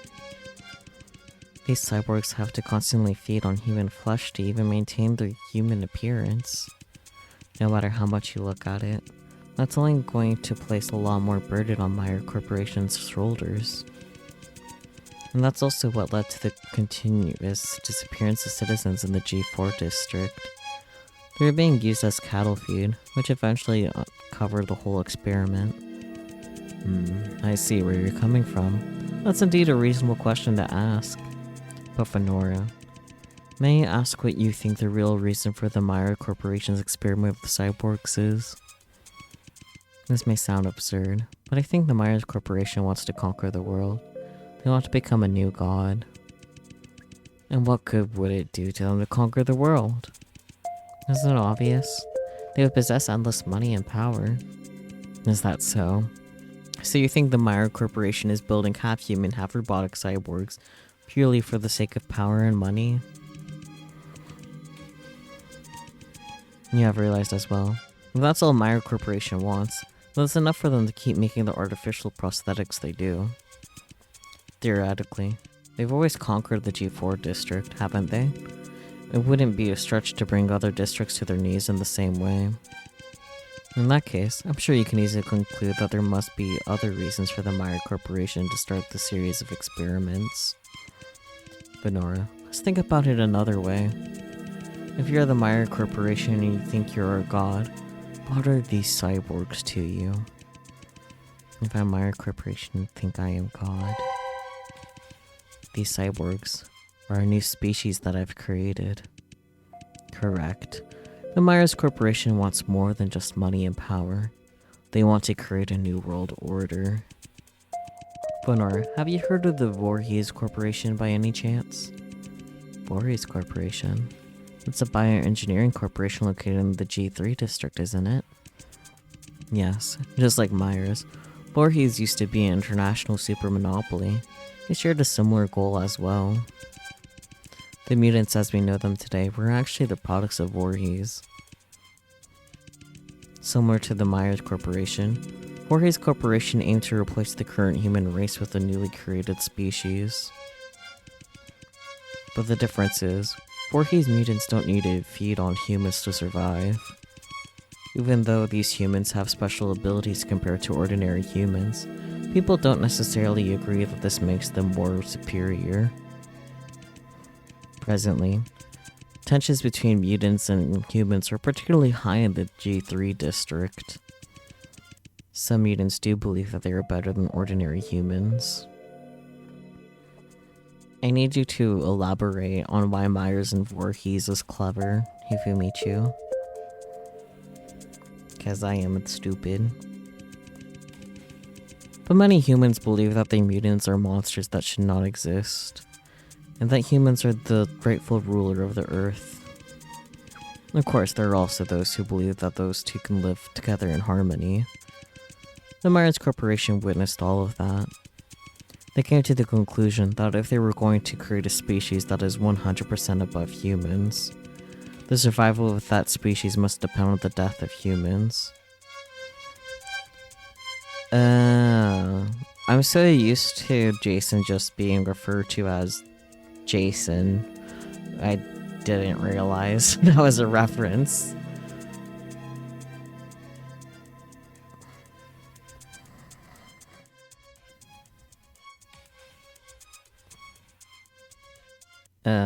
I'll read that again because I don't remember if I read it or not.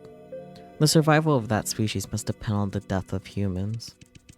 Mediocre humans must give up their lives in order to create our utopia.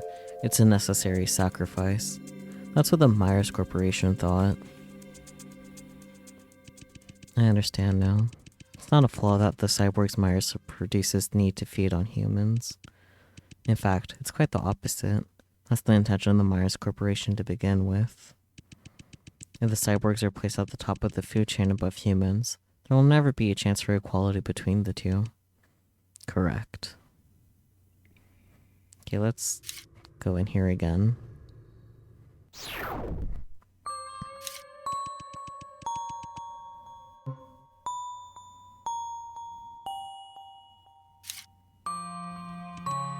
Colors.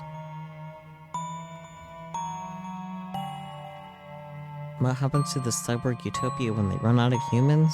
Who knows? The colors have changed. So that's it. The colors only show up when I turn on the lamp. Someone memorize this. I believe in one of you. Screenshot it now.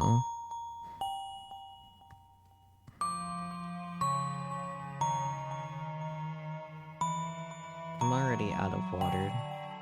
sad day.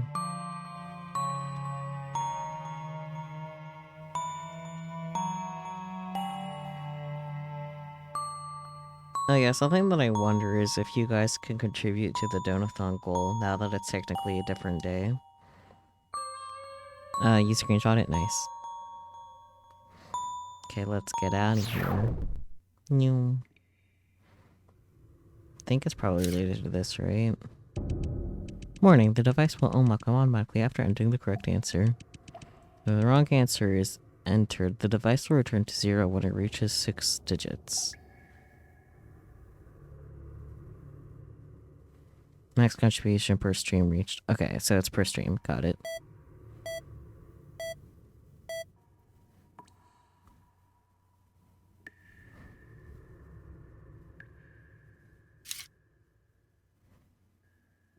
Does it have to do with, like, the... Because it was, like, the, 4 lines and then the 2 afterward, right? So it's probably related to that order.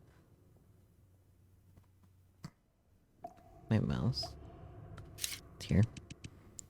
Ventilation duct opening. Nothing special about it. Okay, what about these drawers? The drawer. I slid opened it and took a look. Inside were just some discarded papers. A cupboard under a drawer. I opened it and took a look. There's nothing in it. Oh. Huh? What is this? There seems to be some kind of pink box embedded in the surface on the table. That's it? Okay. I guess let's keep walking around. More info. It's a door. Oh, it opened. Well, having cold feet, aren't we? Didn't you want to know the truth, Venora? Why are you in such a hurry to leave? I didn't know where the door went. And of course, if you have simply changed your mind, I won't force you to stay either. In the end, your past memories have nothing to do with me, wouldn't you agree? I can't leave yet. I need to find the secret chamber.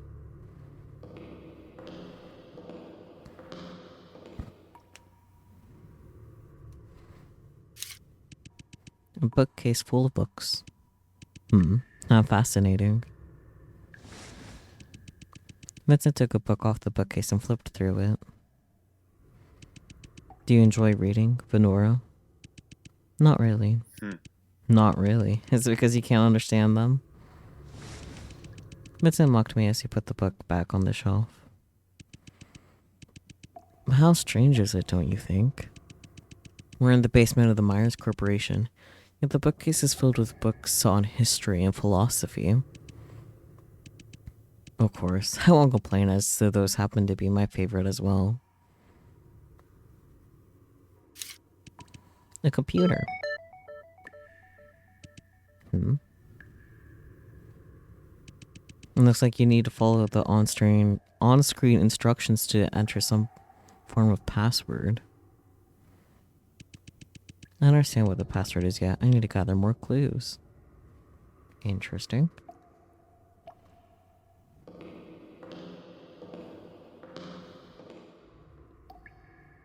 I don't think going on the elevator will be helpful. Okay, so I guess the first thing to do is figure this out. I guess we could try clockwise on the square from the 12 o'clock position and then the equal from top down and see if that's the order. But I don't remember the colors in that way, so sobs a little. Oh, I need to go look at his laptop again. Okay.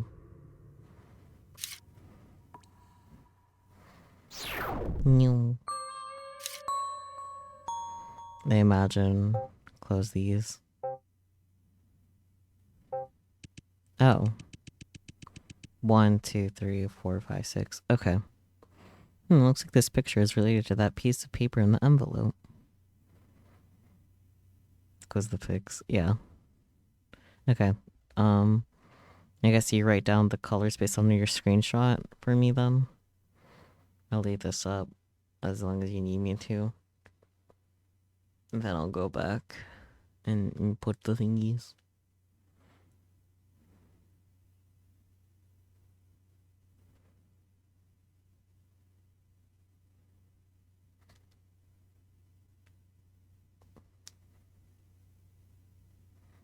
Okay.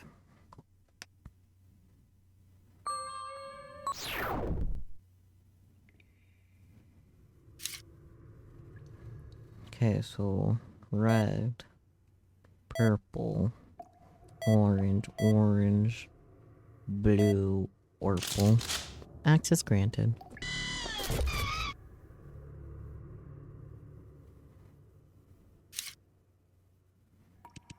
Mysterious box. There is a keyhole in it. Okay, I guess I need to find a key somewhere.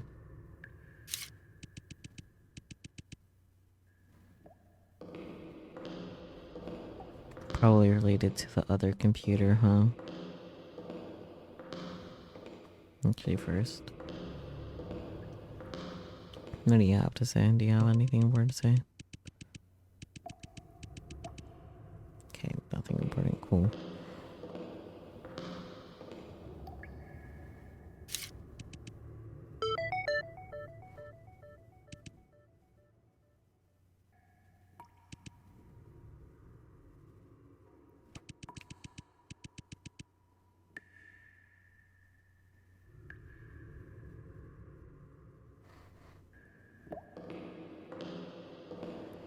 I still have the scalpel. Can I use the scalpel to try to pick a lock? Oh wait, what about on this? I took out a scalpel and cut off a portion of the solidified glue along the edge of the poster, then tore the entire thing off. There's another poster underneath the Myers Jones poster. And the seemingly lovely, innocent Venora has a secret hidden scalpel. This world sure is full of surprises.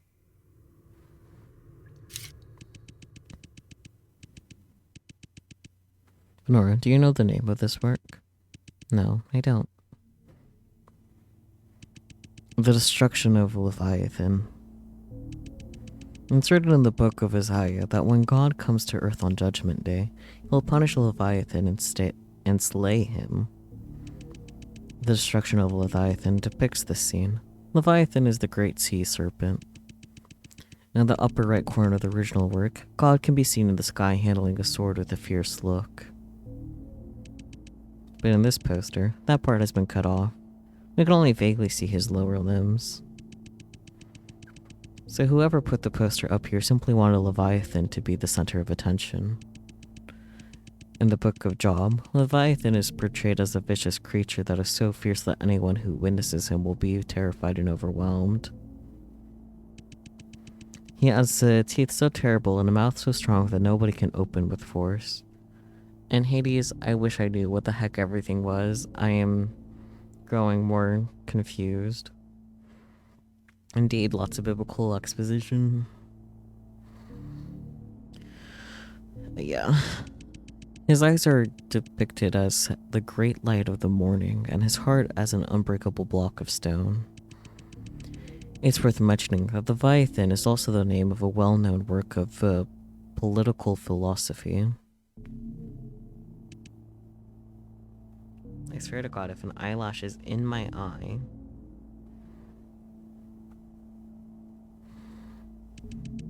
Did you just say Leviathan is also the name of philosophical work? Yes. In the book, Leviathan is a symbol of power, and a metaphor for the author's ideal commonwealth and perfect government.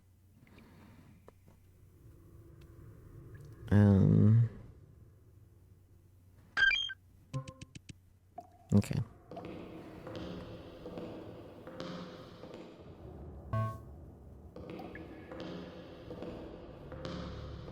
Maybe the books again? Bookcase full of books. We're in the basement yet, full of history and philosophy. History and philosophy. Philosophy. Vincent, you mentioned that Leviathan is also the name of a philosophical work, right? That's correct. I swept my eyes quickly over each of the book's titles. Being and nothingness. Republic. The birth of tragedy. Here it is. Leviathan. I took Leviathan off the bookcase and opened the book. As I had expected. The inside of the book is actually completely hollow. Hidden inside it is a key. Wee key.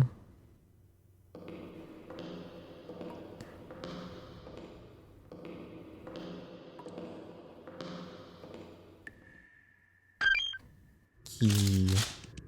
The book box is unlocked.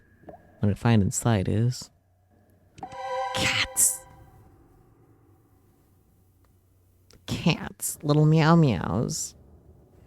Gucci, Boss, Penelope, excellent. Is this Gucci, Penelope, and Boss? Those are the names of my 3 cats. Victor's eyes and arms. Isn't this a picture of you guys at university?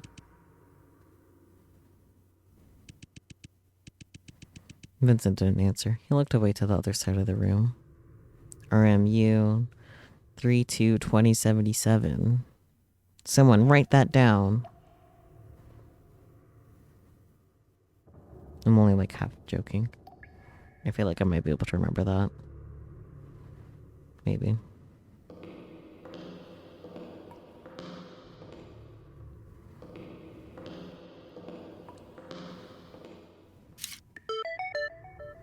Enter password. RMU 32/2077. Access denied. Perhaps only need to enter the missing characters? I guess so. RU 3 7.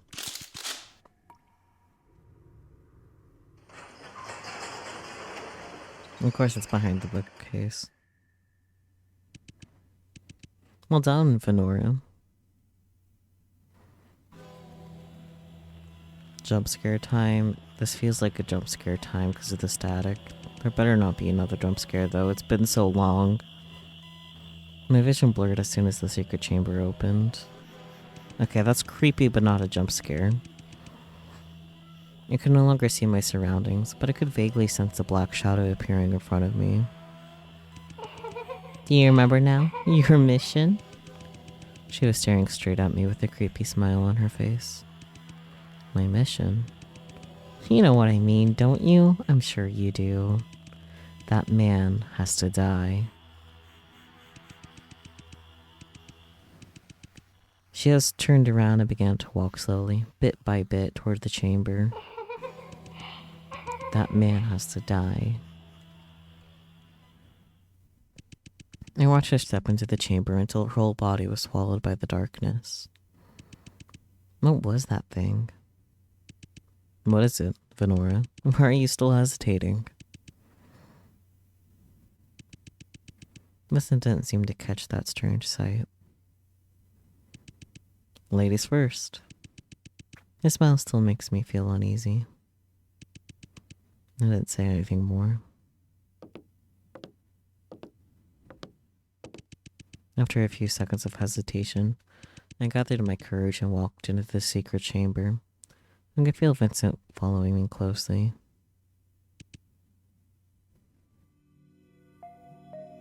It's a room. Those dark green walls and that dim light. The sight in front of me didn't surprise me. The chamber looked exactly like the one I saw earlier in the cyborg side wall. And all around me were bloodthirsty cyborgs chained to the wall. But at that moment, the only thing that caught my attention was this one cyborg in front of me. He kept lunging at me like a murderous beast, but the limb restraints made it difficult for him to move an inch. The way he looks. Wait a minute. There's no doubt that he's the same cyborg I saw from that memory of that eyeball. No, it's more than that. Everything I'm seeing right now feels so familiar. I very clearly remember that scene when I saw when I picked up that cyborg's eyeball.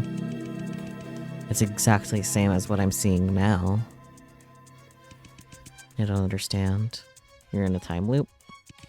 Was I not seeing the past memories of that cyborg, but my own present experience?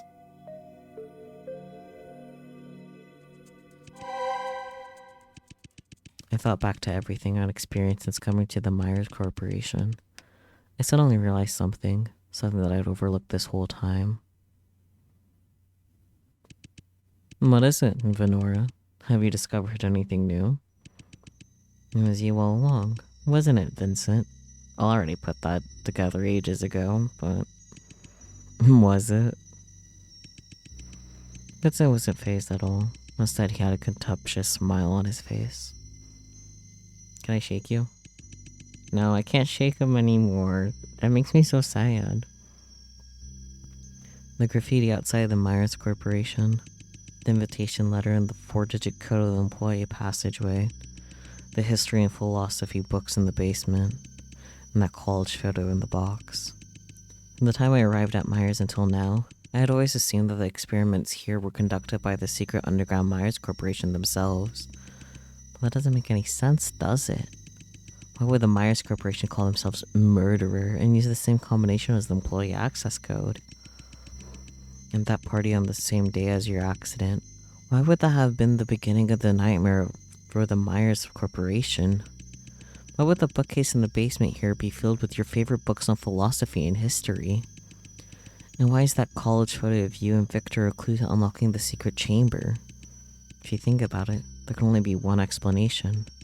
Because this whole time, it wasn't the secret underground Myers Corporation that was still conducting experiments here at the site, but you, Vincent Edgeworth. An interesting theory. Indeed, it seems that I can't really blame you for thinking that way. If your suspicions are correct, then why would I come here to help you expose myself? It's simple. This is all part of your plan. In the case of the G4 cyborg incident, you as the lawyer for the Myers Corporation pinned all the blame on Winston Loomis to cover the fact that the cyborg experiment was planned by the Myers Corporation themselves. And yet, instead of being valued by the Myers Corporation, you almost killed them in the carefully orchestrated car accident. You tried your very best and devoted everything you had to them, but all they did was discard you like a pawn. So with a grudge against them, you decided to take your revenge on the Myers Corporation. To defeat the Myers Corporation and become the one in control, you need to master technology even more advanced than theirs, and become even more frightening than Myers Corporation. Having come to this conclusion, you decided to rescue Vincent from prison and made a deal with him to reassemble the cyborgs from that the Myers Corporation had discarded, and together developed a new technology that would strike fear into Myers. That technology is what I have inside me, the ability to see others past.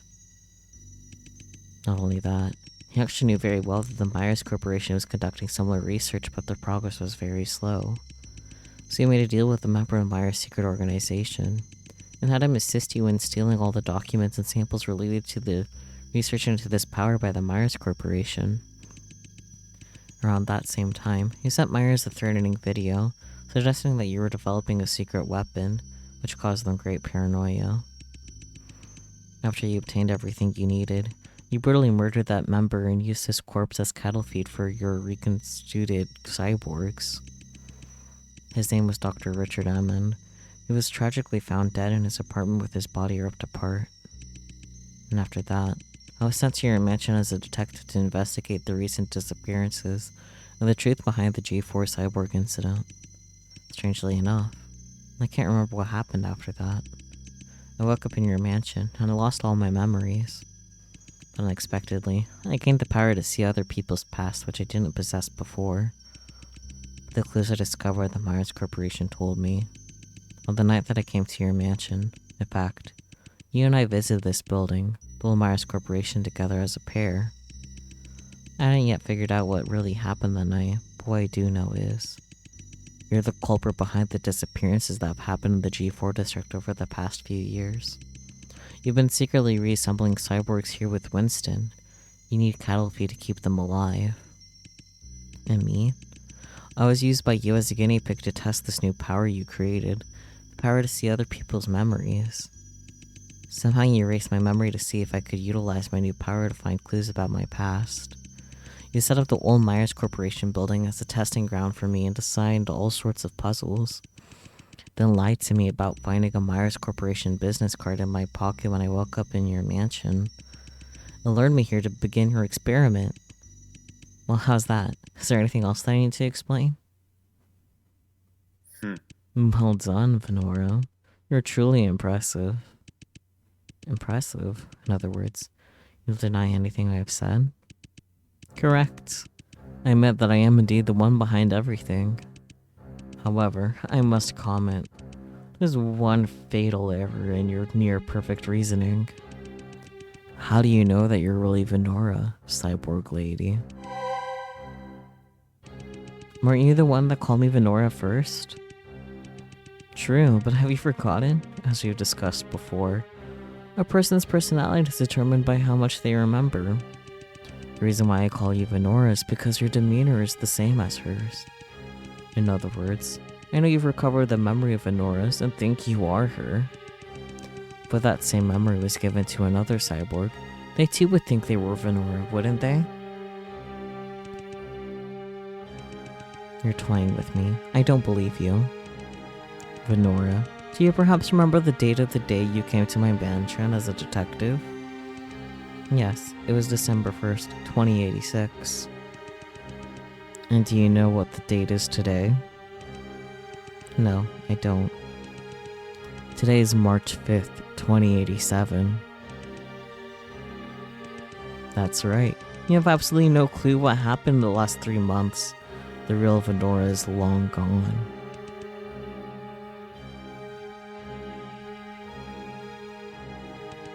I apologize, Venora. I'm afraid I must end our conversation here. If I have to be honest, I too did not wish to see everything end this way. However, I have no choice but to let you spend the rest of your life here with your kind. But why? Why are you doing this? If I'm not the real Venora, why are you doing this to me? What did I do to you? Venora or not, your heart belongs to the Myers Corporation. Your body reeks of decay, and your soul embodies putrid corruption. She's yours now, my friends. Wait.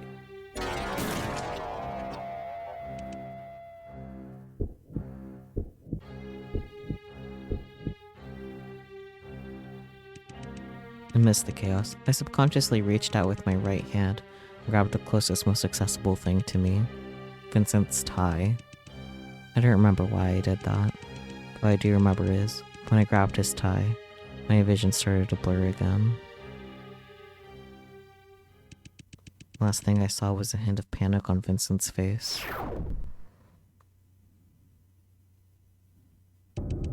Investigation completed. Successfully located the secret chamber. Indeed.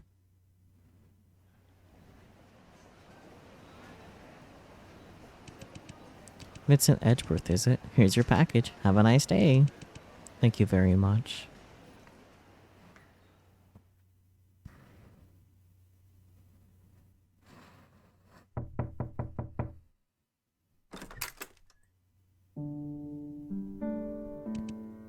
No, hey Vincent. There you are. I was wondering why I hadn't seen you in the library.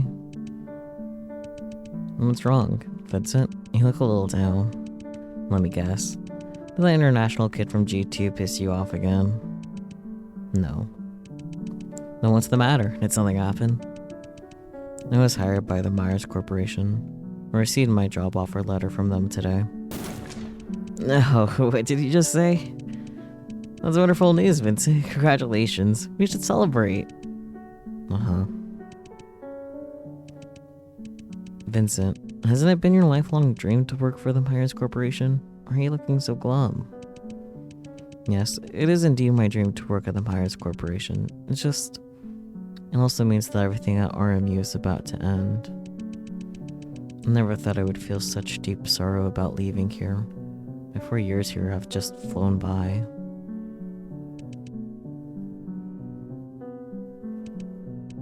Yeah, it's all coming to an end, isn't it? I still vividly remember the first day we met. I can't believe that was 4 years ago. Speaking of which, I guess I'll be having a graduation party tonight. Would you like to come with me, Vincent? Not interested. I'm not surprised at all. You know, Vincent, they're all your friends. There's nothing wrong with seeing them one last time, wouldn't you agree? They're not my friends. Maybe you don't feel that way, but they do. They see you as their friend. I don't want to be friends with them. Just having you is enough. That's gay.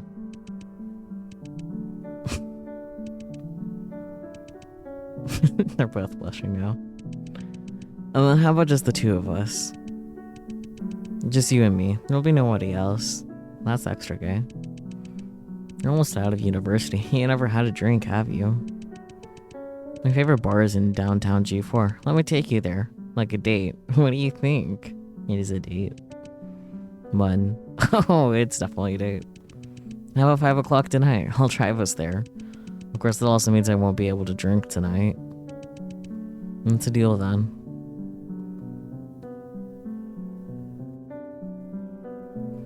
How gay.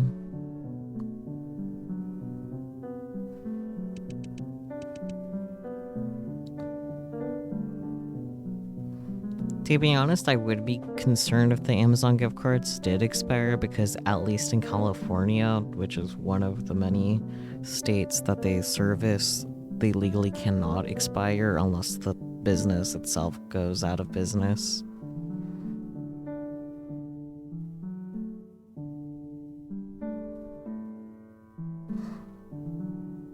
Are you ready, Vincent? Huh? Wait a second. Do you use hair gel on your head? What? No. Not only that, but you also changed it to a new suit. It looks the same. You really think this was a date, Vincent? Is it not? You have some nerve to say that. Do you really think I can't smell the cologne you're wearing? Okay, you got me there. They're on a date. Anyway, shall we get going then?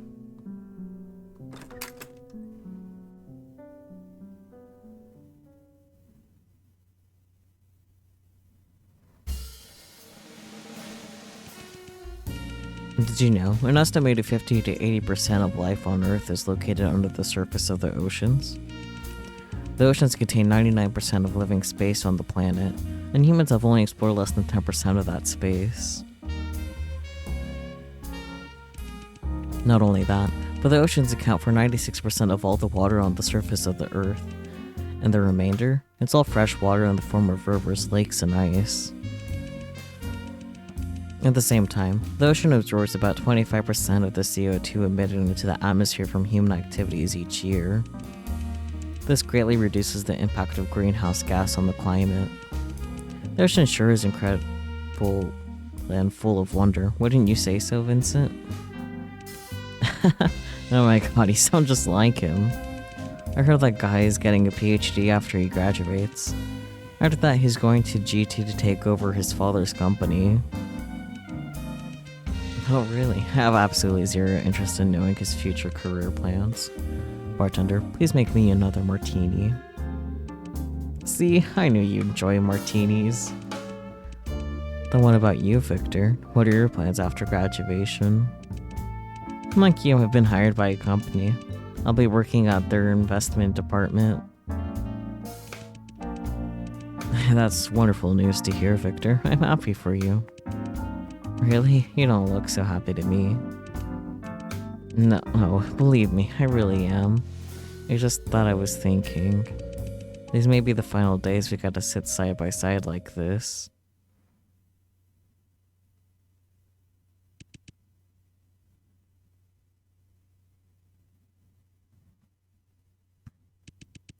I guess you're getting too attached to me, huh? Was going into the Myers Corporation alone make you nervous? Sometimes it really feels like you're reading my mind. 'Cause you're gay.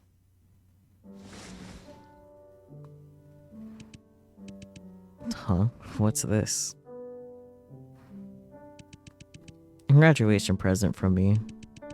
Since you're going to be working on the Myers Corporation, I thought you'd maybe consider changing your outfit. Black tie gives a more professional feel, don't you think? Thank you, Victor. I will treasure it. Listen, my friend, what I'm going to say next may sound a little cheesy, but these are all words that come from the bottom of my heart. Do you remember the day we first met each other in our dorm? How could I ever forget? To tell the truth, I never thought we'd become best friends when I met you that day. I know I did say that I was sure you'd become great friends. Wait, I know I did say to you that I was sure we'd become great friends. However, I didn't really mean it at that time. But you've changed me so much in the last 4 years. Perhaps you don't even realize it yourself. Every second I'm with you, I feel like my life is full of meaning. You've helped me regain my purpose. Gay you. I want to be an outstanding person like you, Vincent, but more importantly, I want to stay with you and keep being there for you. Uh-huh. I'm sure that you'll achieve so many great things when you enter the Myers Corporation. Oops. Because I know you. I know that there's nothing good Vincent Edgeworth can't possibly do. But I also can't deny that your journey at Myers Corporation will always be smooth. You're gonna face all kinds of challenges and inevitably setbacks, some big, some small. But I want you to know that whenever you feel overwhelmed and need a hand, whenever you need someone to reflect on the ups and downs of life with, you'll have a dear friend, always waiting for you at the investment department at the Myers Corporation. Could this be? My job offer left from the Myers Corporation. I'm sorry, Vincent Edgeworth. I'm afraid you're not getting rid of me yet.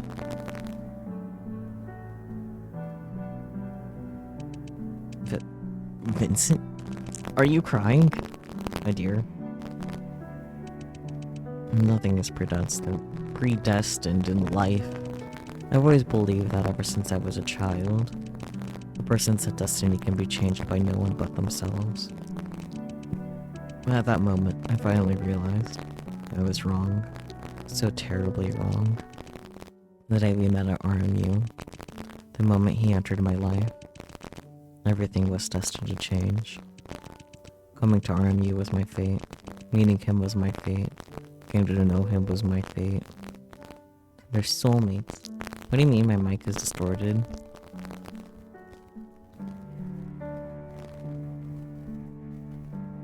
Is it still? I literally did nothing different.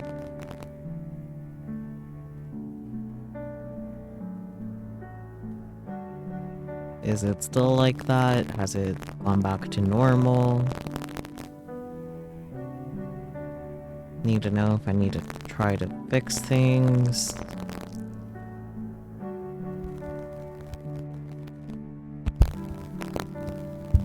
What about now? Just turn the mic on and off. Meow meow meow meow meow meow meow. It's like fuzzy, kind of a buzzy sound.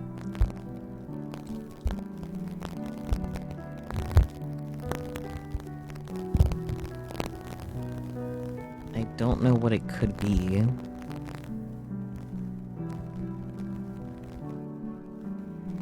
Is it still?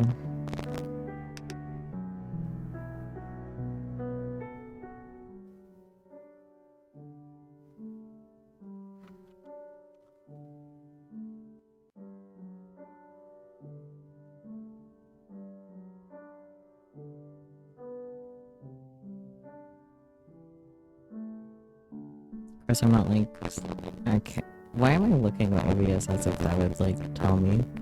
Check your plugs and stuff for your mic. One of the connections might be loose. Literally nothing's been touched, so like, I did. Problem is the cable's really fucking long, so.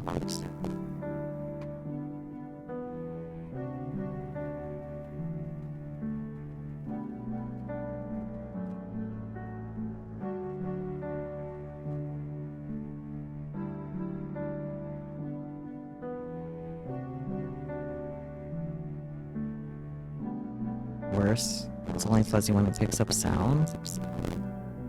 How does that make it worse?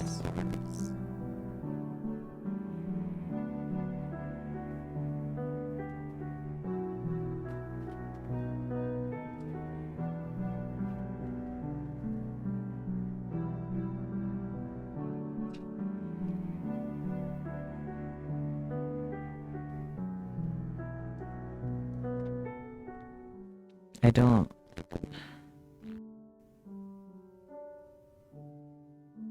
Is it still the same?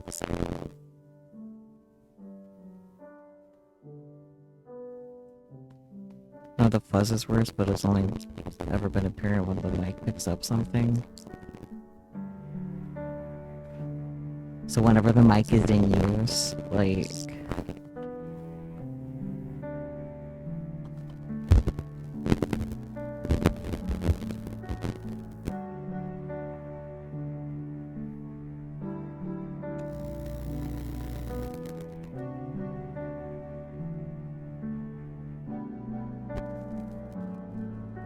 What about now? Is it any better? Worse?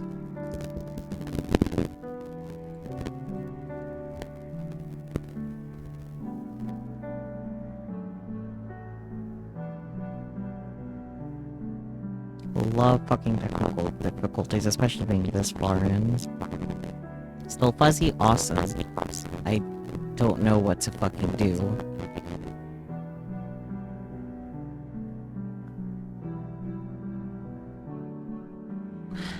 Once again, don't know what to fucking do. Great.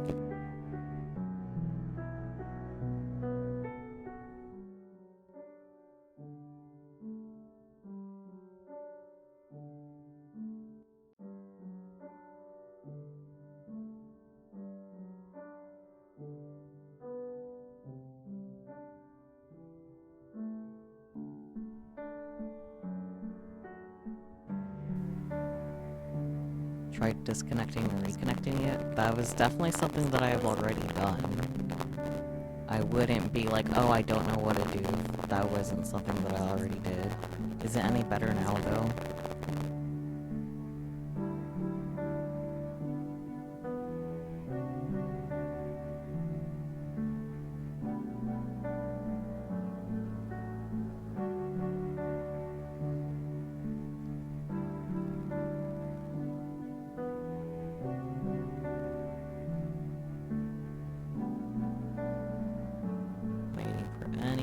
Feedback. I might be quieter because of what I had to resort to, but feedback would be great. Yeah.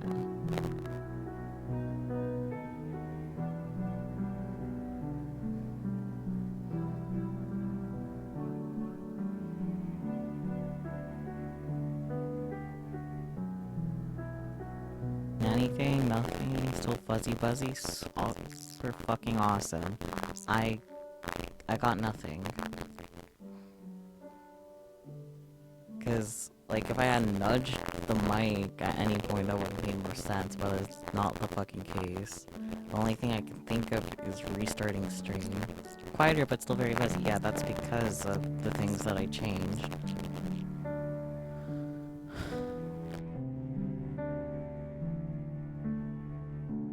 I don't know what to fucking do. That's kind of what I'm stuck at.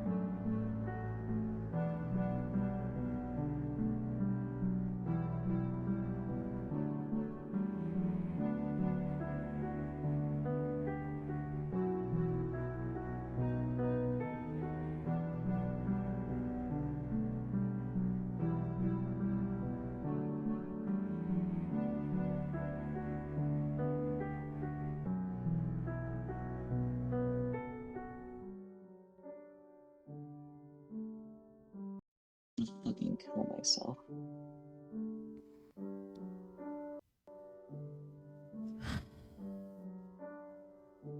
I had to change what was selected. Is everything sounding better now? Probably not. But let me know.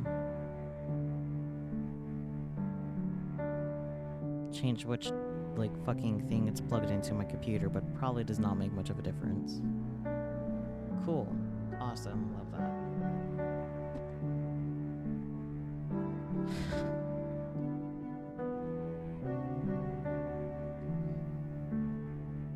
Audio's fun. You're a quiet lad. Yeah, I'm not gonna mess with, like, my everything. Like, it is, like, 1:27. I have all the normal filters on.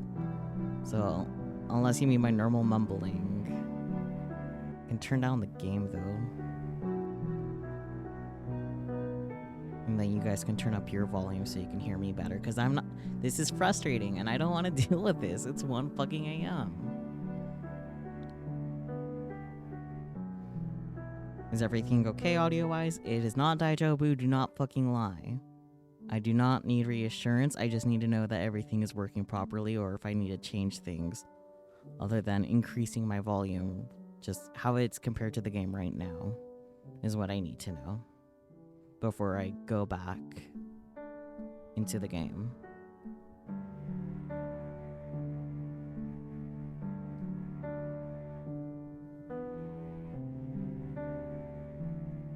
Everything's good?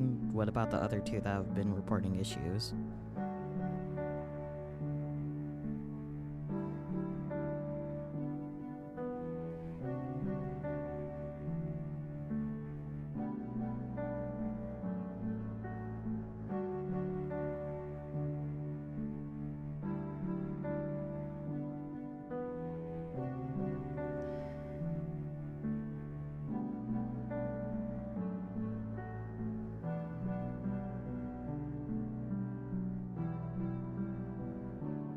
Okay, so I'm a quiet lad, though, tells me that it is really hard for you guys to hear me over the game.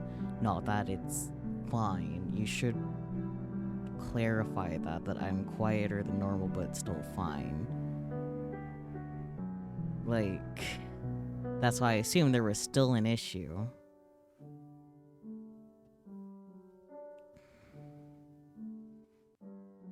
And you're otherwise saying the audio is fine tells me it's just the issue is gone, not anything about the audio levels.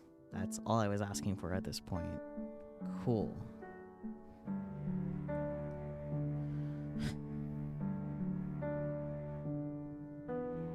Coming to RMU was my fate. Meeting him was my fate. Getting to know him was my fate. I just remembered that there's a pet store near the bar. Wanna go see some kittens? Some little meow meows? But just one person is enough to transform your life. A corporation full of sin is also enough to take everything away from you.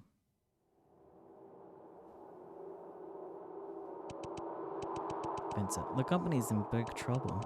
You have to make them believe that it's all his fault, or this might be over for us.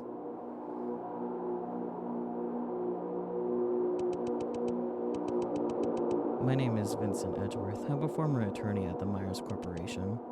To many people, an attorney stands for law and justice, yet my life is filled with nothing but sin.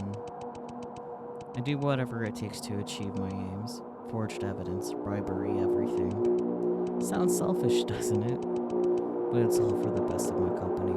My one and only dream company. I never lost a single case I've taken on, even this one. Yet the company paid me back by trying to kill me in a car accident.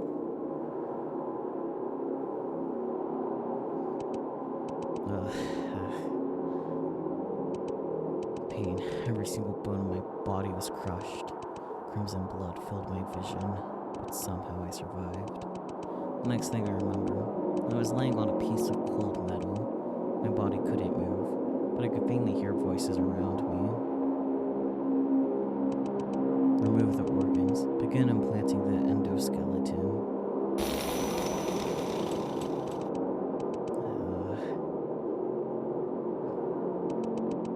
I wanted to struggle. I wanted to scream, but all I could do was just watch it happen.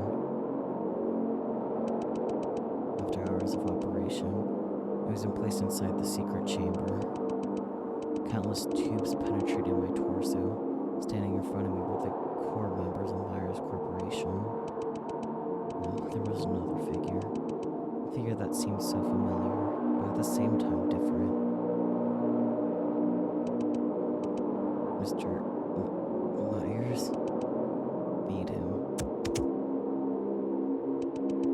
A piece of raw meat was thrown in front of me. Human flesh. I felt disgusted, but I couldn't help but engulf it. Leave him in the chamber and observe his behavior. Yes, Monsieur. Wait, don't go. Tell me, why are you doing this? I did everything you asked. I devoted everything I had to this company.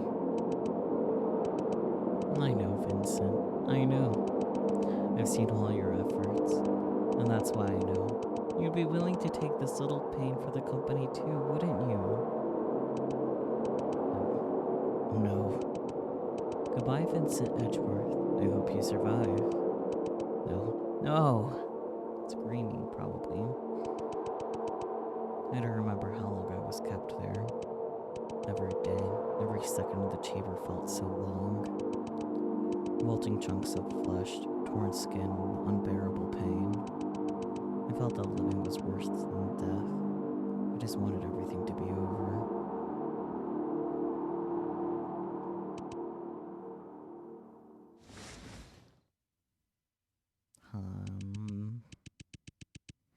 A black tie, and a long pin stained crimson with blood. Victor. I wonder how that guy is doing now. What would he think if he sees the monster I've become?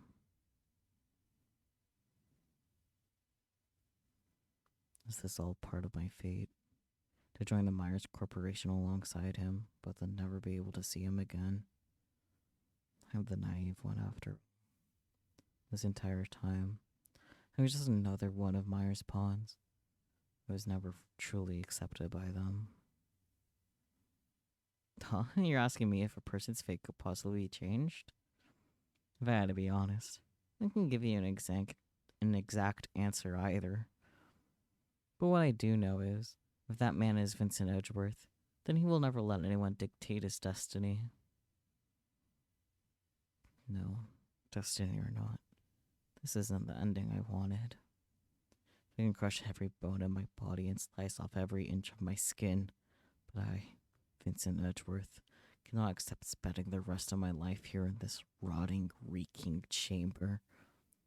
I have so much more to achieve. I have so many more things I want to see again. Even if I'm no longer human, even if it's no longer possible for me to return to a normal life. As long as I have one last gasp, I'll claw my way back through hell.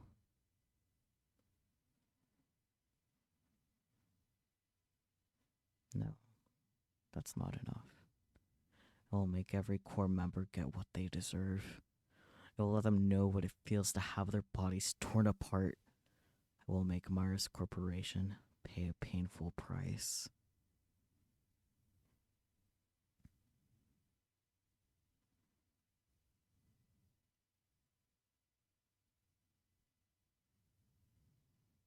You saw all of that. It was you. You were the one who murdered all the core members. What exactly are you? Me? What am I? Can't you tell? I'm a product of the Myers Corporation just like you. Take a good look. This is how Myers Corporation treats a lawyer who has done everything he could for them. You know Myers isn't gone yet, but soon I will clean them all up. I let go of Vincent's tie and ran out of the chamber at lightning speed. Outside the chamber, I once again saw that mysterious figure. She was standing next to that box, seemingly hinting at something to me. I took the photo out of the box and placed it in my pocket, then quickly ran to the next room.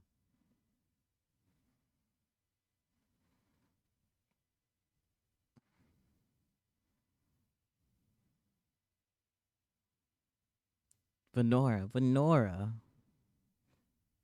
Draco, is that you? Venora, Vincent is going berserk. You need to get out of there now. What do I do? You first need to restore power to this room by operating the 2 control panels connected to the breaker box.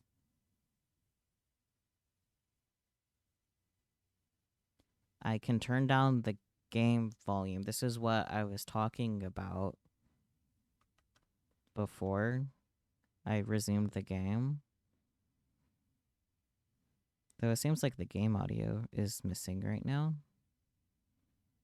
That's weird.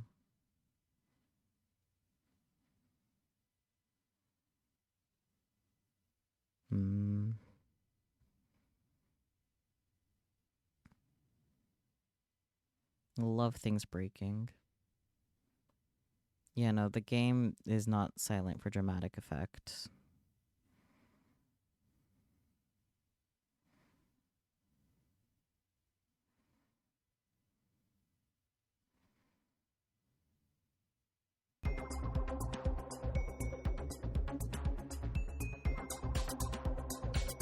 Anyways, is this better? Let me know before I continue the game again, I need to know. Talking about the volume levels, my voice versus the game, now that you guys can hear the game again, I can tell that you can hear the game.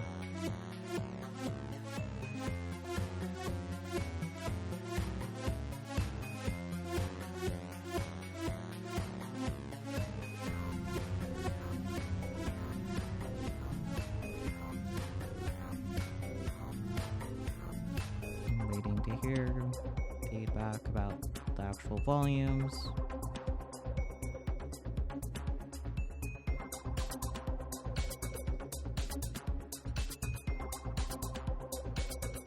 Lower it more, I can do that. Is that better? Or a little lower?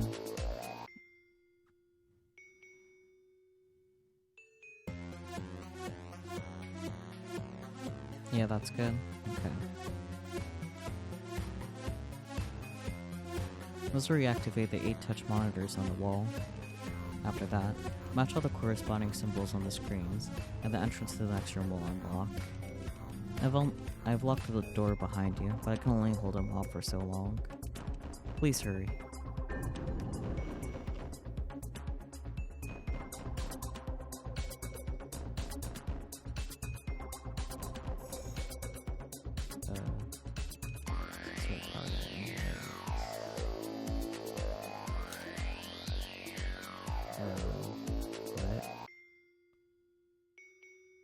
Huh? What?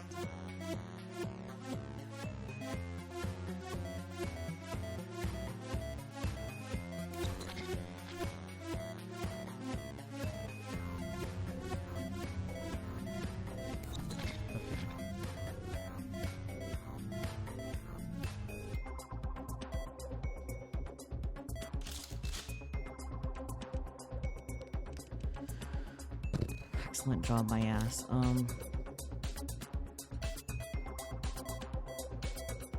Fuck. That's better.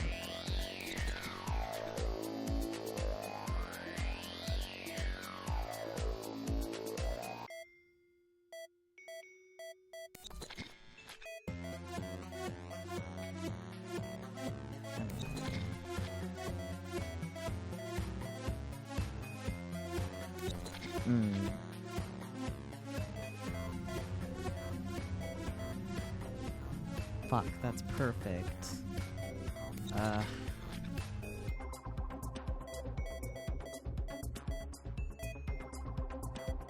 There we go.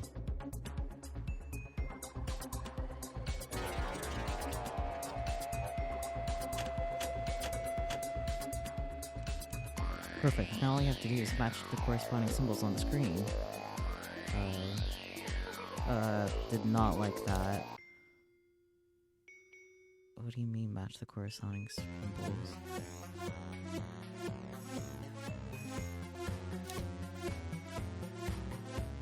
Huh? Oh, I see.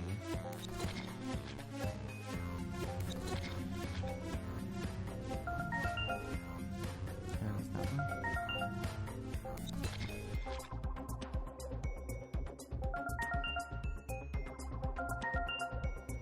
Yeah, it's a memory game.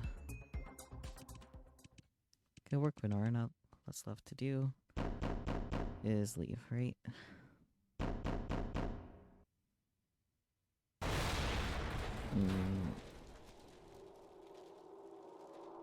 Am I screwed? Venora, did you really think that you could get away?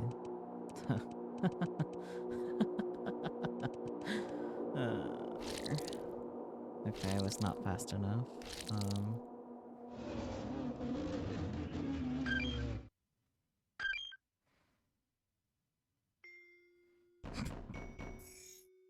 This is fine. At least I know what I'm doing this time.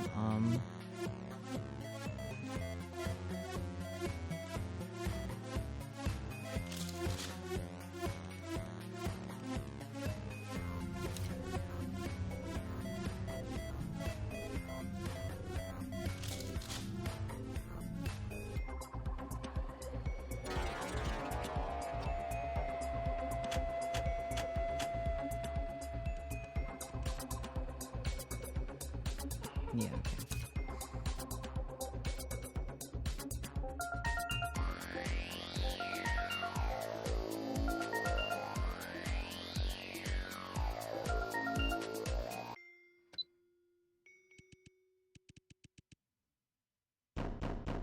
No, okay. We'll get to know that didn't matter. I ran away for nothing.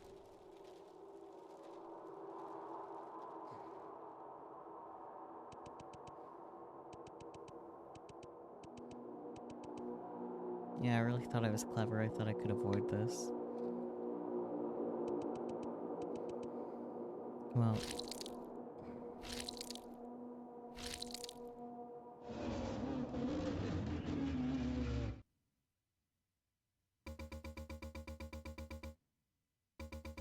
I can tell that him breaking in is indeed scripted by the fact that I went back and did it faster and it was...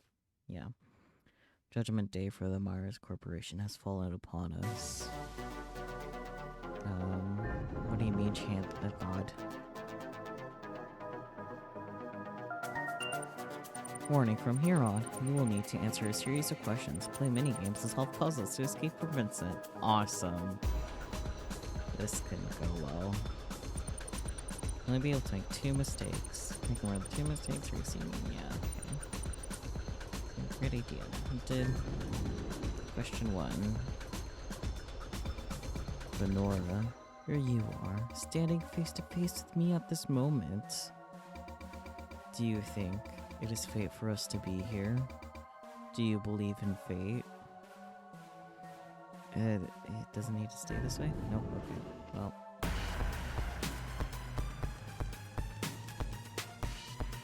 There's no such thing as fate. Everything we're facing as a result of our free will.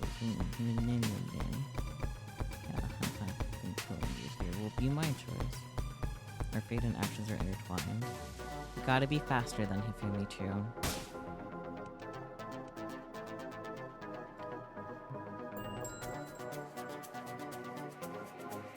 Like, it's something timed. I don't really have the time, like, the leisure to wait.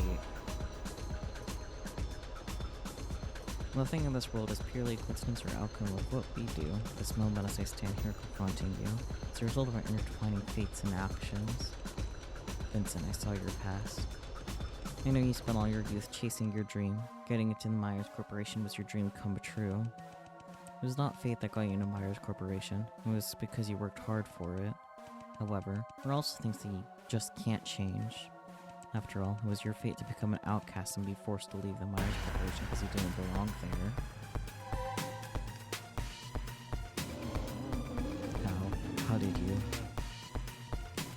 Lucas' shock appeared on Vincent's face, but then he changed to one of excruciating pain.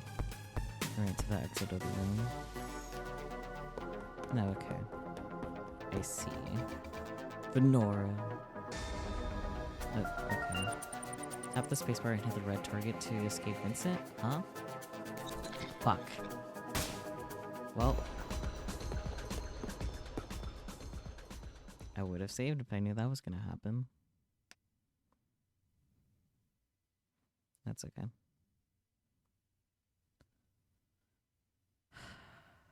I need to stop doing that. That's okay. Speedrun this again, I guess.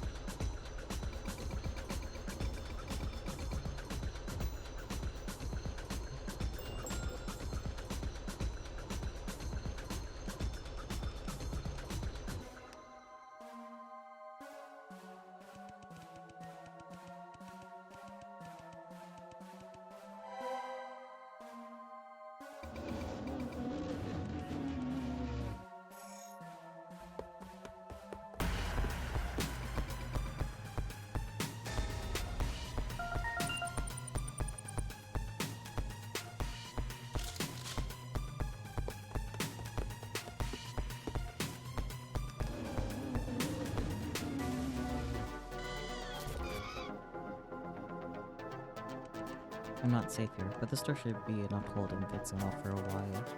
Get solve the puzzles here first and get out of the room as soon as possible. Okay.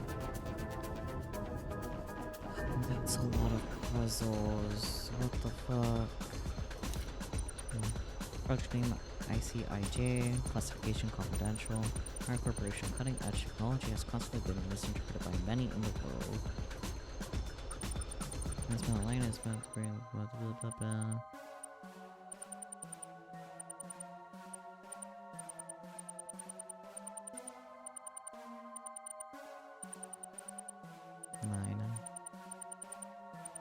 Seven,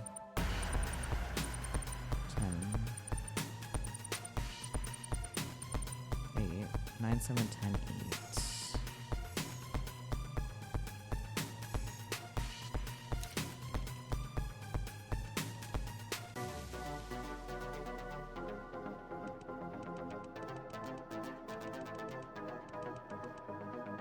Okay, so nice tools. Great.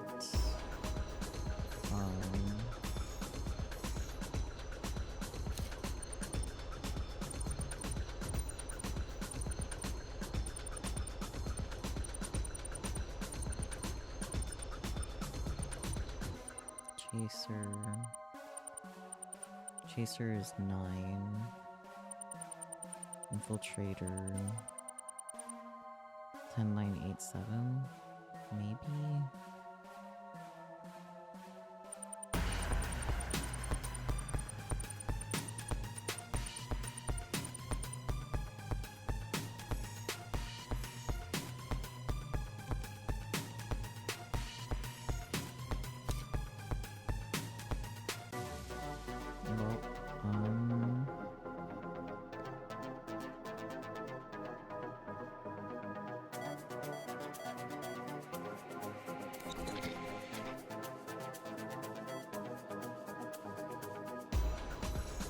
Didn't you say you had a guide in front of you? What does that say? Fucking hell.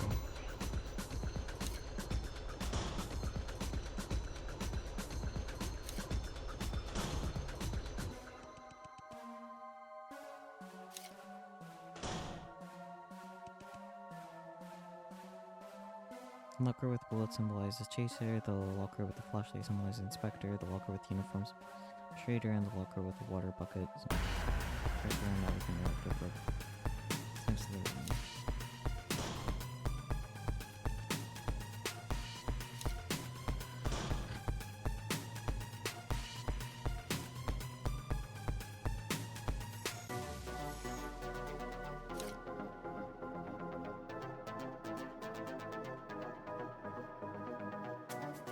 So I'm supposed to memorize who all of these symbols are supposed to represent, and through fucking readings. This is a bad puzzle, if I can be honest.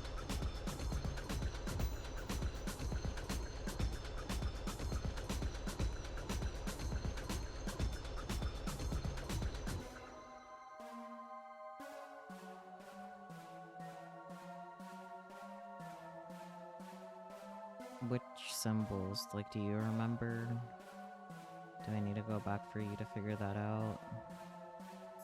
This is so stupid.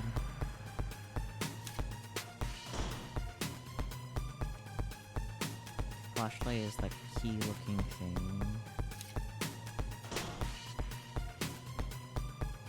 Wristband. I don't think that was one of the options. Ammo was this guy, this funky little guy.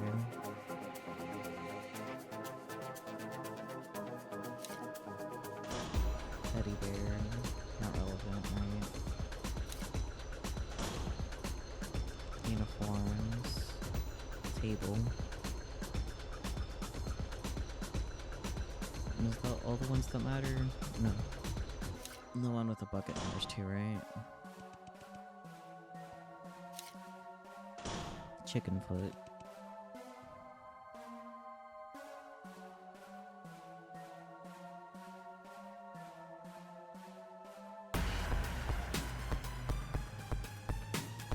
Key, dog's table, bird foot. Okay. Should I look at these again so you know which numbers applies to who?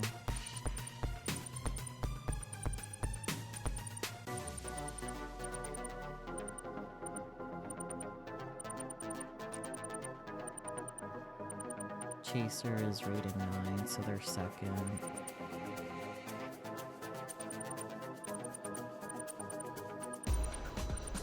Infiltrator is 7, so they're last. Janitor is 10, so they're first.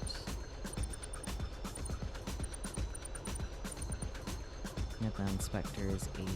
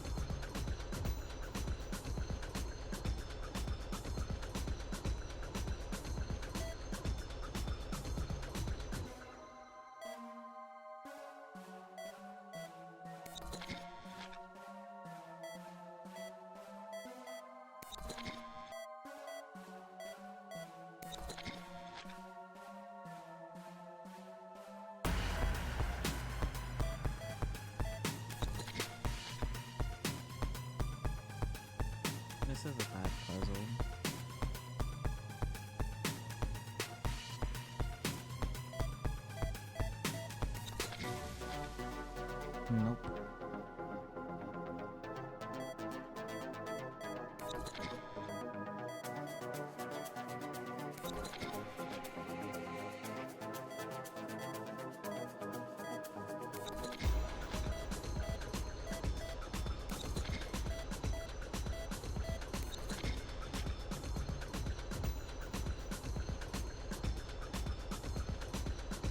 It's not the ICI, or maybe it is the ICIJ.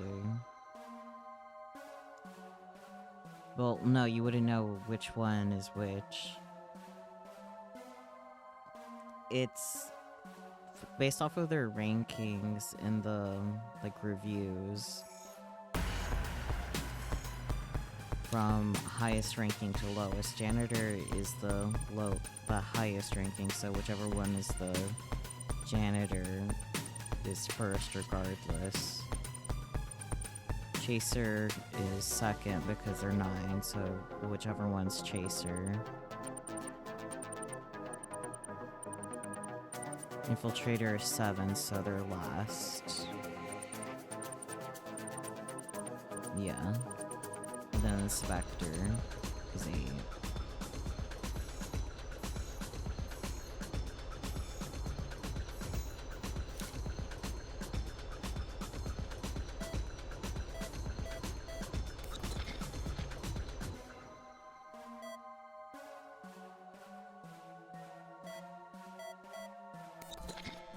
Nope.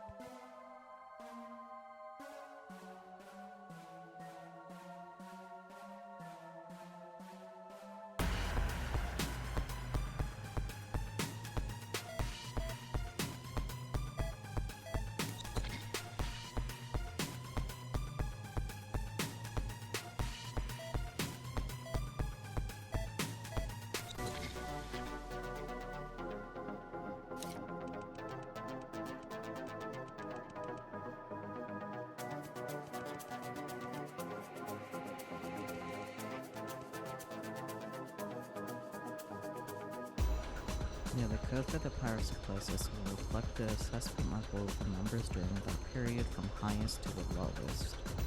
So janitor is for sure first.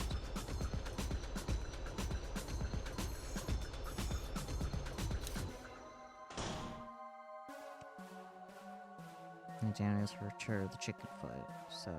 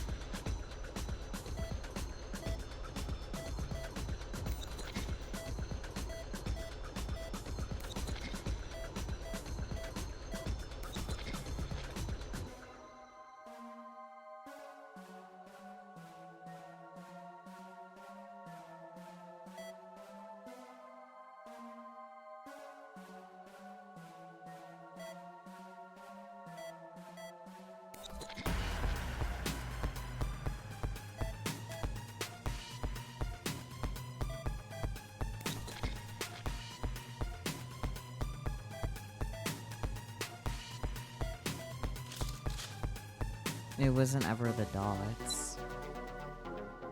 You got confused with what symbol it was.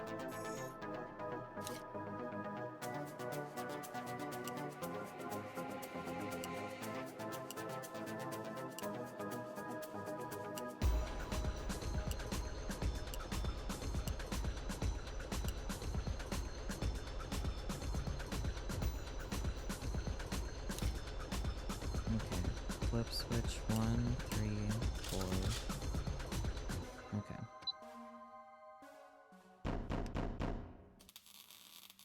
I'm so glad the time it takes to do the puzzles does not matter.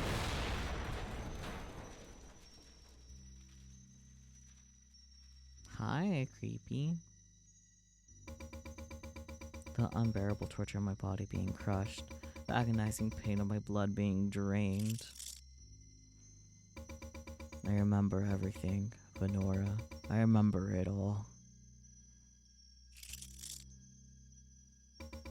And I will never forgive the Myers Corporation.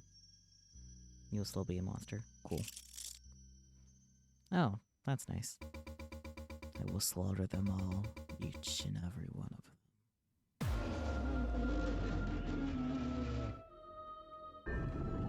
Question 2. Just gonna overwrite that save so I don't have to go through that again. In case I misclick. As long as I'm still alive, as long as I still have my last breath, I'll search every corner of the G4 district, track down every remaining Myers scum, tear off every inch of their skin, and grind their bodies into fine dust. Deceit, betrayal, 6 long years of waiting will finally have my revenge. Lenora, are you prepared for your judgments? You'll still be a monster. His wiggly arms are kind of funny, you know? No, murdering the entire Myers Corporation, you say? To be honest, I don't really care, even if that's your plan. I'm not going out of my way to stop you. But Vincent, you need to realize, there's one thing that you cannot change. Whether the Myers Corporation exists or not, you are and will always be a monster rejected by society with no future. Oh, I know what you're thinking. No, I still have Victor. I'm not alone. But Vincent, Victor's not like you. He's just a human. Sooner or later, you'll lose him. And you'll have nothing left in this world.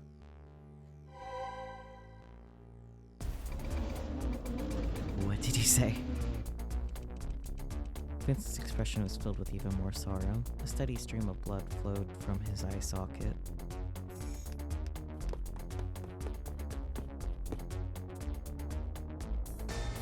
Hi. Fuck, okay. Well.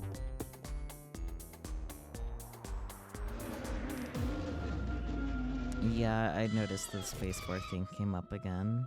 But that is our first mistake this time, so...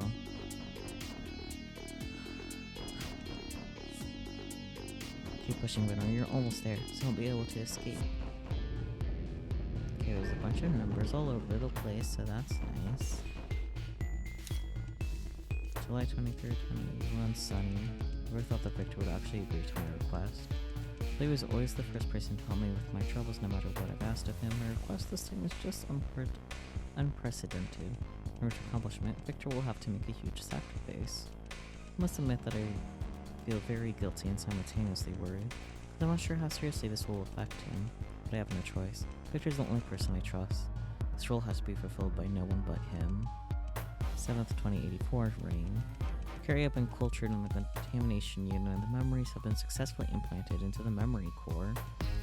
Victor did have one request. He wanted all the memories to take place before that thing happened. Although the carrier won't actually remember those, I could understand why Victor would want that, and I complied. May 15th, 2084, cloudy. And this isn't even possible. Everything was going so well, but his eyes... Couldn't believe it. They look exactly the same. Unlike the text before, the last line of the diary looks like it was hastily written with a trembling hand. Okay, so 8/17, 3/11.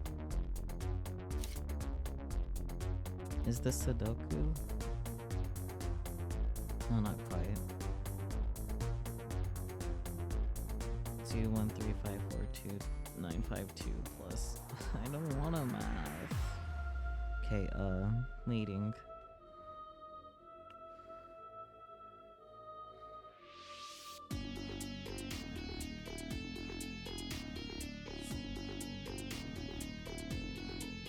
Three is the first square on the first row. 8 is the second square on the second row.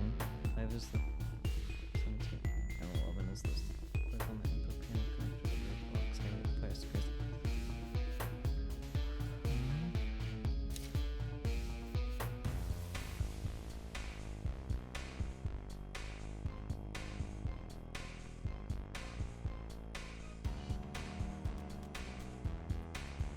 I am very confused.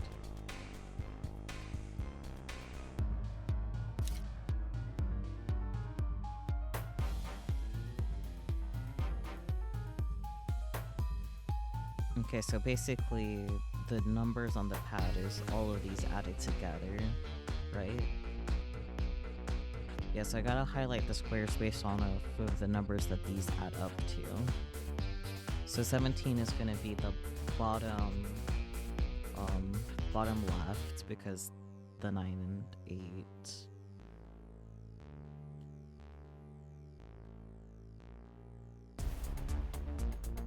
Yeah, okay, so I just need to click those squares, yeah, okay. I don't know why I was thinking thingies were less descriptive. Yeah, so first square in the first row, second square on the second row, third square on the second row, first square on the third row, second square.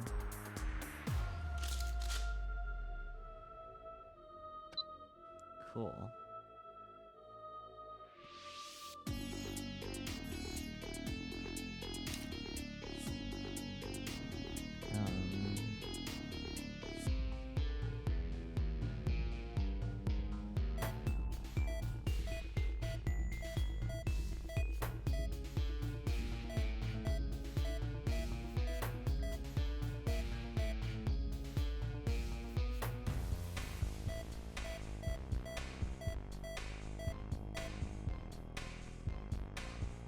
I'm very confused on this one.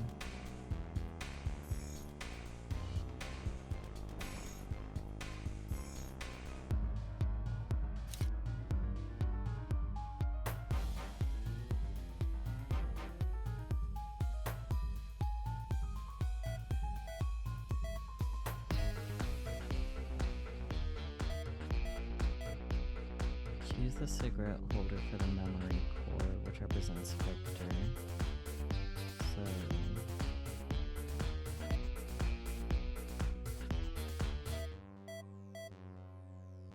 okay, and then the martini for the jeans.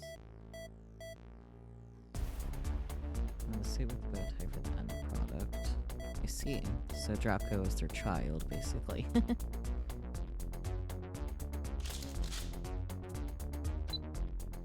Cool.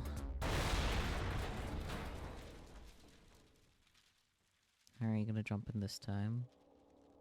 No, you're definitely falling apart there, buddy. Benora. I think I know.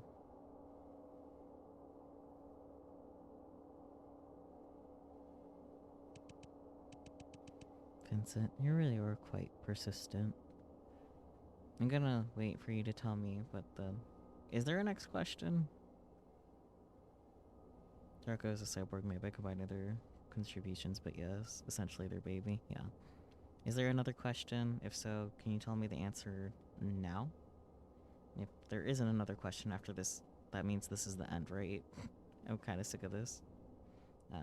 The answer is you can't change what has already happened. Awesome. Take a look at yourself and what you've become. Are you really that obsessed with killing me? Benora. Is running away the only thing you can manage? Me? Running away? Vincent. Why can't you see it? You're the one who's really been running away all this time. What are you saying?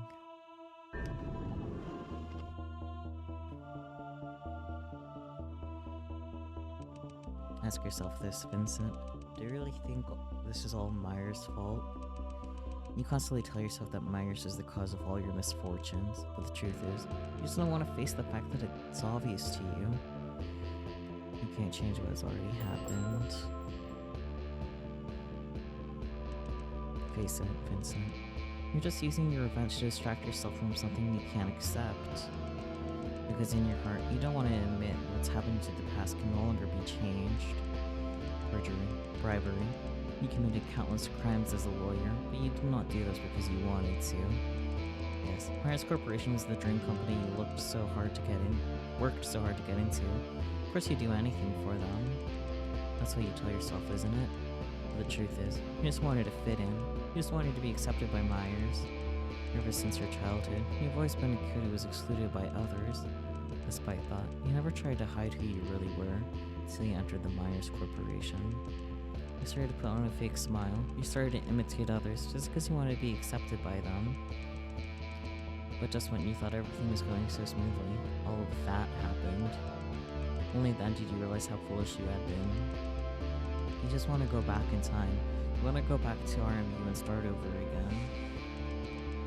I pulled the picture of Vincent and Victor together at university out of my pocket. That is... Vincent stretched out his non-existent right hand to reach for the picture. It's only when you're with Victor that you take off your mask and show who you really are. You always seem so impatient with him, but that's the real you. Everything was ordinary then. It was the happiest time of your life. You missed that time. But sadly, Vincent, you tore the photo into pieces. You can never go back in time. You can't change what has already happened. No. Safe, oh thank God.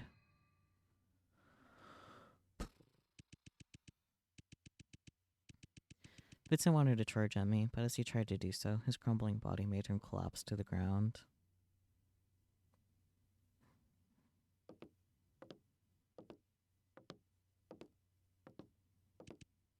Well, Vincent. I walked up to Vincent, who was lying on the ground and unable to move. Since your wish is simply unattainable, could you do me a favor then? I lifted my right foot and stomped it into Vincent's face. Please give up your futile efforts and disappear from this world. I lifted my blood-stained foot and stomped his face again. You've already caused so much trouble for the Myers Corporation. If you could do us this one small favor, we'd greatly appreciate it. Again and again and again. I felt the same emotions welling up inside me as when I sliced open the cyborg's chest. It felt exhilarating. Before I realized it, the part above Vincent's neck was completely flattened. Finally. All there's left to do is finish my mission. I started to walk towards the exit.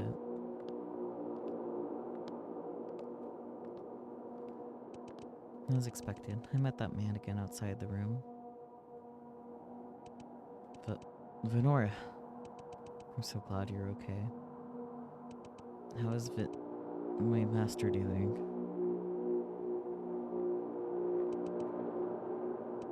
He's dead. But, what? How? Draco couldn't believe what he was hearing. His whole body began to tremble. I killed him, and nonchalantly added, Venora. Why? Why did you do that? Or something like that. Yeah. What's the matter? Was Vincent that important to you? Yes. My voice was toneless as I questioned him. Do you even need to ask that? He's my master. No, more importantly, he's my brother.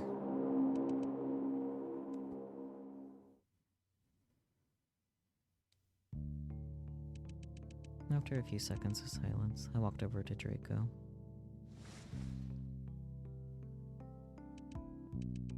Venora, what are you... I leaned on Draco, wrapped my arms around his waist, and hugged him tightly. I buried my head in his chest. I'm sorry, Draco. I had no choice. I didn't want to kill him either. But I know you'll forgive me, right? I really looked up at Draco. Because to you, I'm more important than Vincent, isn't that right? But... Venora's being such a cunt. I raised my left hand and gently touched Draco's cheek with the tips of my fingers. I could feel his face heating up. Draco, let it just be you and me, just the two of us. We don't need Vincent. Let us both escape from here and live together forever. But, Venora... After a moment of hesitation, Draco slowly raised his arms and wrapped them around me.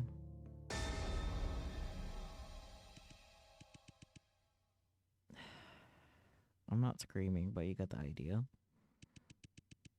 I took out the scalpel I'd been hiding in my pocket and thrusted it deep into Draco's chest. You fucking cunt. Again and again and again. Found it. From Draco's shredded chest, I pulled out a round, spherical device.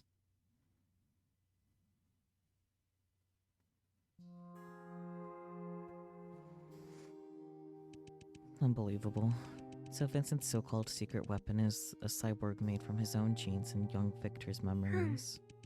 Honestly, now that I think about it, you and Victor are indeed alike. Whenever you become too obsessed with someone, you lose all your rationality. Forgive me, Draco.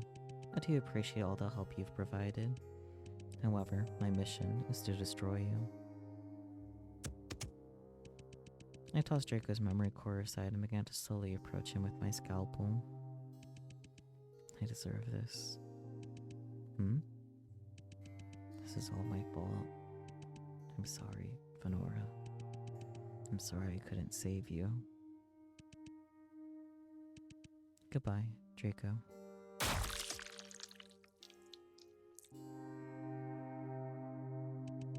After that, I took the elevator from the other end of the basement back to the lobby of the Myers Corporation alone. When I walked out of the Myers Corporation, I realized it was already the next morning. A man in blue greeted me at the gate as if he had been expecting me. No, Inspector, it's been a while. Welcome back to the underground Myers Corporation. What is it, Inspector? What's upsetting you? What are all these tears about?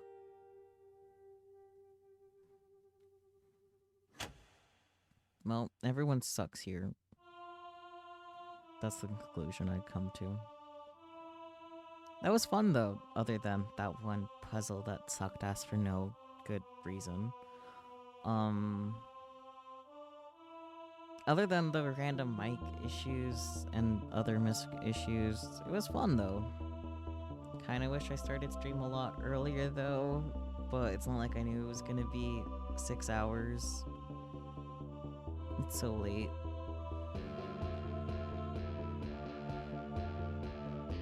I'm sleepy. I'm not sure if there's gonna be anyone for me to raid. 2 in the AM. Very solidly 2 in the AM too, man.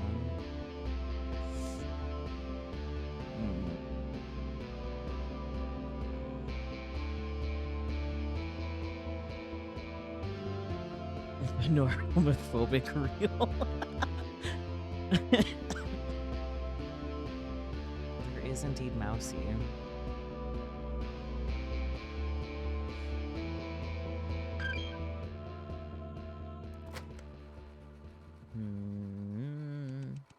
In other words, by taking advantage of Venora and Vincent's past memories, Monsieur M wants to turn them against each other?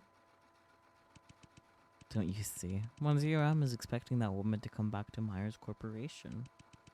By making use of her special power, he wants to make her misunderstand her very own past.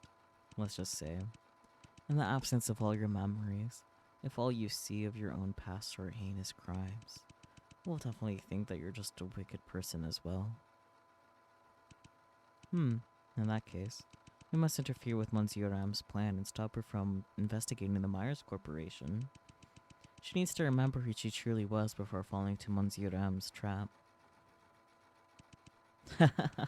My dear infiltrator, do you really think everything was going to be so effortless? What you don't know is, her power isn't as simple as seeing the past. She can also see possibilities of the future. What did you just say?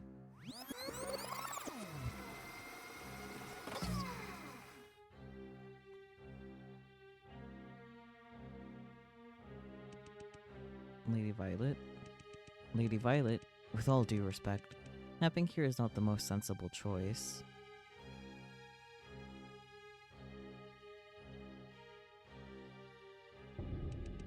Chapter 4, the end. Oh, thank God. To be continued. This is cool. That was kind of cheap. Still overall enjoyed the whole thing, but that was cheap. I'm sure whenever they add more to it, though, it will balance out, but that felt cheap. It reminds me of,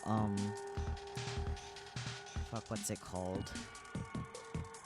But there's this one Battle Royale anime that I watched when it came out that, like, had to do with the Chinese Zodiac. The ending sucked because, like, it was already being kind of predictable because they were going in order of, like, who died based off of, like, the order of the Chinese Zodiac. Well, the reason why the rat won, spoilers by the way, was because his special ability was that he could see literally, like, all the possibilities in advance for him to then eventually have the route where he won. Yeah, it is the one with the bunny boy that is, like, beefed up. But yeah, that was the time. TM. God, how do I still have 3 viewers? That's the impressive part. It is almost 2:30 and I still have some viewers.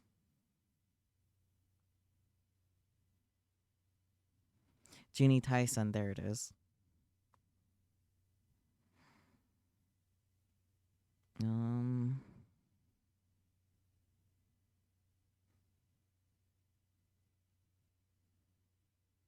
Yuko Haku is still alive. That's the power of time zones.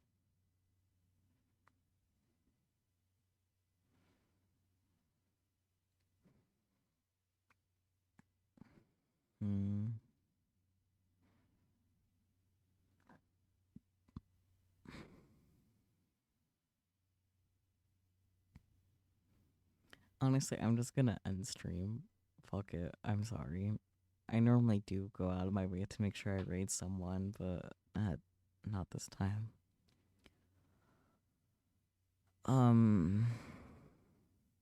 This is gonna be a pain to edit later. That much is for sure. It is late / early, which is a problem. Related but unrelated, how's your progress on the Star Trek, by the way? Spooky, I know you're trying to get to level 10.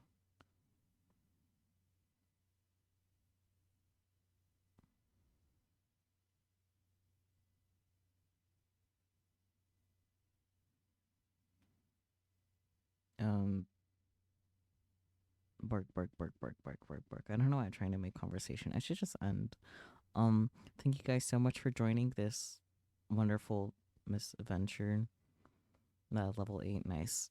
So soon enough, you'll get to level 10. And by soon enough, I mean maybe a day or two. Anyways, really hope we connect tomorrow. No promises though.